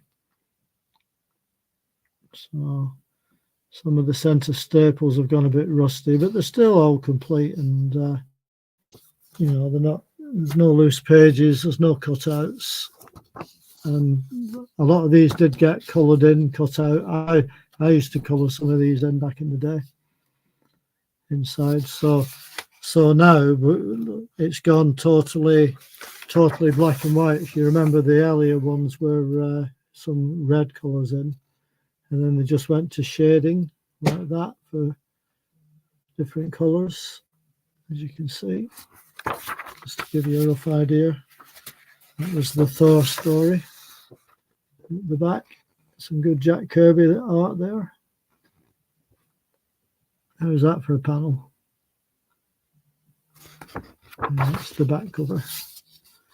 So this was advertising the other two comics that were being published at the time. So you had Avengers Weekly, and you also had Mighty World of Marvel as well. Katie could be watching on the Baron Earls channel or the Laughing Road channel or Doc's channel or my channel. You I guys aren't all noticed. watching. Yeah, you're not all watching in the same place. That's why I make sure I highlight comments so that people all know, That's it. sees it. I noticed Carrie making a comment saying she wasn't even born then, so that makes me feel new. You know, I was 1973 when these came out, so I obviously was around back then. And this is one of your classic covers. This one's obviously from Spider-Man number 50, and this was the British reprint in issue number 44, because Spider-Man was in the Mighty World of Marvel to start with, you see, and then he got his own title a bit later on. So that's why the numbers are a bit different, because don't forget this is a weekly comic, not a monthly. That's the back. Yet another competition. We promised we'd make you rich. That's it. That's it. She says, do you have any from 83 you could show? She was born in 83. Not at the moment. Not at the moment. But I might have a few. You never know.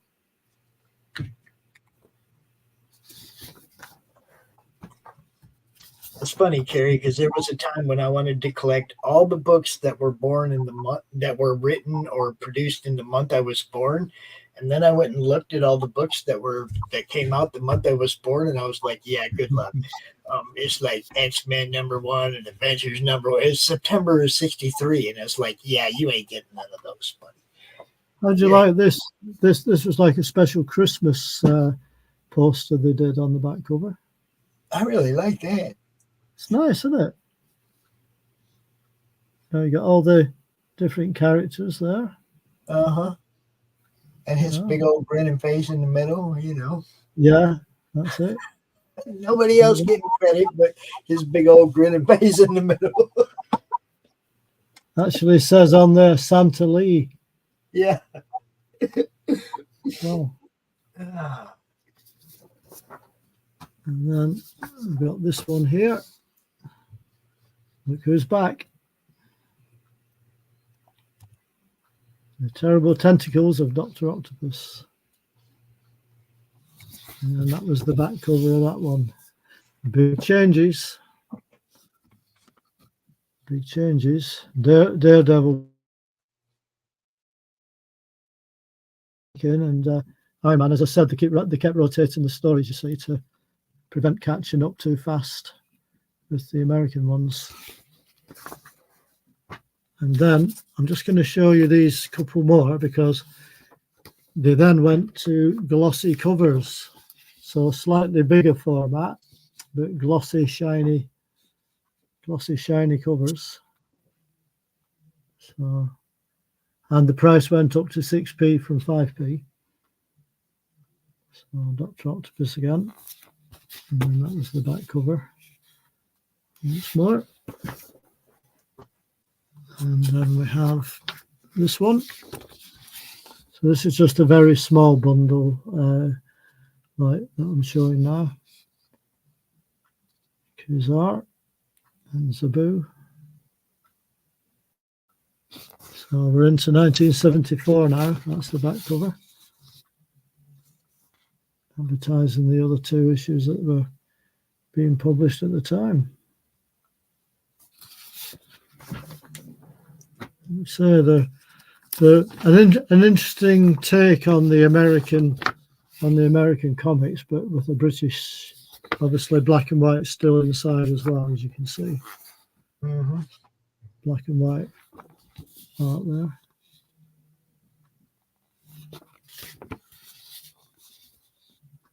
So they used to advertise on the back covers sometimes the other issues that were available at the time.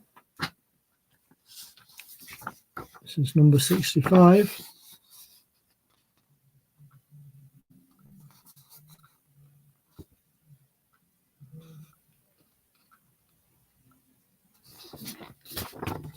Got some dinky toys on the back of this one. Nice. A tank, a boat, and a bus. There you go. See, look, it was okay to put an iron cross on a toy back then. Yeah, it was. Oh, look. Wait a minute. This issue. Carrie, peanuts.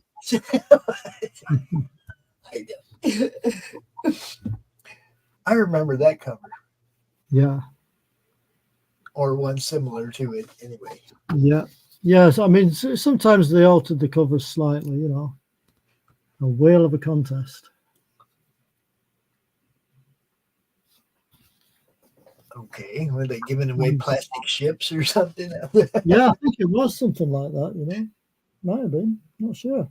Might have been a whale. Number 69. And Carrie says, Dave, you have some Yorkshire man in you. You pronounce boat like her friend does. Do I? Right. Well, that's interesting. That's interesting. Considering I'm actually Scottish, but I've lost my accent. I've lived in England for a long time. But there you go. Oh, there you go. See, yeah, a bunch of different ships. That's crazy. What is it you won anyway? Let's have a quick look. It says, cut off this coupon. You'll need it for your entry form. No, we're not cutting coupons off. See, yeah, you got to cut that little corner coupon off. But it's still here. So even when I was a kid, that used to make me mad. No, I'm not cutting the comic up, man. I know. Mom, right, that's why. To work. I would have my mom take them to work and make a copy of the page. Yeah. And then send in cut the coupon out of the copy on the page and send it in. Because she had like badass copy machine at work. So that was my little bundle if you want to pop in a minute.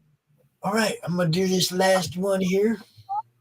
I'm going to show off all the comics that are available in the auction real quick. I'll rip through it real quick. Okay, this is the Chaos Bible signed by all four of the gentlemen, you know, Polito, Stephen Hughes, Justin Jensen, or Jason Jensen, and that guy we don't talk about. You know, the guy who fucked it all up. The Chaos Bible. This is a sketch cover by Gary Parkin. This is freaking beautiful, you guys. That is nice. Gary Parkin is a UK artist, by the way. Is he? No, I didn't know that. Didn't know that. But yeah, this piece right here, this is freaking beautiful. Deadpool and Harley. And we have I have to bust this one out of the frame to remind myself who drew this. But this is also a sketch cover from Spawn 301. And that's just another beautiful piece right there. I can't remember who drew it though. It makes me sad, but some of these have been on my wall for a long time. This is a metal cover by Tom Rapka. Metal cover. Ah, that's why it's not showing up too well. Yeah. Yeah, the Book of Sarah, and it's in a frame too. Yeah. The Book of Sarah, number 2 of 10. There's only 10 of these. Probably not 10 in circulation. Very nice. Let's see. What do we have here? Is that autographed by? It is autographed by Kevin Eastman. Teenage Mutant Ninja Turtles number 56. Yeah. It's got an autograph on it. It's got an autograph in gold. I think it's a gold pen as well. Yes. And it's like a gold pen. And a little face as well next to the signature. What's this right here? That's a Stan Sakai. Yes, Stan Sakai. Right. Usagi Yojimbo Grasscom. It's number 21. Signed by Stan. And we have Wonder Woman, number 2 from the Rebirth, signed by Frank Cho. Nice. Signed by Frank Cho. Signed by Frank Cho. Hello. Brighton show artist, yeah. Yeah. I've got a couple of his art books. Yes. Confessions of a Cosplay Diva by everybody's friend, Kara Nicole. Kara Nicole, signed by Kara. Kara Nicole. Arizona Power Girl.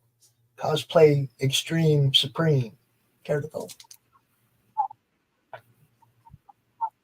And I have never opened that. I assume it's stories about what it's like being a cosplayer, but I've never.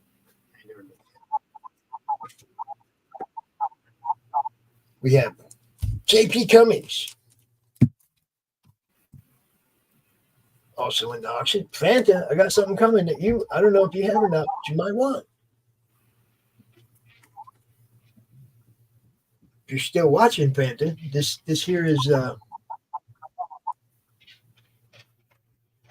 Brian Menard, Siamese.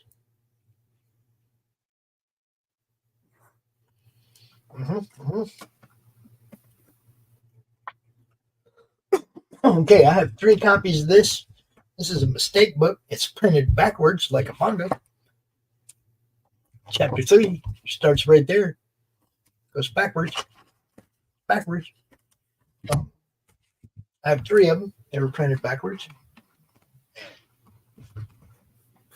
My granddaughter, when she was really little, had art in that one. So, I have 3 of those. I have the actual book too. So not missing out on anything by selling it. I got a few of them, but it's a mistake and it's backwards. It's printed backwards. If you like that kind of stuff, like I do, there it is. Greg Horn. Yeah, I know that name.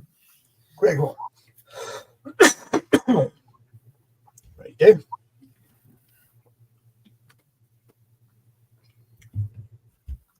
What's that? What's that? Star Wars Day. Star Wars Day. Yeah, I was thinking that. I was thinking that. What you doing? Do You Poo?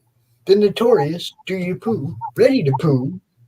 Number 64 of 150, signed by JPEG McFly. JPEG McFly. Ready to poo? Looks like Carrie's back. Yep.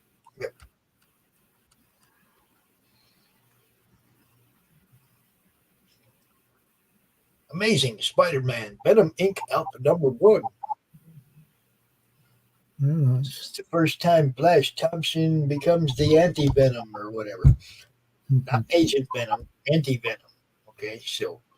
Looks like you've got a compliment from Kerry there, Pops. Looks like you got a nice comment from Kerry there. Oh, do you poo? Do you? All right, we got 9.8 on that one. And then there's something you may appreciate, Dave. I recognize that. I used to have that. Not that, but I used to have you a raw copy. Yes. First appearance of who? Silver Sable. Silver Saber. Yep. First appearance of Silver Sable. Right and there. The Fox as well, wasn't it? As well. And the Fox comes back. Yeah. Fox comes back. Yeah, that's it. Yeah. But yet you type about it. That's so cute, Carrie. That's so cute. And this one also, look, it's just got a really dingy back. If somebody cleaned that up, it doesn't have spine ticks or nothing. If somebody cleaned that up, that's a 9.0 easy. It's just, that's what I do. Yeah. If I was going to keep it, because you know that rubber eraser stuff that they just rub all over the white and bring the white back? Yeah. That's really all that this needs. It's a nice sharp copy. The corners are sharp. Yeah. You know what I mean? It's like, I don't know. The only thing I can think of that gave it the ticks is the dinginess.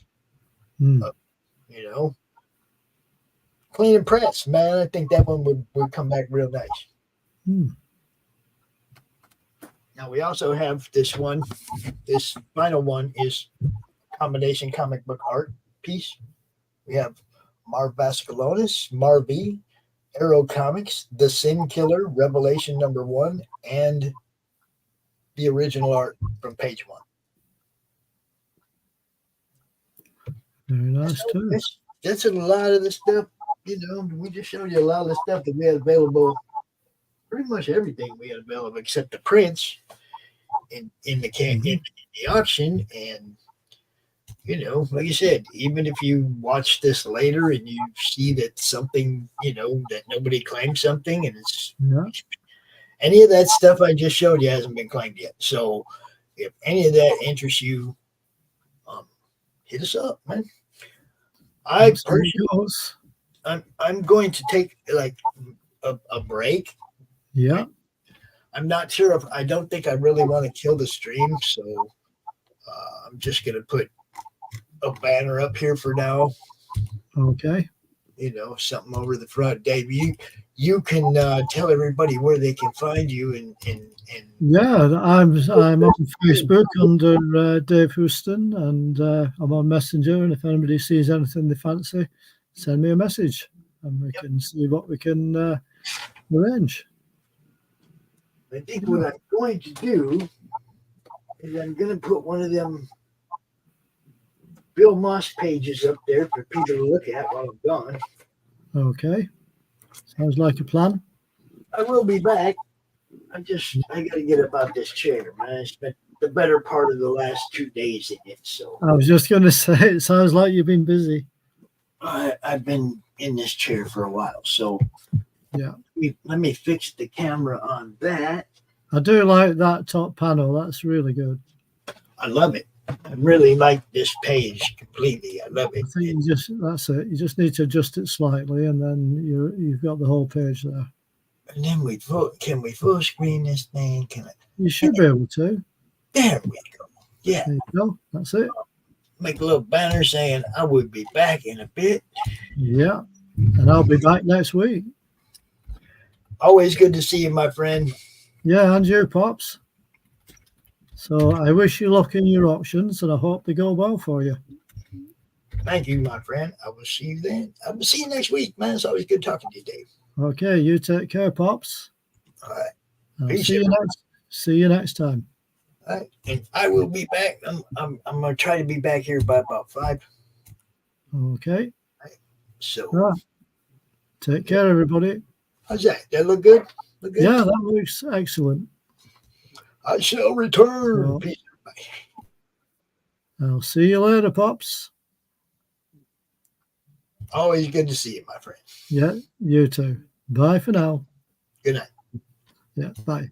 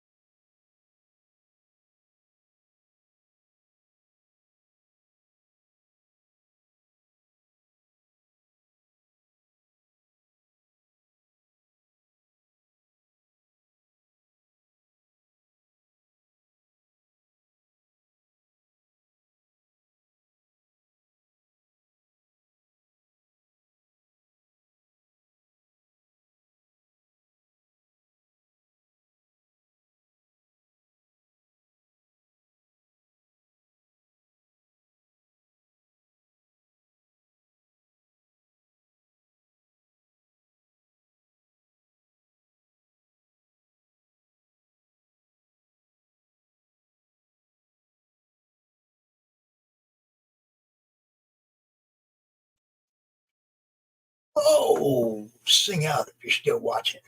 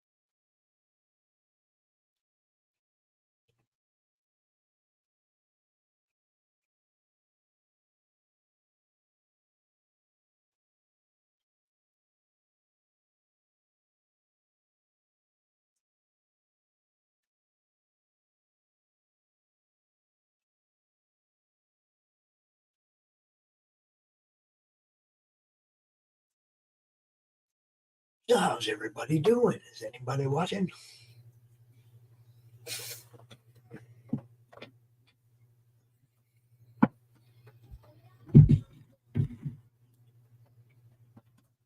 I'm back. We are right back to doing this.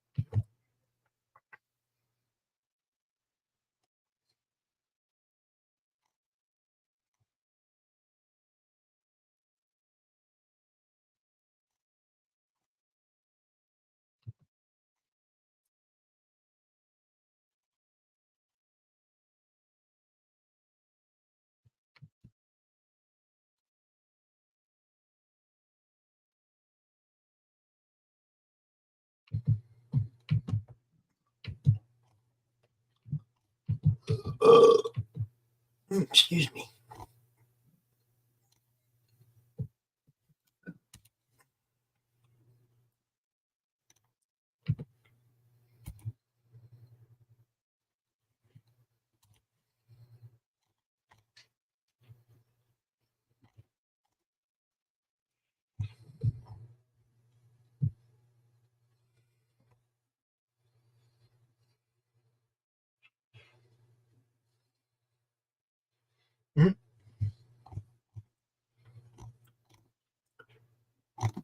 Oh, so what's up, people?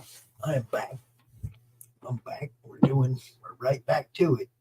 Bill Moss art.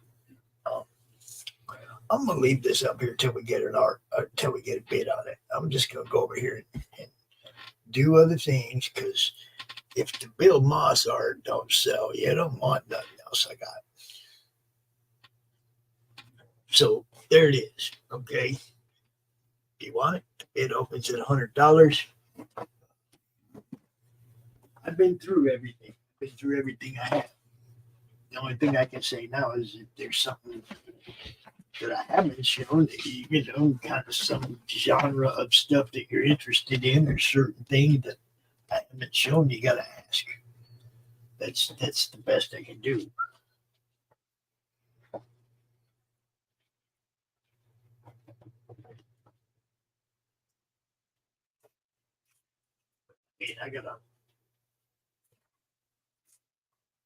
My whole area here is a mess. I'm going to put all this stuff away that doesn't get sold. So, I'll be dealing with a mess right now. Y'all, look at that beautiful piece of art and decide who's going to go home with it.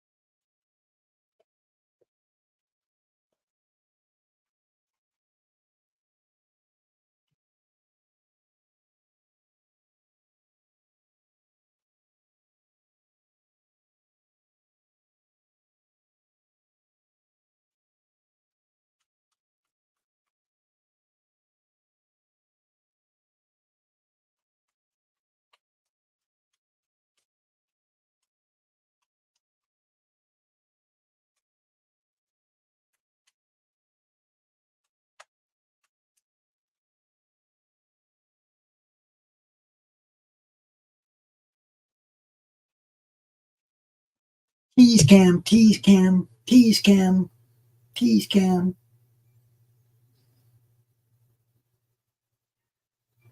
Tease cam. Opening bid 500.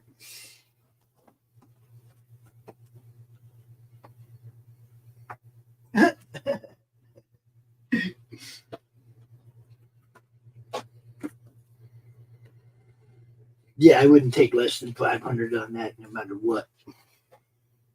What? This right here, we're opening the bid at $100.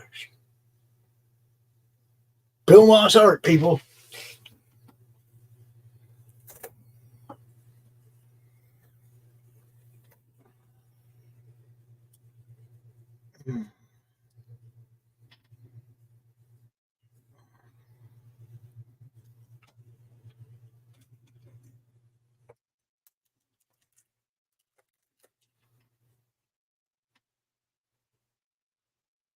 Starting to think there ain't nobody out there at all.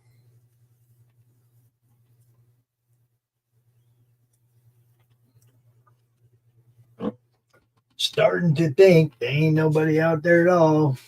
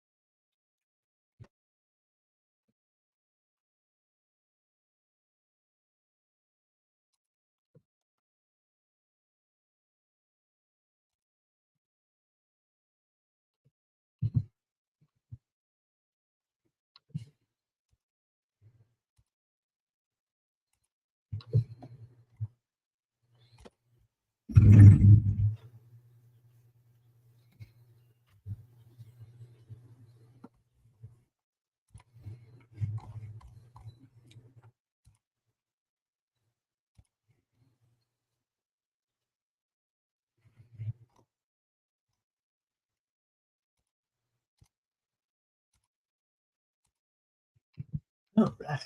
All right. All right.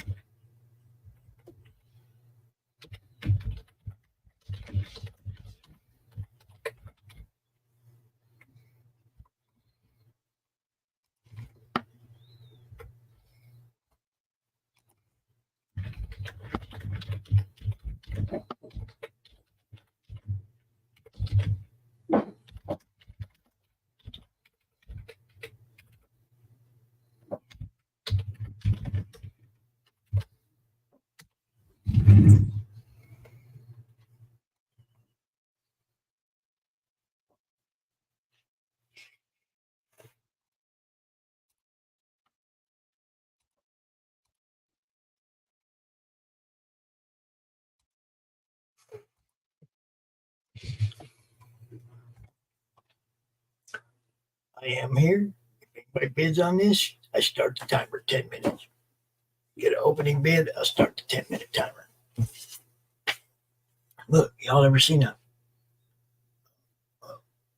self-portrait? That's a Pops drawing of Pops. It's Pops of Pops. Look, even got a little critical blast pin up there on my hat. Yeah. Mm-hmm.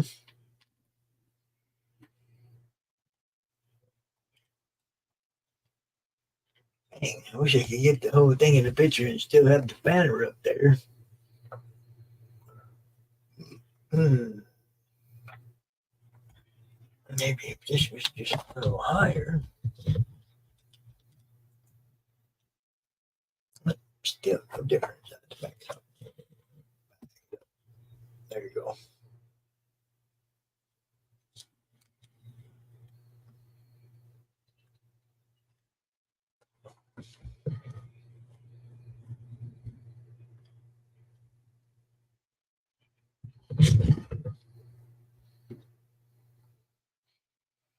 There you go.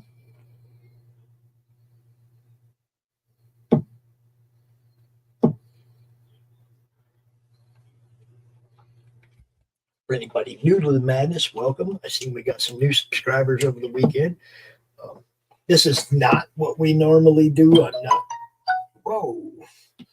not known for doing auctions and stuff. I'm doing this for a purpose to expand what we're doing to a new platform, mainly Roku. That's pretty much, that's what this is about, this auction weekend.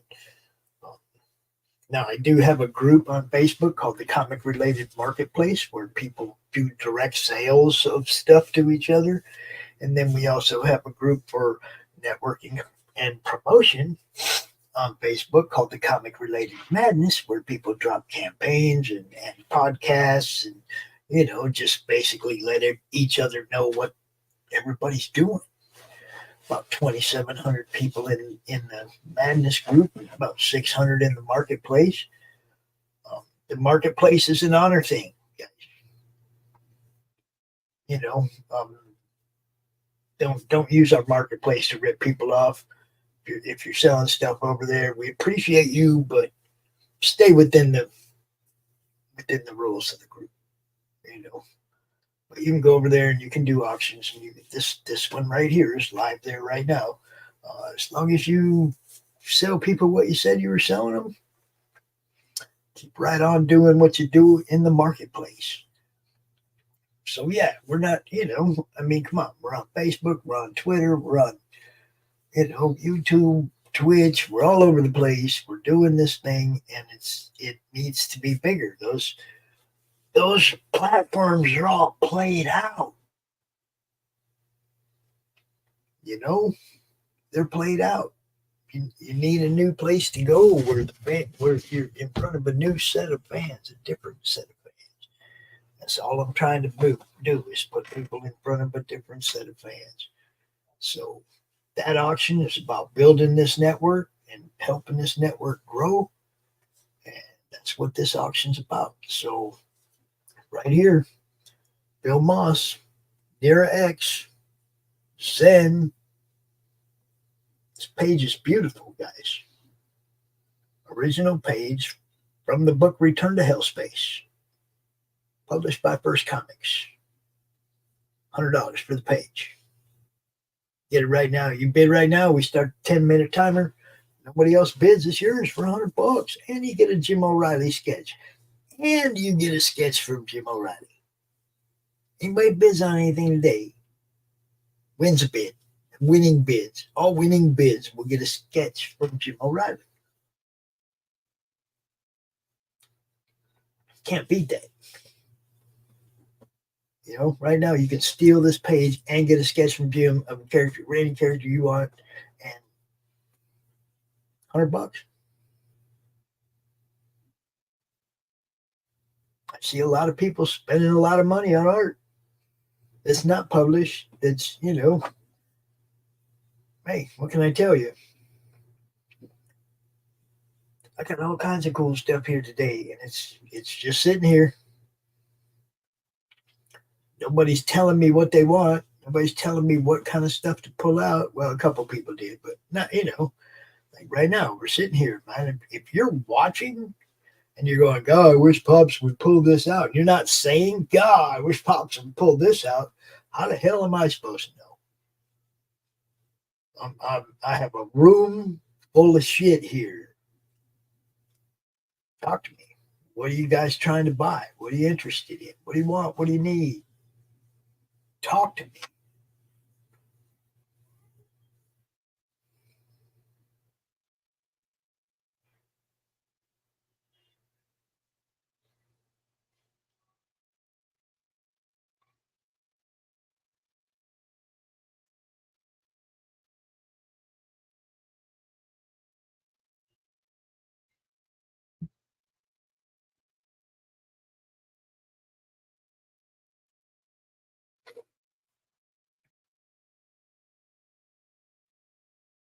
Everybody who has bid won something in this already. Got Jim O'Reilly, got sketches.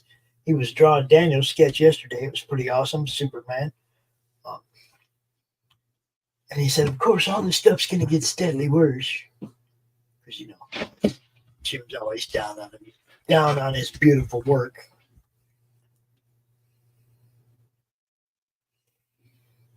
Yeah, just sitting here waiting to start timer. Just waiting. Just waiting.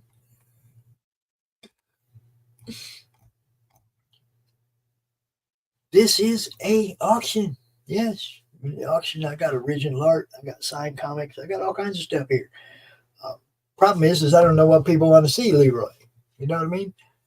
I don't know what they want to see. This right here is Bill Moss original art page from the book Return to Hellspace, page 20 for Burke Comics.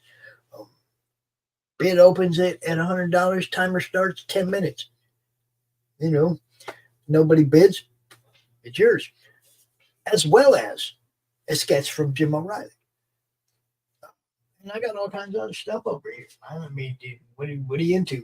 You know, comics, whatever. Do you know anybody that's looking for certain stuff right now? I got a room full of shit here, dude. I got filing cabinets and boxes full of comics and stuff. You know, I got a stack of original art, prints. You know, I just don't know what people want me to throw up here, man, because, you know what I mean? I'm trying to pull out the cool shit, man. We got, you know, Nira X, Zen. That panel right there is badass. All by itself. The panel right there is probably worth $100. Come on. It's Bill Moss, guys. It's Bill Moss. Nira X, Parody Press, X-Bars, all that. Bill Moss.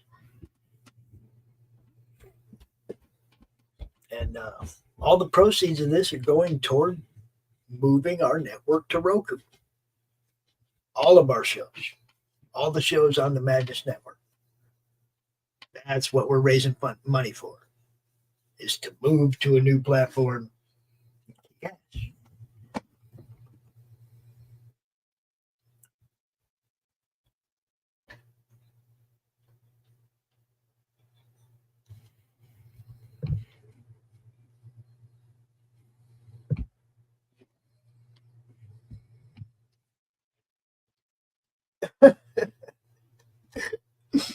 Yeah, I know. Everybody be doing some stuff. Fanta, what did you miss? Did you see during the show offs when Dave and I were going through, and I just like ran really quickly through stuff that was available? There might be something else there that you might want, Fanta. You might already have it too. I don't know.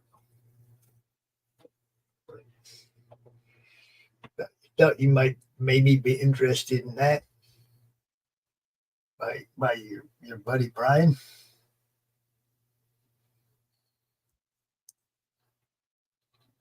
But we'll talk about that after, we talk about this for a minute.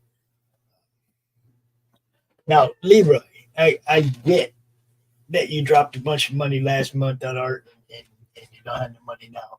But anything that doesn't sell during this auction this weekend can be bought later for the opening bid price. So if you've seen something and you went, man, I'd like to get that, but I can't. It's still here next month when you got money. Hit me up, dude. It just because it's auction over, it doesn't mean it ain't for sale anymore. I'm trying to raise money, and if I'm next month, I'll still be trying to raise money too. We got a lot of shit we're trying to build here, so I totally understand. I know there was a big art auction on the EBS channel yesterday, and everybody done tapped themselves out. But there's got to be people who didn't get anything who are sitting there disappointed, going, man, I didn't even get anything off EBS's art auction.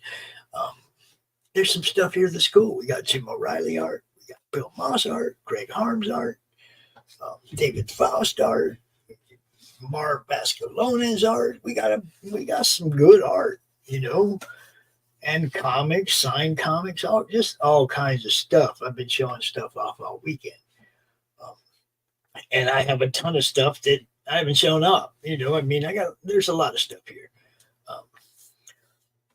I didn't watch. I was over here doing this. I didn't even know he was doing one. And then, knowing that, but we did okay. We got over the first hurdle of our fundraiser. What we were trying, first hurdle was having the money for the LLC. We got that. That was first hurdle. So, second hurdle is getting some contracts written up, some legal contracts for our waiting investors so that we can get to work on what we want to build. So, like I said, we were successful, but we haven't gotten everything we need, but we were successful. I know. I hear you, Fanta. That's what I mean. It's like people go over there, total bidding war, and nobody will even show up over here and buy anything. It's like, what the fuck? I ain't trying to get nobody to have to pay $1 million for something. I feel like I'm starting to bid all pretty reasonable on this stuff, and it's all very much worth what I'm starting to bid at, and obviously worth more. But what can I tell you? I guarantee you, if you go watch Bill Moss's stream tonight, he'll draw something that'll sell for more than $100, probably closer to $300-400. I guarantee it. It happens every time he does stream. He does it every weekend. But I'm sitting here with the published page, and it's just sitting here. What the hell? And, I've talked to Bill more than once about, once we get to Roku, bringing his show up over there so his draw streams get seen on Roku too, because Bill's draw streams are fun.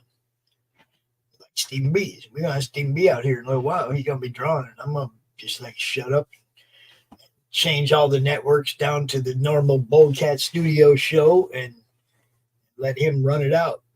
Got Silverline tonight at 8 o'clock. like I said, man, if you watch this later and you see something and go, oh shit, I want that. It didn't sell. You didn't see anybody bid on it. You can hit me up later. You can hit me up tomorrow. You can hit me up whenever and just ask, hey, you still got that page? I'll be like, yep.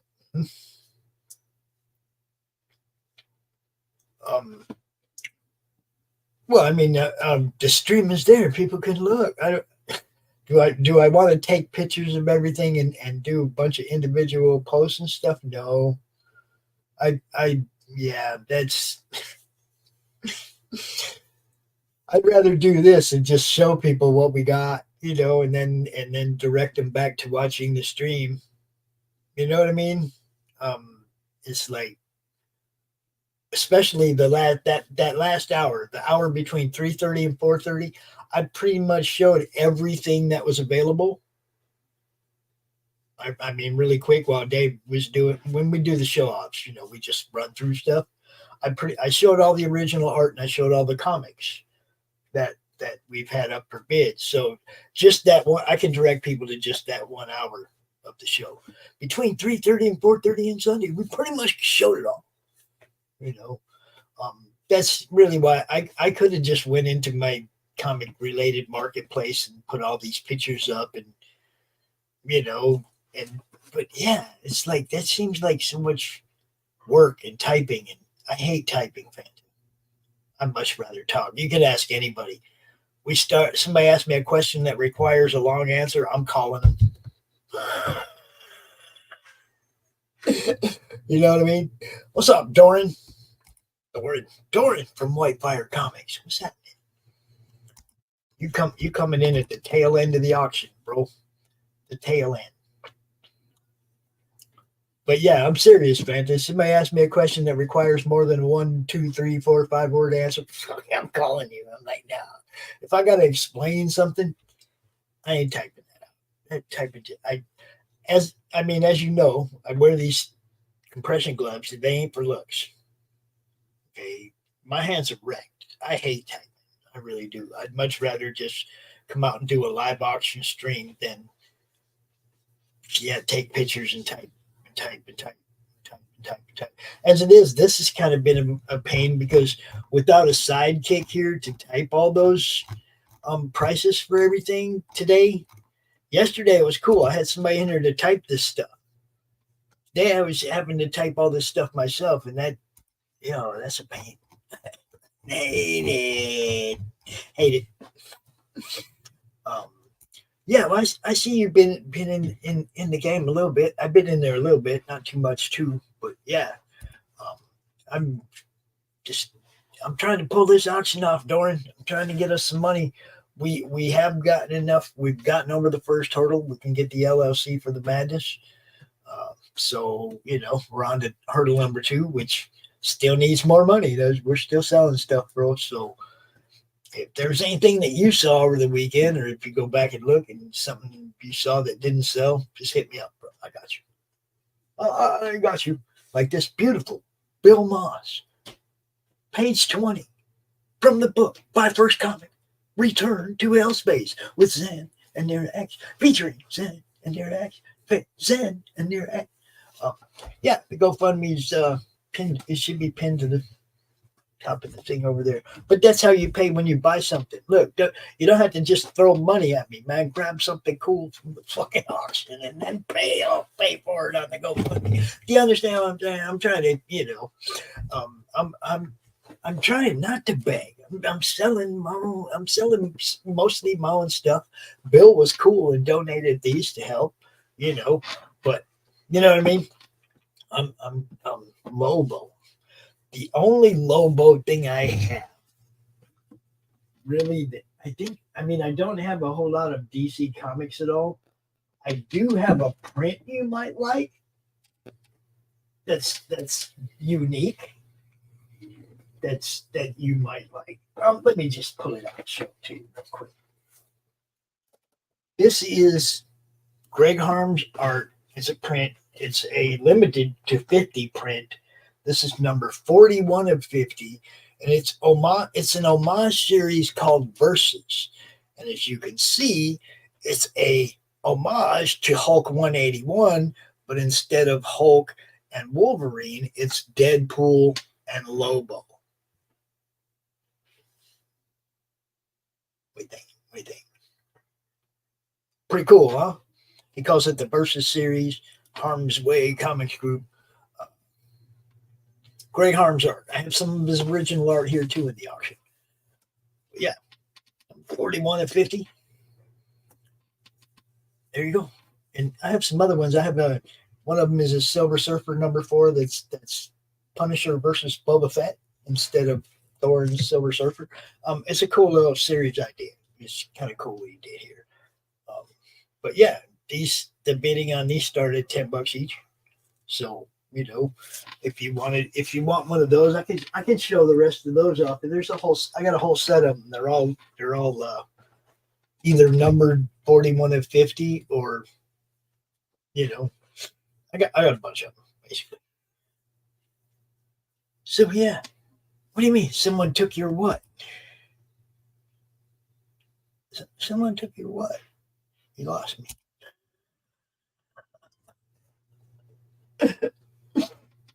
Someone took mine, man. Someone took my what?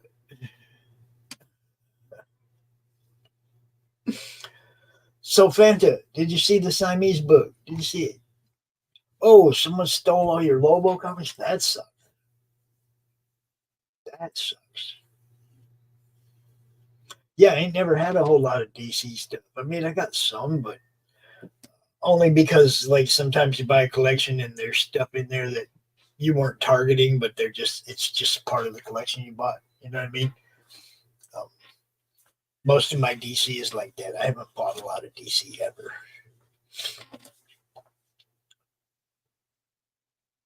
My son bought all that crossover stuff. Batman Who Laughs and all that, you know, all that. My son bought all that.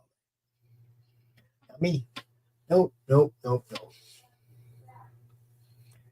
And yeah, I'd be bummed out if somebody, I mean, this ain't the first collection I've had, so I know exactly what you mean when you say somebody took mine, because I've had a whole collection disappear before, so. Yeah. I've had friends part me out, just flat steal my shit while I wasn't looking, or wasn't even in a position to do anything about it, and still think they're my friends. Still act like, hey, we're cool. No, we ain't cool. I just ain't got close enough to you to handle you yet. If you know what I'm saying. It is all good stuff here, guys. Look. I don't know what to do. Here's the other page. Look, we got 2 pages from the same book. Okay, 2 pages. Page 18, page 20. Page 18 and page 20.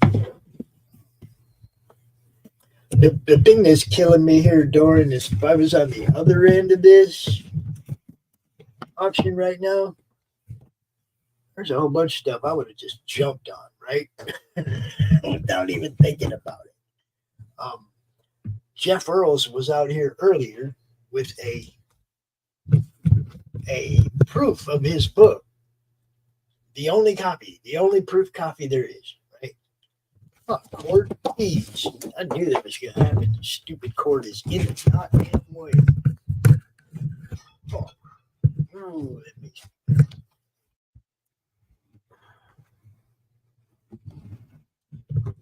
Oh, that cord pissed me off right there.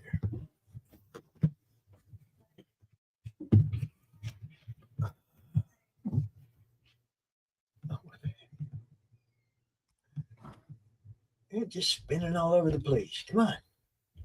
The art's over there, man. This cord just got all whacked up. Just started freaking out. All right. So there's 2 pieces of art. Page 20 and page 18. From the same book, Return to Hellspace. Bill Moss. I can get my camera to cooperate. I'll get them both in the same picture. Oh, yeah. Bill's awesome, dude.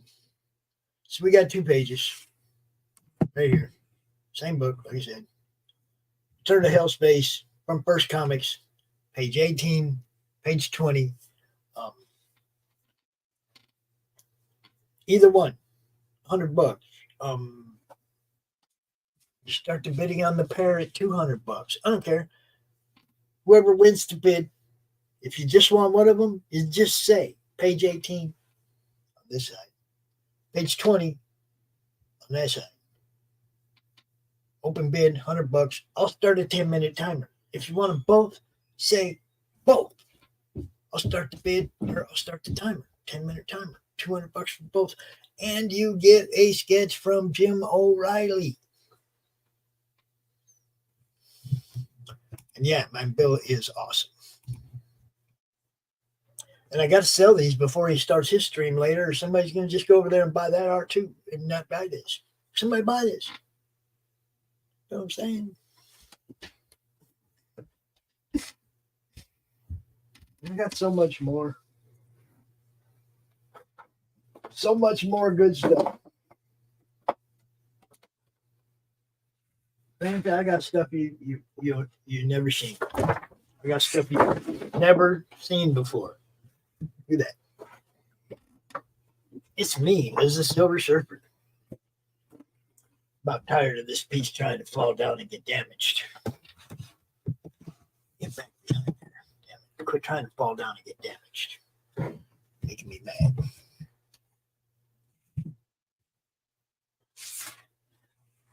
There's just no way to get them both up here. Okay, so then you got Pops as a Silver Surfer. Yeah. You are not taking my art. This was donated for the auction, dude. This isn't mine. Some of it is. These particular pieces were donated by Bill for the auction to help us get the broker going. So, oh yes, if you want one of those, by all means, get one. Then there's also this lovely one-of-a-kind print from the Mojo Risen book. Who's that guy, Doran? Who's that guy? Oh, yeah. It's me, yes.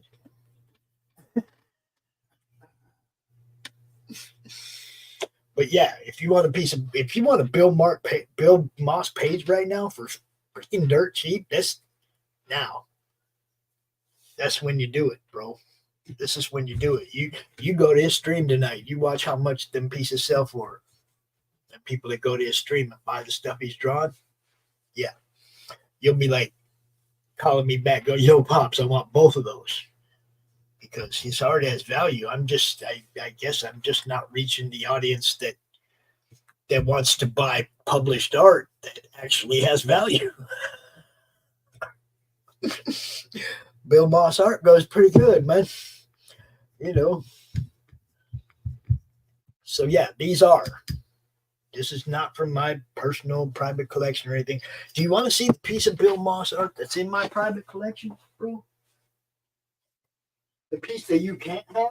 You want to see it? I'll show it to you. I'll show it to everybody right now. That's the Bill Moss piece that's in my collection. Ain't nobody getting that. You know? See, so you're not taking something from my collection, bro. This is me. Me and Crom by Bill Moss. Are you kidding me? Yeah, you're not getting that.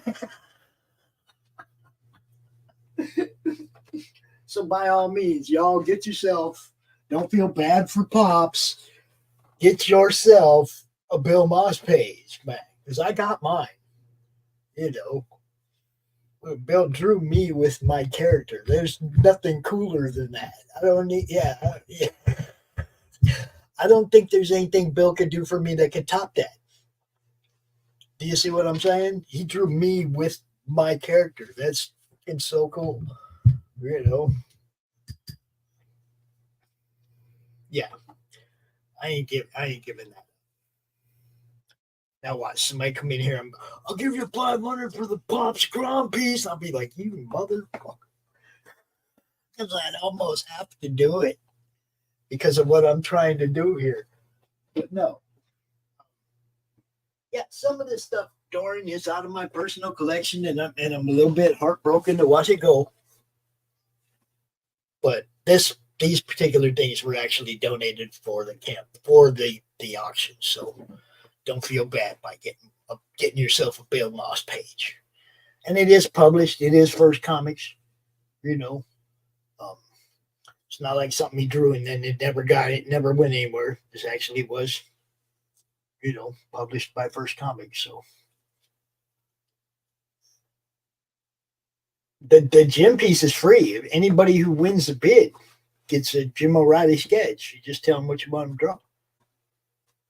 So the bill right now, the opening bid on this is $100 for either one of them, or $200 for the pair. And then I start a 10-minute timer, and if nobody else bids over you, it's yours for whichever or both that you want. You know, and yeah, Jim is amazing, dude. Jim is freaking amazing. I got some of his art too for sale. One piece that he gave me for the purpose, long time ago he gave it to me. He said, anytime you need to sell this Pops to help things with the business, just do it. You know, and it's the Jim O'Reilly Suicide Squad. And then I also have Jim O'Reilly Crom, the Hulk Steranko homage that Jim O'Reilly did of Crom, which is badass. A lot of cool stuff, too. There's no way I could even, half the time I can't even remember all the cool stuff I have. But yeah, that's the Jim O'Reilly Suicide Squad. After Jim Lee, he was studying Jim Lee's line work. He drew this. So this is the one he gave it to me a long time ago. So anytime you need to sell this for the madness or whatever to help, you know, in any way, just do it. And I'm okay. And it's sat on my wall, and I've got to look at it for a couple of years, and it's really cool. But somebody else should be able to enjoy it too. And then he did the Steranko Crom, the Steranko homage. You know, it's also Jim O'Reilly's work. Now, I will sell the inks of this, but I'm keeping the pencils. I'm keeping the original. But I will auction off that right there. Starting bid $150. So yeah, I mean, I got some cool shit here, you know. And like I said, if you look at this stream next week, and you see something that you were interested in, you don't see that it's sold, hit me up, because I'll still be trying to sell it, whether it was out of my personal collection or not. I'm trying to build something here. I'm actually willing to give up some stuff. I can get stuff back, Doran. Right? I can get stuff back. I can't build this fucking Roku without selling some of this stuff. So that's what I'm trying to do. Anybody, $100 for either one of these. Opening bid, 10 minutes later, it's yours. Unless somebody overbids you, which is only good for me. But at the end of the day, when we're on Roku talking about Whitefire Comics in front of a completely new and different audience, that's the goal, bro. See what I'm saying?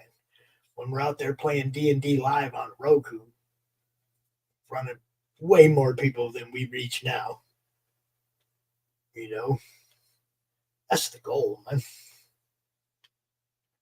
We just don't reach enough people. This social media platform, the YouTube and Facebook, it's all just so saturated. You know, hell, I had some good stuff on auction yesterday. I couldn't sell nothing. The good stuff, that's like stuff like this. People were over at Ethan's and they were, you know, buying art over there. Okay, that's cool, but we got a whole bunch of stuff over here too, you know. And like Fantha said, she need a Brinks truck to fucking buy some of the stuff that was going over there. And None of it's like blowing this out of the water. This is published work by Bill Moss. Tell me a Matt Barr's, something is worth more than a Bill Moss published page.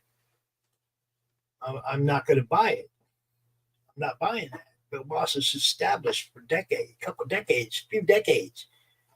Been around for a long time. His page is definitely worth more than any Matt Barr art. I'm sorry.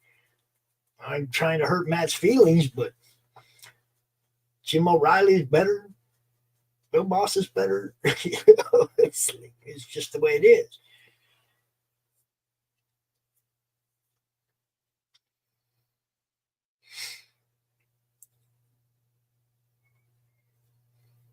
Now, if you can go watch any of Bill Moss's streams, he does stream on Saturday, stream on Sunday, I think, or stream on Friday and a stream on Saturday, and you can go look and see what them things sell for. You can go see what his art sells for. Just sketches that he's doing right there live. People are bidding on him while he's drawing them. He ain't even done yet, and people are bidding on him. You see what I'm saying? It's like he doesn't even have a finished piece, and people are throwing money at him every show. Every show. I don't understand why these are still here. They should be over there in the box getting ready to get shipped out.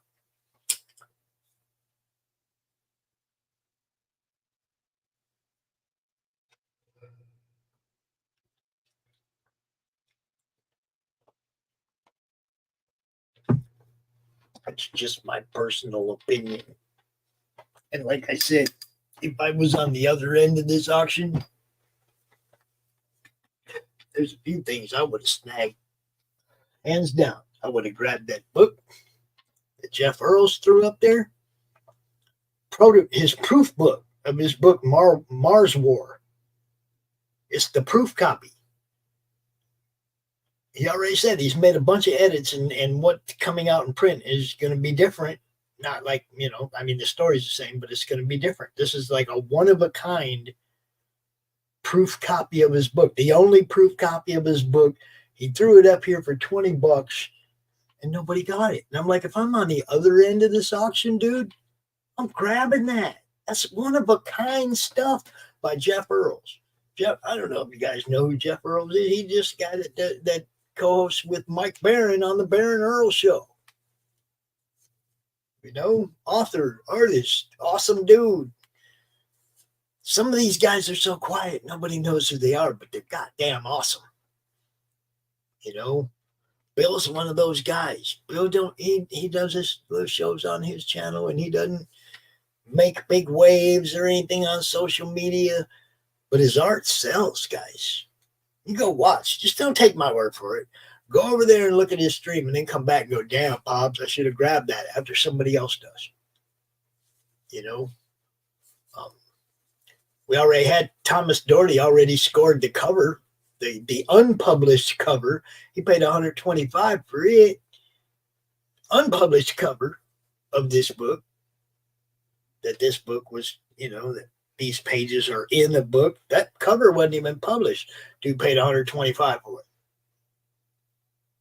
These pages were published. That panel right there is badass. I can't sell any harder for somebody. I can't sell any harder for somebody. Bill Moss art, guys, come on. I don't get it. I don't know what you want. Don't know what you want. Oh, Bill Moss? Jim O'Reilly? No, can't have that. Jim O'Reilly? Bill Moss? Jim O'Reilly? Bill Moss? Jim O'Reilly?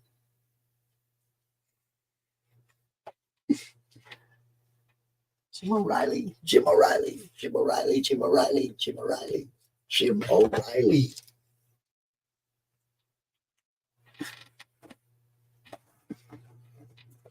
More Bill Moss. Bill Moss. Bill Moss. Bill Moss.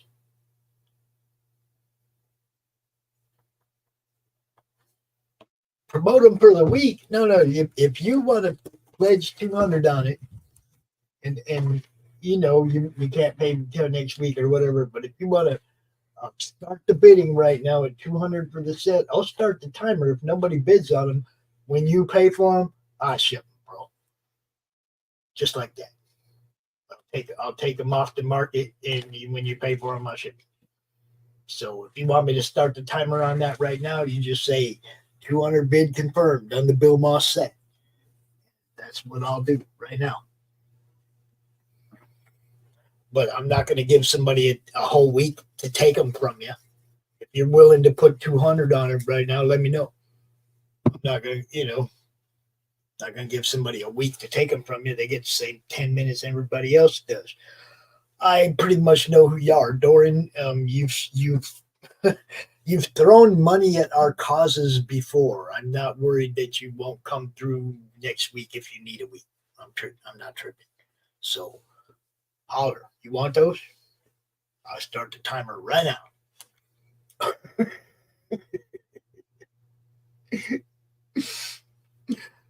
Just say, yeah, Pops. 200 confirmed. There you go. Right there. 10-minute timer is started. We have 200 confirmed on the set, page 18 and 20 from Return to Hell Space by Bill Moss. Well, that's what this is about, man. That's what the auction's about. We've given everybody 10 minutes. Everything that as soon as somebody bids on it, we 10 minutes for somebody else to take it away. If you're watching, you're smart, you're getting in, you get it. I mean, look, I don't mind you guys getting a great price on great stuff. I don't mind that at all. You get a steal, just Fanta got a steal on stuff, Daniel got a steal on stuff. It's not your fault nobody else is watching and trying to grab it.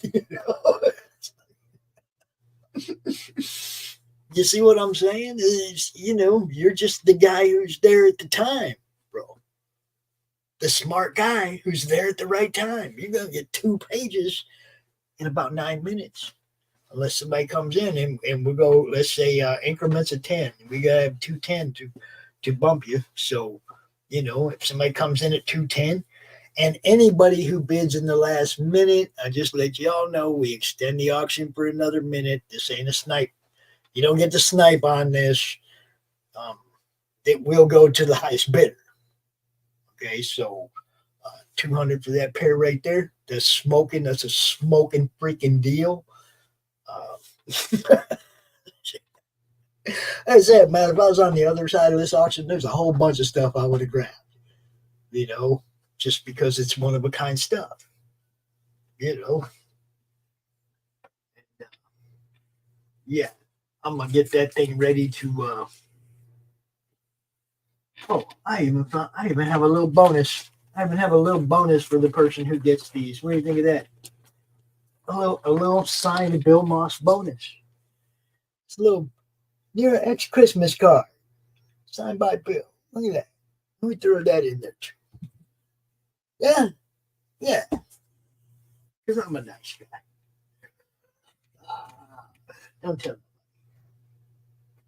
Don't tell nobody. Harry's always out there telling everybody what a nice guy I am. I'm always like, hush, quiet. Tell nobody. Let's see. I'm going to need a sleeve for that. A sleeve for this. I'm going to put those in this cardboard right here. They're going to go in this cardboard bag, this bag attached to the cardboard, then in a box when I ship those. So, just so you know, I'm always about the protection angle of it too. I don't want nobody's stuff getting damaged.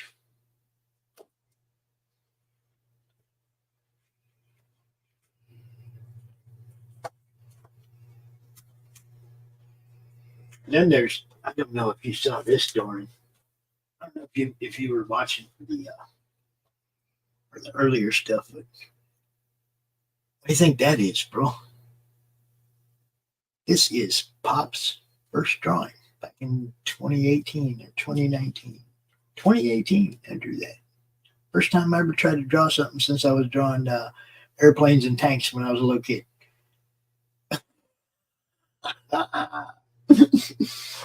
Yeah, we even have that up on the auction. We got the second thing I ever drew. This wonderful lady sheep. Second thing I ever drew. Yeah. I'm even willing to sell my own damn art. You see what I'm saying? Well, yeah, you're a little kid and you're bored, you're in class and it's like you already did your work and you start like drawing little tanks and shooting at the tanks on the other side of the page, and then you got a plane flies in and another plane flies in. Before you know it, you got yourself a little war scene all over the paper, right? You know what I'm talking about, man. I think all boys did it, You just start with one thing, and before you knew it, you had a whole picture of a war scene. It's like, why were we so obsessed with war then? Well, damn, because the Cold War, and all they did was like Civil War drills and all kinds of stupid shit all the time. So, it was part of life when I was a kid. 5 minutes left, people. 5 minutes. Do I hear 210 for the set of Bill Moss? Published pages. Return to Hell Space.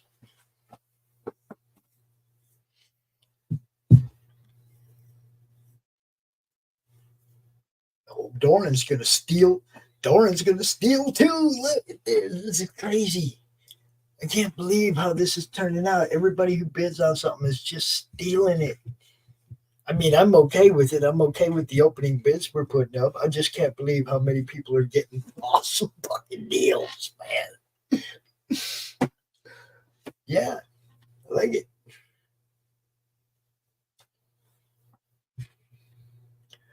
That right there should, dang, there's a couple hundred more. We're getting close to being able to actually get some stuff done. I like this. Depending on where we get the LLC and how much it costs, we should have some money left over and get right on getting some contracts drawn up. So I like where this is going. I like how this is turning out. It's slow. I've been in this chair all weekend, but I like how it's turning out. You see what I'm saying? Anybody who don't know, this is all about building the Madness Entertainment Group, of which anybody who co-hosts or does a show in the Madness Network is part of the Madness Entertainment Group. That's what we're building. Building something that everybody can be part of.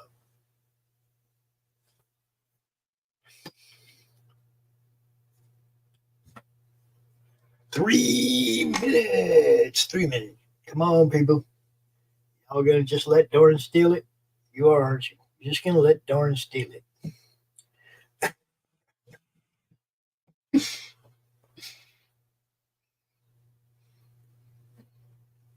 See, it's all about timing, Doran. It's all about timing. Get in here at the right time. Get you something. Run. Vanta jumped in twice, 3 times, grabbed something and ran. Daniel was here all day yesterday snatching stuff. I know. Y'all gonna let Doran just take this. That's cool. Look, and she's cute, isn't she? A little near ex Christmas card. She cute. Merry Christmas. Yeah.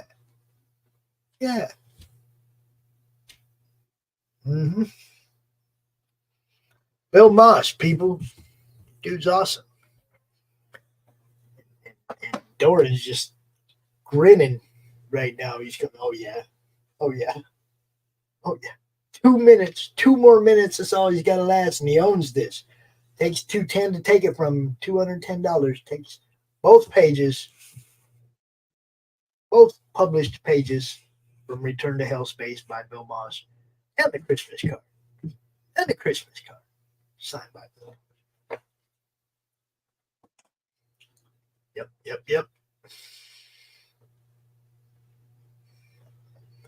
Yep, he's getting happy now. Minute and a half. So I got to survive another minute. I'm going to own him. Yeah, I'm going to own him. And a sketch from Jim O'Reilly. And the sketch from Jim O'Reilly. That's awesome.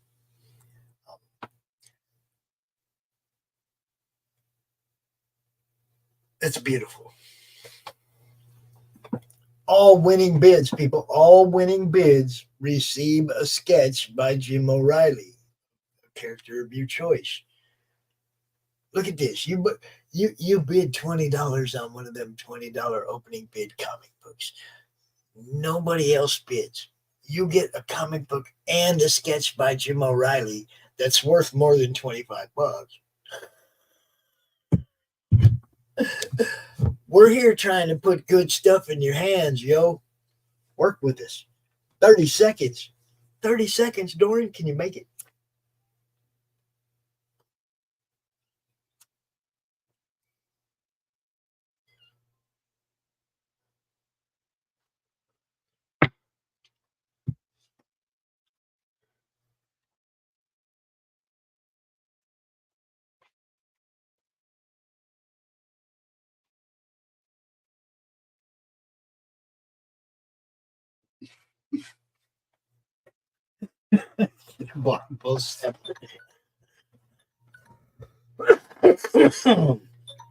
You are the winner, dude. You are the winner. I'm gonna slide these away into that. Where's that thing at? Okay. Let's do this right. We are going to put another Bill Moss piece up next. I'm going to put these away. Now, this one is not published, but I believe it is a character from the same book. But it's not like a published piece from the book. But I do, dang, that sleeve is just, either I totally missed the sleeve or that thing's falling apart, one or the other. Nope, I missed it completely. Trying to be careful with these things when your hands are messed up. It's horrible. Slide down it. Nice and easy. So I'm getting both of these into the sleeve for Dory. We have sold all but one of the Bill Moss pieces. We sold the dragon, we sold the cover, we sold the pages. Oh, don't be crumbling on me here. Stand up.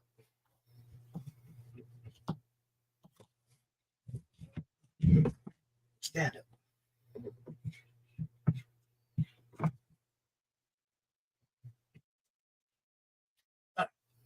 There it is. This is the last one. We'll start the bidding on this at 75. Like I say, it's not a published page. Let's see. Now make sure we put that up there. Got Doran and Daniel and Fanta. Yeah, some stuff to ship out. Let's go. Oh, see, this one's going to be difficult. I got to find something to put this in so it'll stand up. Oh. Okay, we can put it on the back side of that one because we could sell that one too. 1 and 2. Okay. Don't mind me talking to myself. You can ask the grandkids. It's something I do all the time. No big deal. Whether the microphone's on and I'm live or not, you hear me down here mumbling. All right. So we got the Bill Moss. I had to put it in plastic so it'll stay up. We're gonna open the bid on that one at 75. Congratulations, Doran. Got yourself 2 pages from Return to Hell Space. Art by Bill Moss. Awesome. Now, like I said, I do believe this is a character from that book, but obviously I don't think it's a published page. It doesn't. No blue lines or nothing like that. It's just a drawing of. So I wish I knew the name of this character, Bill. It's just art by Bill Moss. Opening bid.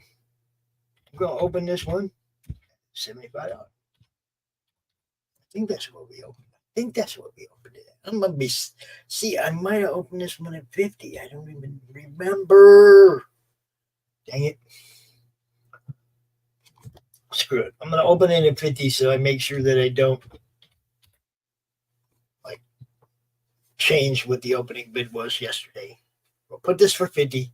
If it's slower now, y'all getting a break. What can I tell you? There it is.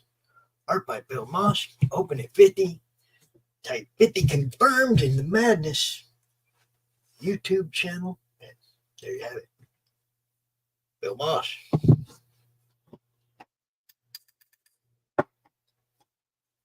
And once again, I want to say thank you to Bill for donating all these pieces. Because,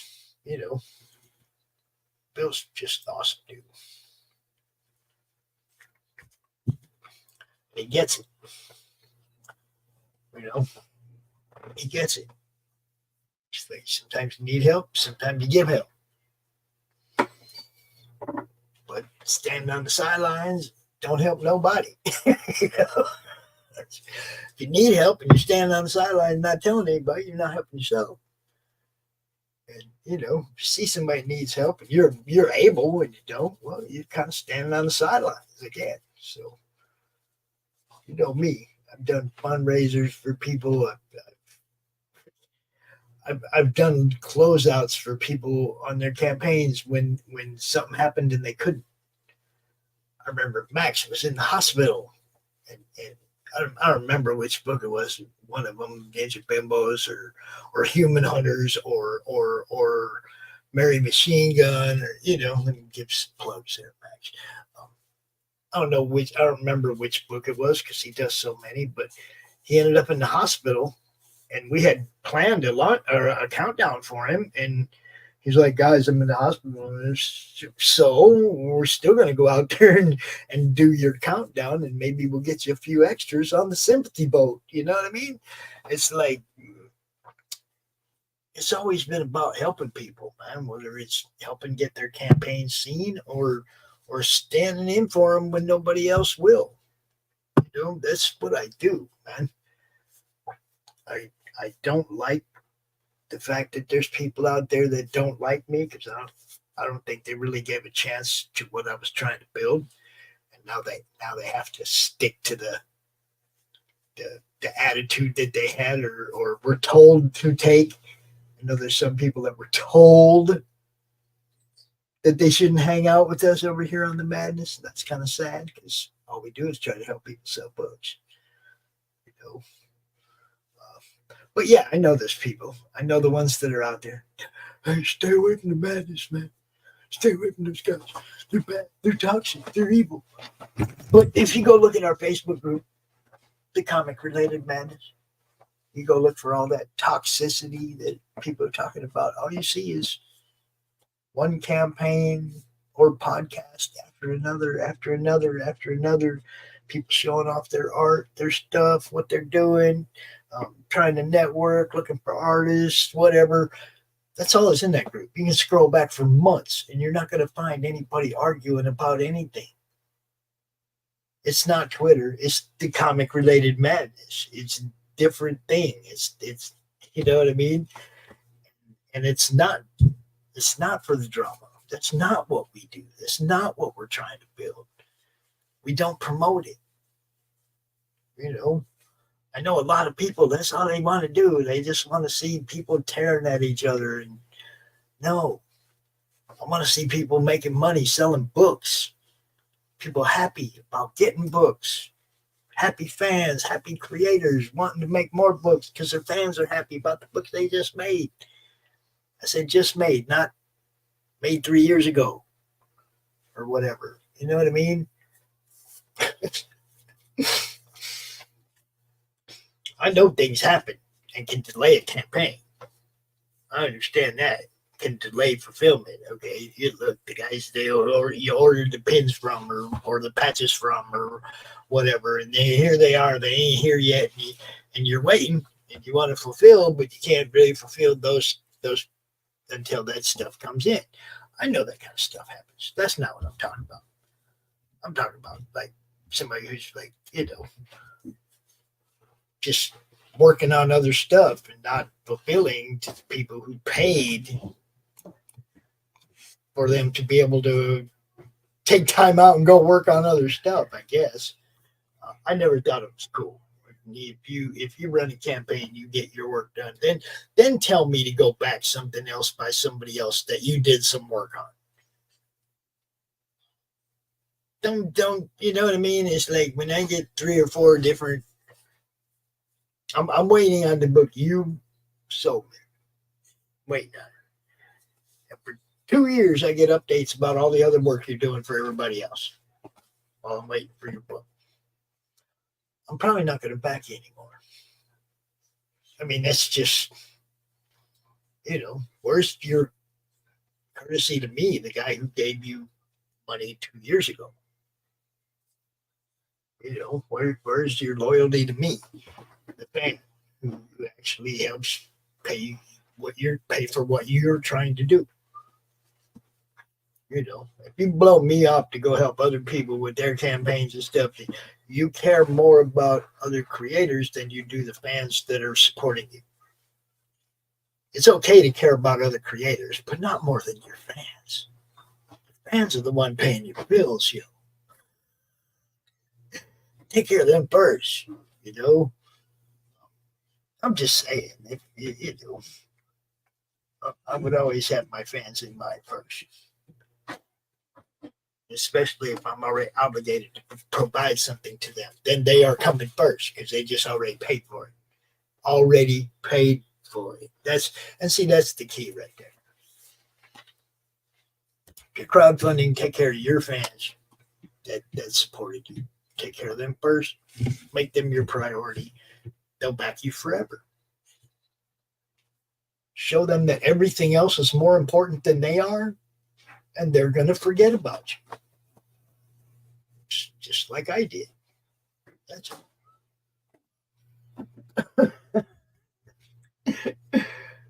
Make your fans your priority.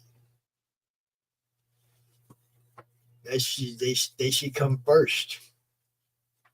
The people throwing their money at you to provide a product should always come first. Provide that product. Now, if you already printed it and you're just throwing it out there, you can be however you want. But if they're the ones financing your project, they should come first. End of story. I hope that made sense to people.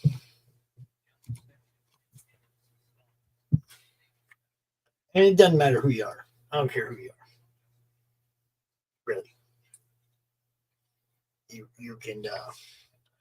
You can apply that little speech right there to 50 different people in indie comics over the last 4 years. I mean, you don't even have to put names anymore. Everybody knows who fulfills and who doesn't. Everybody knows who takes care of their fans come first, and who doesn't take care of their fans, and their fans don't come first. Everybody knows now, unless it's somebody their first time, you don't know until their first one's over. I love indie comics. I have a huge passion for what I do right here in this chair. And, I just hope people understand it. Now, if we can get an opening bid on this at 50, I will start the timer. More Bill Moss art. As a matter of fact, this is the last piece I got. So, last chance on Bill Moss art right here. And, it's just what it is.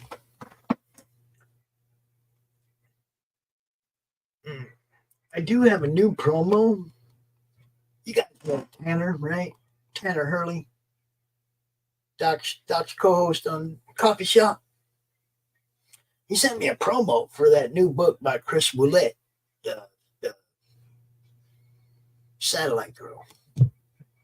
Send me a new promo for it. Holy fuck, it's 3 minutes long. It's like Tanner. Can I get that down to about a minute, bro? But hey, I'm going to go ahead and play it because what the hell, we ain't got an opening bid on this yet anyway. So here you go.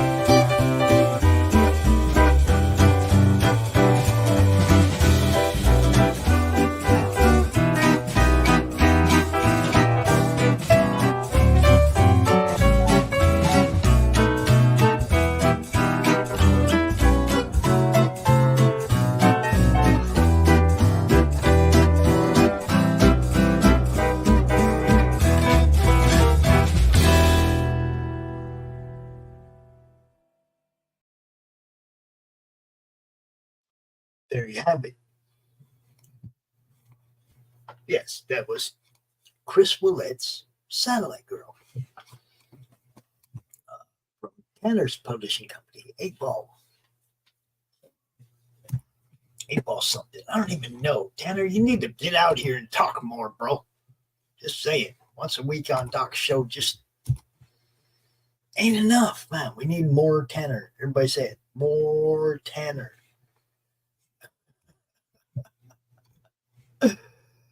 Oh, it's great. Great stuff.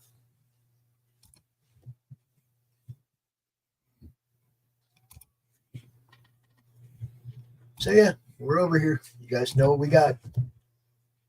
Right there. Right there. Art by Bill Moss. Opening bid, $50. $50. Get an opening bid, start that timer. Once Stephen B gets here, I'm going to be putting this on the side. And we're going to let Stephen B draw and do his thing like he always does. Because he missed out last night. He was out with mom, out with the family, doing stuff. So I don't know if he remembers the do stream tonight. I did send him the link so he can pop in here if he wants to.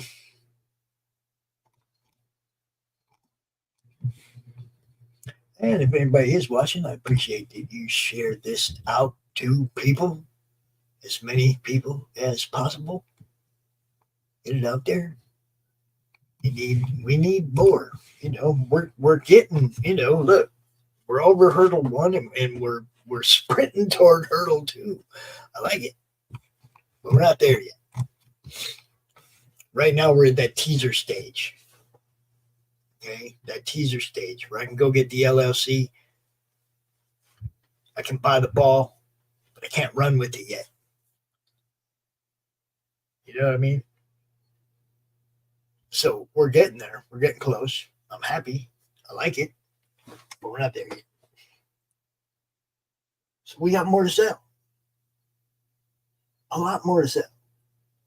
Comics, signed comics, sketch covers, all kinds of stuff. You got it all. Just tell me what you want to see.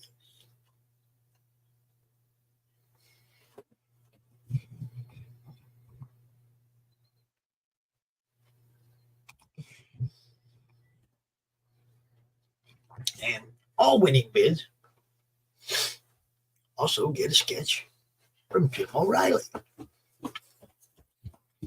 It's like right now, you'd be getting the sketch from Jim O'Reilly and the sketch from Bill Bosch for $50.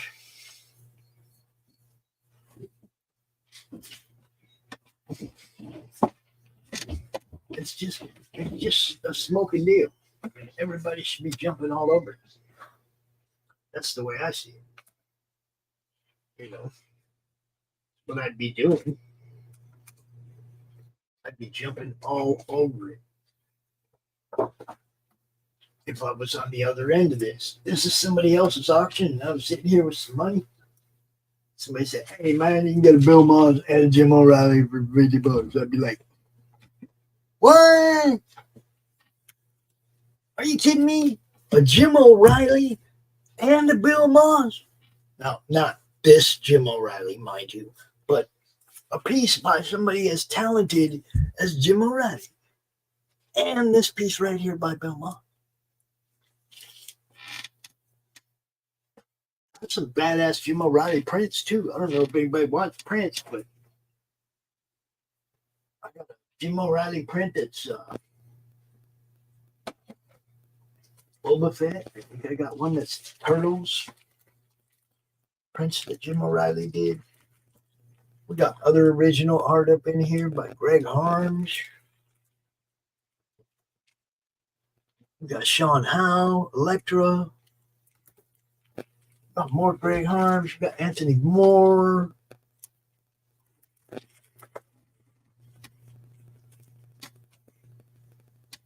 We got comics that were printed backwards. Yeah, I said that. I said comics that were printed backwards. Oh, no, not those ones. See, I just pulled up Look, I pulled up cuff slabs that I don't want to sell. Okay. I don't. But it would. You see that? That's when she's zombie Elektra. Marvel zombie stuff, right? I don't want to sell that. That's badass. But if somebody threw a reasonable fucking bid on it right now in the chat, I'd start the timer.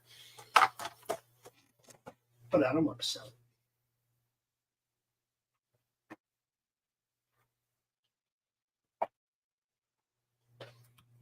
We got Marv, Arrow Comics, and the original art from page 1. The comic and the art. Sell it as a pair. All I need is for somebody to go, hey, that's the one. What's the opening bid on that, Pops? What's the opening bid on that first appearance of Silver Sable, Pops? And this 7.5 is a very clean 7.5, except for it's got a very dirty back cover. And I think that's why it graded so badly. Because those corners are sharp. You know, I mean, it's not a bad looking book. It doesn't have a bunch of spine ticks. I don't know why I got, that's the only thing I can think of is that it's just a dingy back cover. And I was thinking I would just pop that open and clean it if I was going to, like, if it was, like Silver Sable becomes big and shit, I'd crack it open and clean it and then have it regraded. But that's, first appearance of Silver Sable, guys. Got stuff here. I just need to know what y'all want. What do you want? You want Venom? Do you want poo? Do you want poo? Do you poo? Are you ready to poo? Signed by McFly. Only number 64 of 150. I think that says 150. 64 of 150. Yeah. Signed by McFly. Ready to poo? Do you poo? Do you poo? By Counterpoint. The Notorious. Do you poo? That one don't do it for you? Wonder what else we could do. What else did we do? Yesterday was Star Wars Day. Yesterday was Star Wars Day. Oh, damn it. I knocked that thing off. Move that camera back where it was. Star Wars Day. Lady Death, Brian Polito. Yes, it is. You like Greg Horn? Got autograph Greg Horn right here. And your Venom version. Number 1. Greg Horn.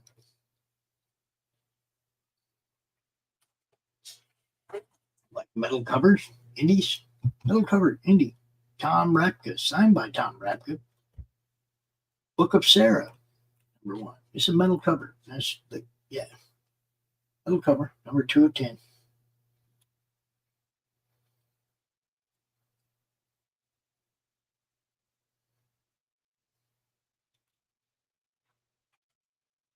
And I can't believe this piece didn't sell already, because this is a sketch cover by Gary Parkin, and that's just badass. Deadpool and Harley, guys. Deadpool and Harley. Sketch cover. Original art by Gary Parkin.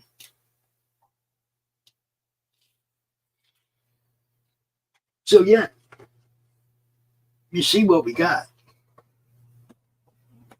And I got tons more stuff around here. I just don't know what people want to see. Hell, on the back of this, Dan Monroe's Thor, a print. I got one of those. Got one of those I can put out there. A lot of cool stuff. Bummed out that this plastic sleeve is cracked, though. I gotta put a piece of tape on that.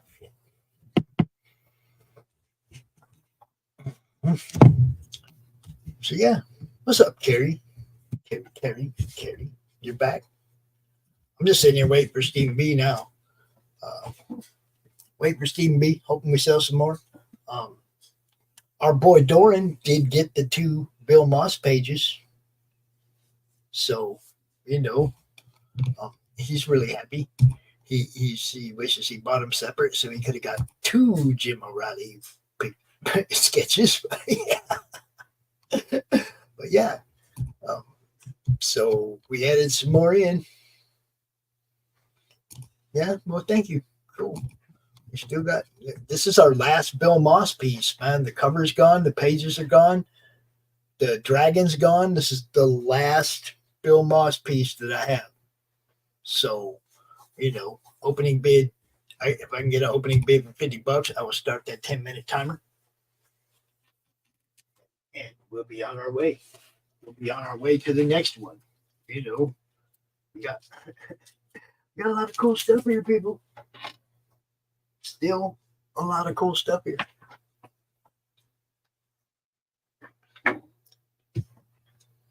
if there's something in particular you want to see, that you see me like just do a quick, run through or whatever, or you want to know if I have any,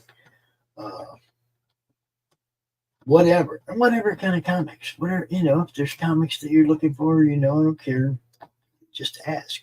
If I have it, I'll dig some up. I mean, I got 3 filing cabinets and 20 something freaking short boxes here. I might have something you want. I don't know. I might.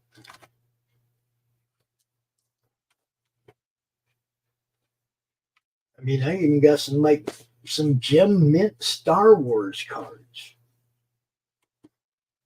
23 karat gold Star Wars cards. I got autographed Stan Sakai. Autographed Stan Sakai. Usagi Yojimbo. Y'all like Stan? Just saying. I got everybody's favorite cosplayer, Kara Nicole, Confessions of a Cosplay Diva, signed by Kara.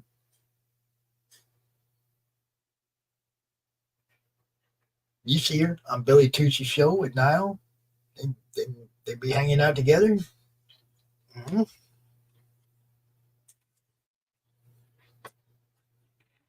Autographed Frank Show, autographed Wonder Woman. Mm-hmm.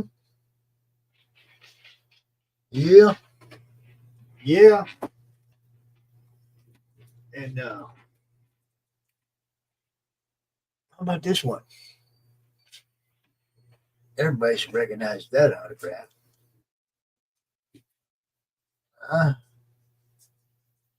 Yeah. Everybody should know who that is.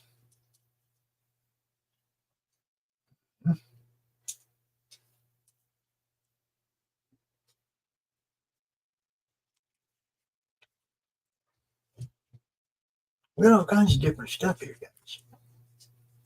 Art, comics, sketch covers, sketch covers. Badass sketch covers. This got a lot of cool shit. I just need people to go, hey, Pops, what's up with that one? What's the opening bid on that one? Do you got any of this? Do you got any of that? Work with me, people. I'm trying to get you stuff you want.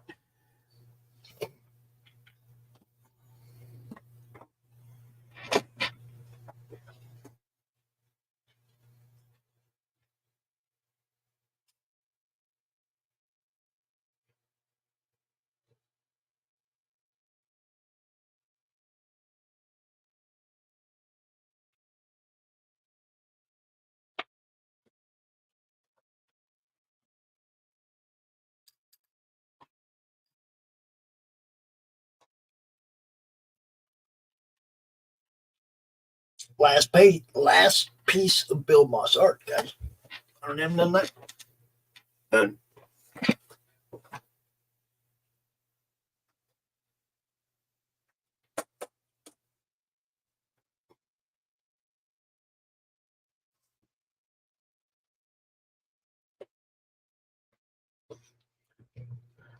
I'll be right back. Hopefully, when I come back, there'll be a bid there.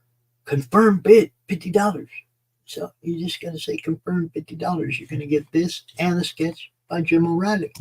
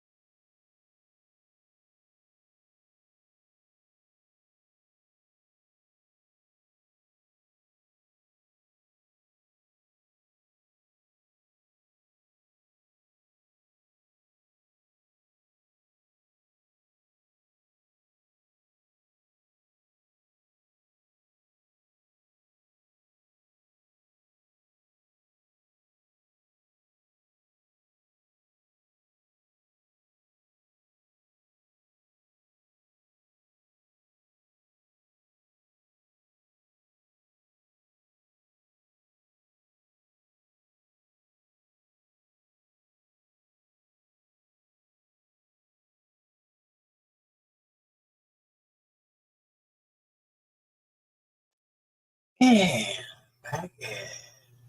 Doesn't look like anybody bid on this one, so.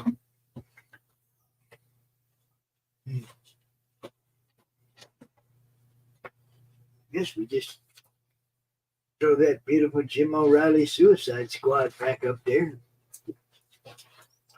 This one's pricier, guys. This one ain't going for no $50. Just saying. Say goodbye to Bill. Say bye, Bill Moss. Say goodbye, Bill Moss. You're going away now.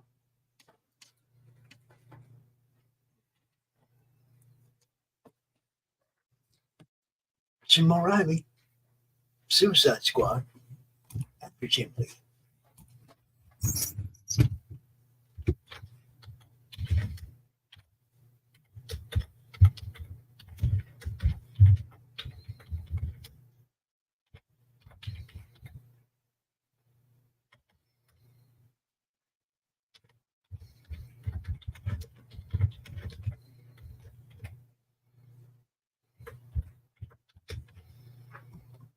And the opening bid on this one is $150.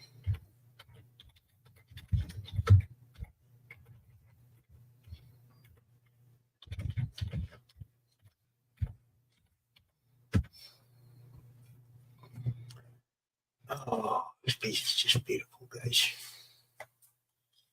Beautiful.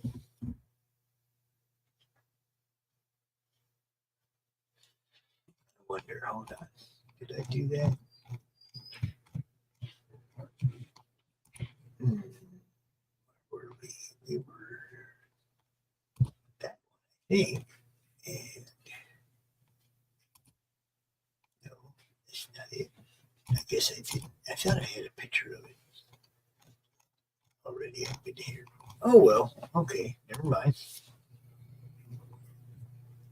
Suicide Squad, Jim O'Reilly. And you know what the cool thing about this one is? Is that if you buy this, you get this and another sketch by Jim O'Reilly. It's a twofer. It's a twofer. Read the banner. Read that banner right there where it says all winning bids receive a sketch by Jim O'Reilly.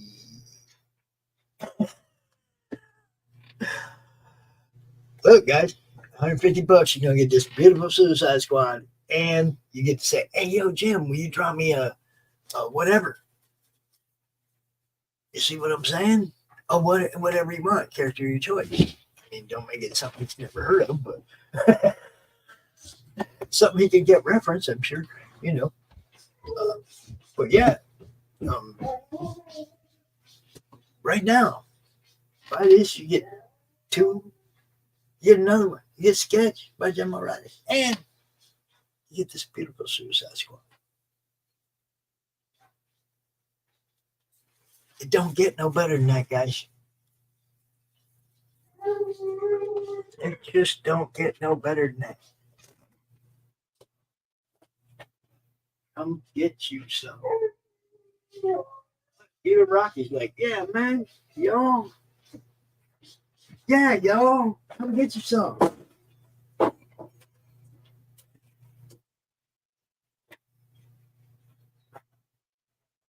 had enough of coffee pretty much most of the day. I'm kind of drained right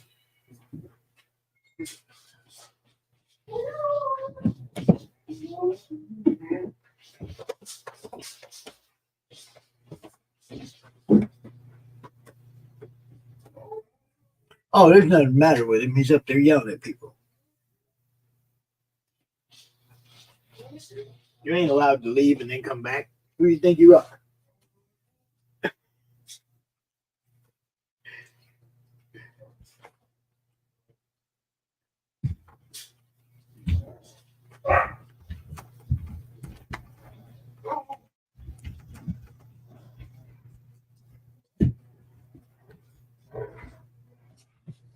He sounds tough, though, doesn't he?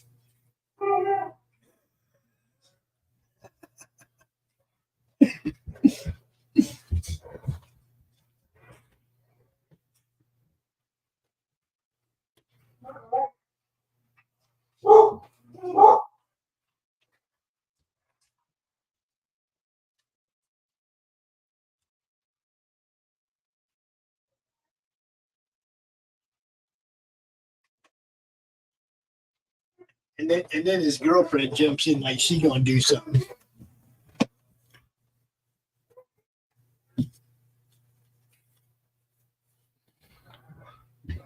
Don't worry, that's just Travis playing with the dogs. Just Travis playing with the dogs.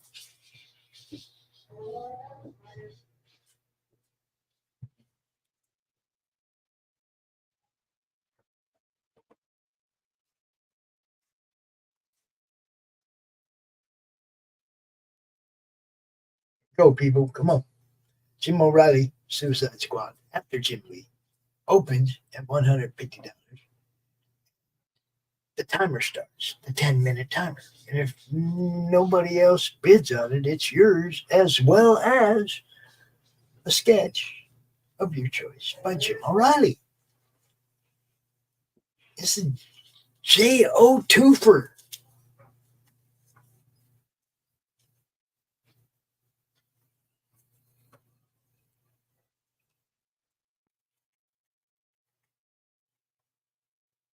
If it was me right now, and I was on the other side of this, and I was thinking of buying this, I'd buy this and I'd say, "Hey, yo, Jim, I need you to draw me a picture of Matt Barr's character from that Rock and Roll Ninja or whatever." I'm just saying. If it was me, that's what I would do. I don't know where everyone is. I don't know. I just don't know. I was hoping Stephen B would be here to draw by now.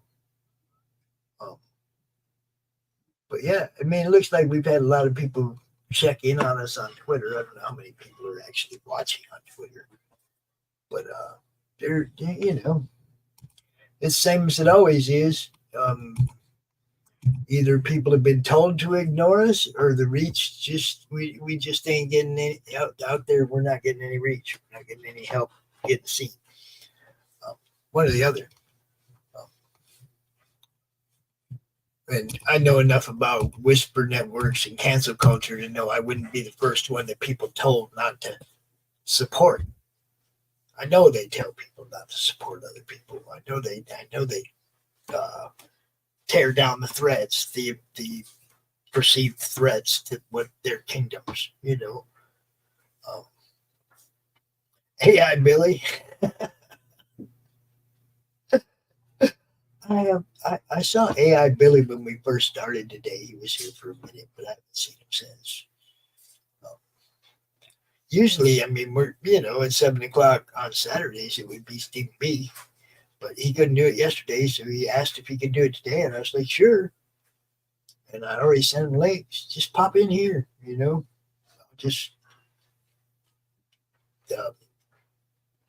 change all the settings so that it's normal going to all his channels and the normal channels that it goes to. He can do a show. But I don't know where he is either.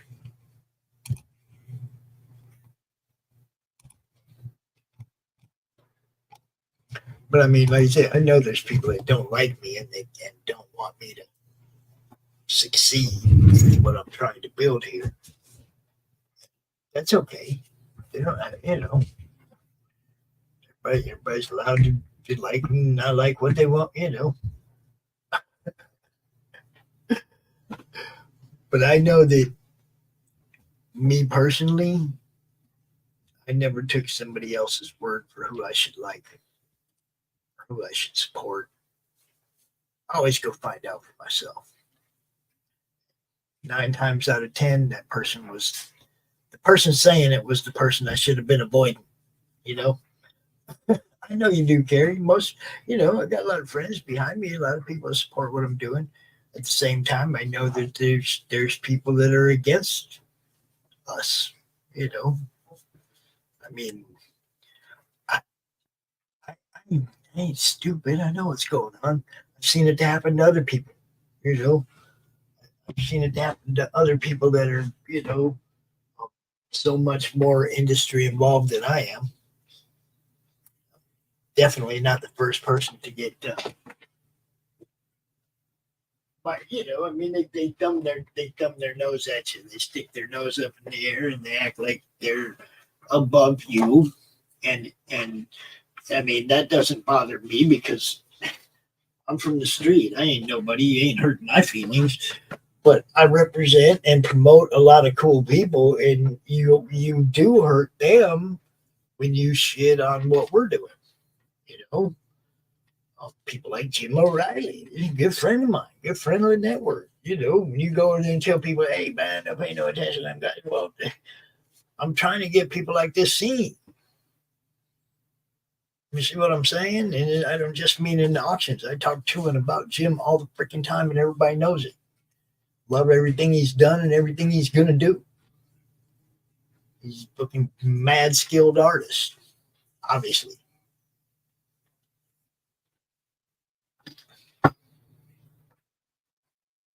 That, but you know, he was part of the very first campaign that I ever promoted.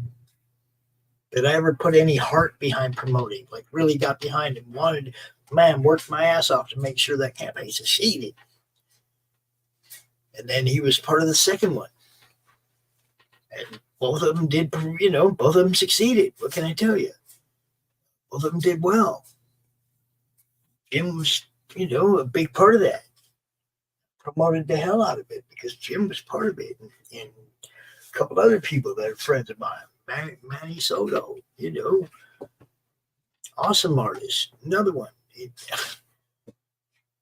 Known these guys for a long time, man. They all kick ass. I knew Jim O'Reilly long before I knew anything about CG or any of that shit, guys. I met Jim like in 2017 or 2018, a long time ago. You know, I didn't know nothing. I wasn't even on Twitter. I didn't know nothing about any of that crap. All I knew Jim was badass. That's all I knew. Now I'm sitting here and I'm showing you. Jim's badass. And I'm offering you a price for Jim O'Reilly art that you probably not. Come on. That's Durango Crom homage we put up on the Cromniverse campaign. And we had it in a tier for $300 with the book. $300 and the book. So somebody had claimed that tier. So somebody was willing to pay $275 for that piece, that Jim O'Reilly piece. And that was of an unknown character. Crom. Nobody knew who Crom was back then. It was just, that was new. Somewhere just trying to get people to write short stories so that we could do an anthology. Jim was around for that, helping out for that. It's like Jim's been around for a long time doing cool shit for people on the side. And, you know, I know he helps out a lot of people. Everybody knows it. You hit Jim O'Reilly up in his inbox and you have a question about art or sculpting or freaking pretty much anything, and he's going to try to help you solve that whatever issue you have. That's just who Jim is. He's just all around good guy. So anything you saw on Twitter over the last couple of weeks with that, you know, that show on Dark Gifts channel, the Cockfight or whatever you call it, Jim was just playing into that. Matt was just playing into that. I'm pretty sure they don't hate each other, guys. They don't. It was all fun. It's all supposed to be fun. Jim couldn't be there. He was on the road with his wife, so, you know, they made some shit up. Oh, you know, but no. It's all good. Matt and Jim are all right. Jim's a good dude. He's just all around good dude. And he donated this to us. Actually, a long time ago. This is the first time we've had the need to put it on the block. You know, I wouldn't just sell it just because I needed, you know, to pay my phone bill or something, but I definitely sell it to build the madness. And now, ladies and gentlemen, I'm going to give the stage to my friend Stephen B. Stephen, don't add your channel. I'm going to go ahead and remove the channels that you usually don't go to, and then just add your channels in, and then you'll be able to start your show, bro. All right. That work?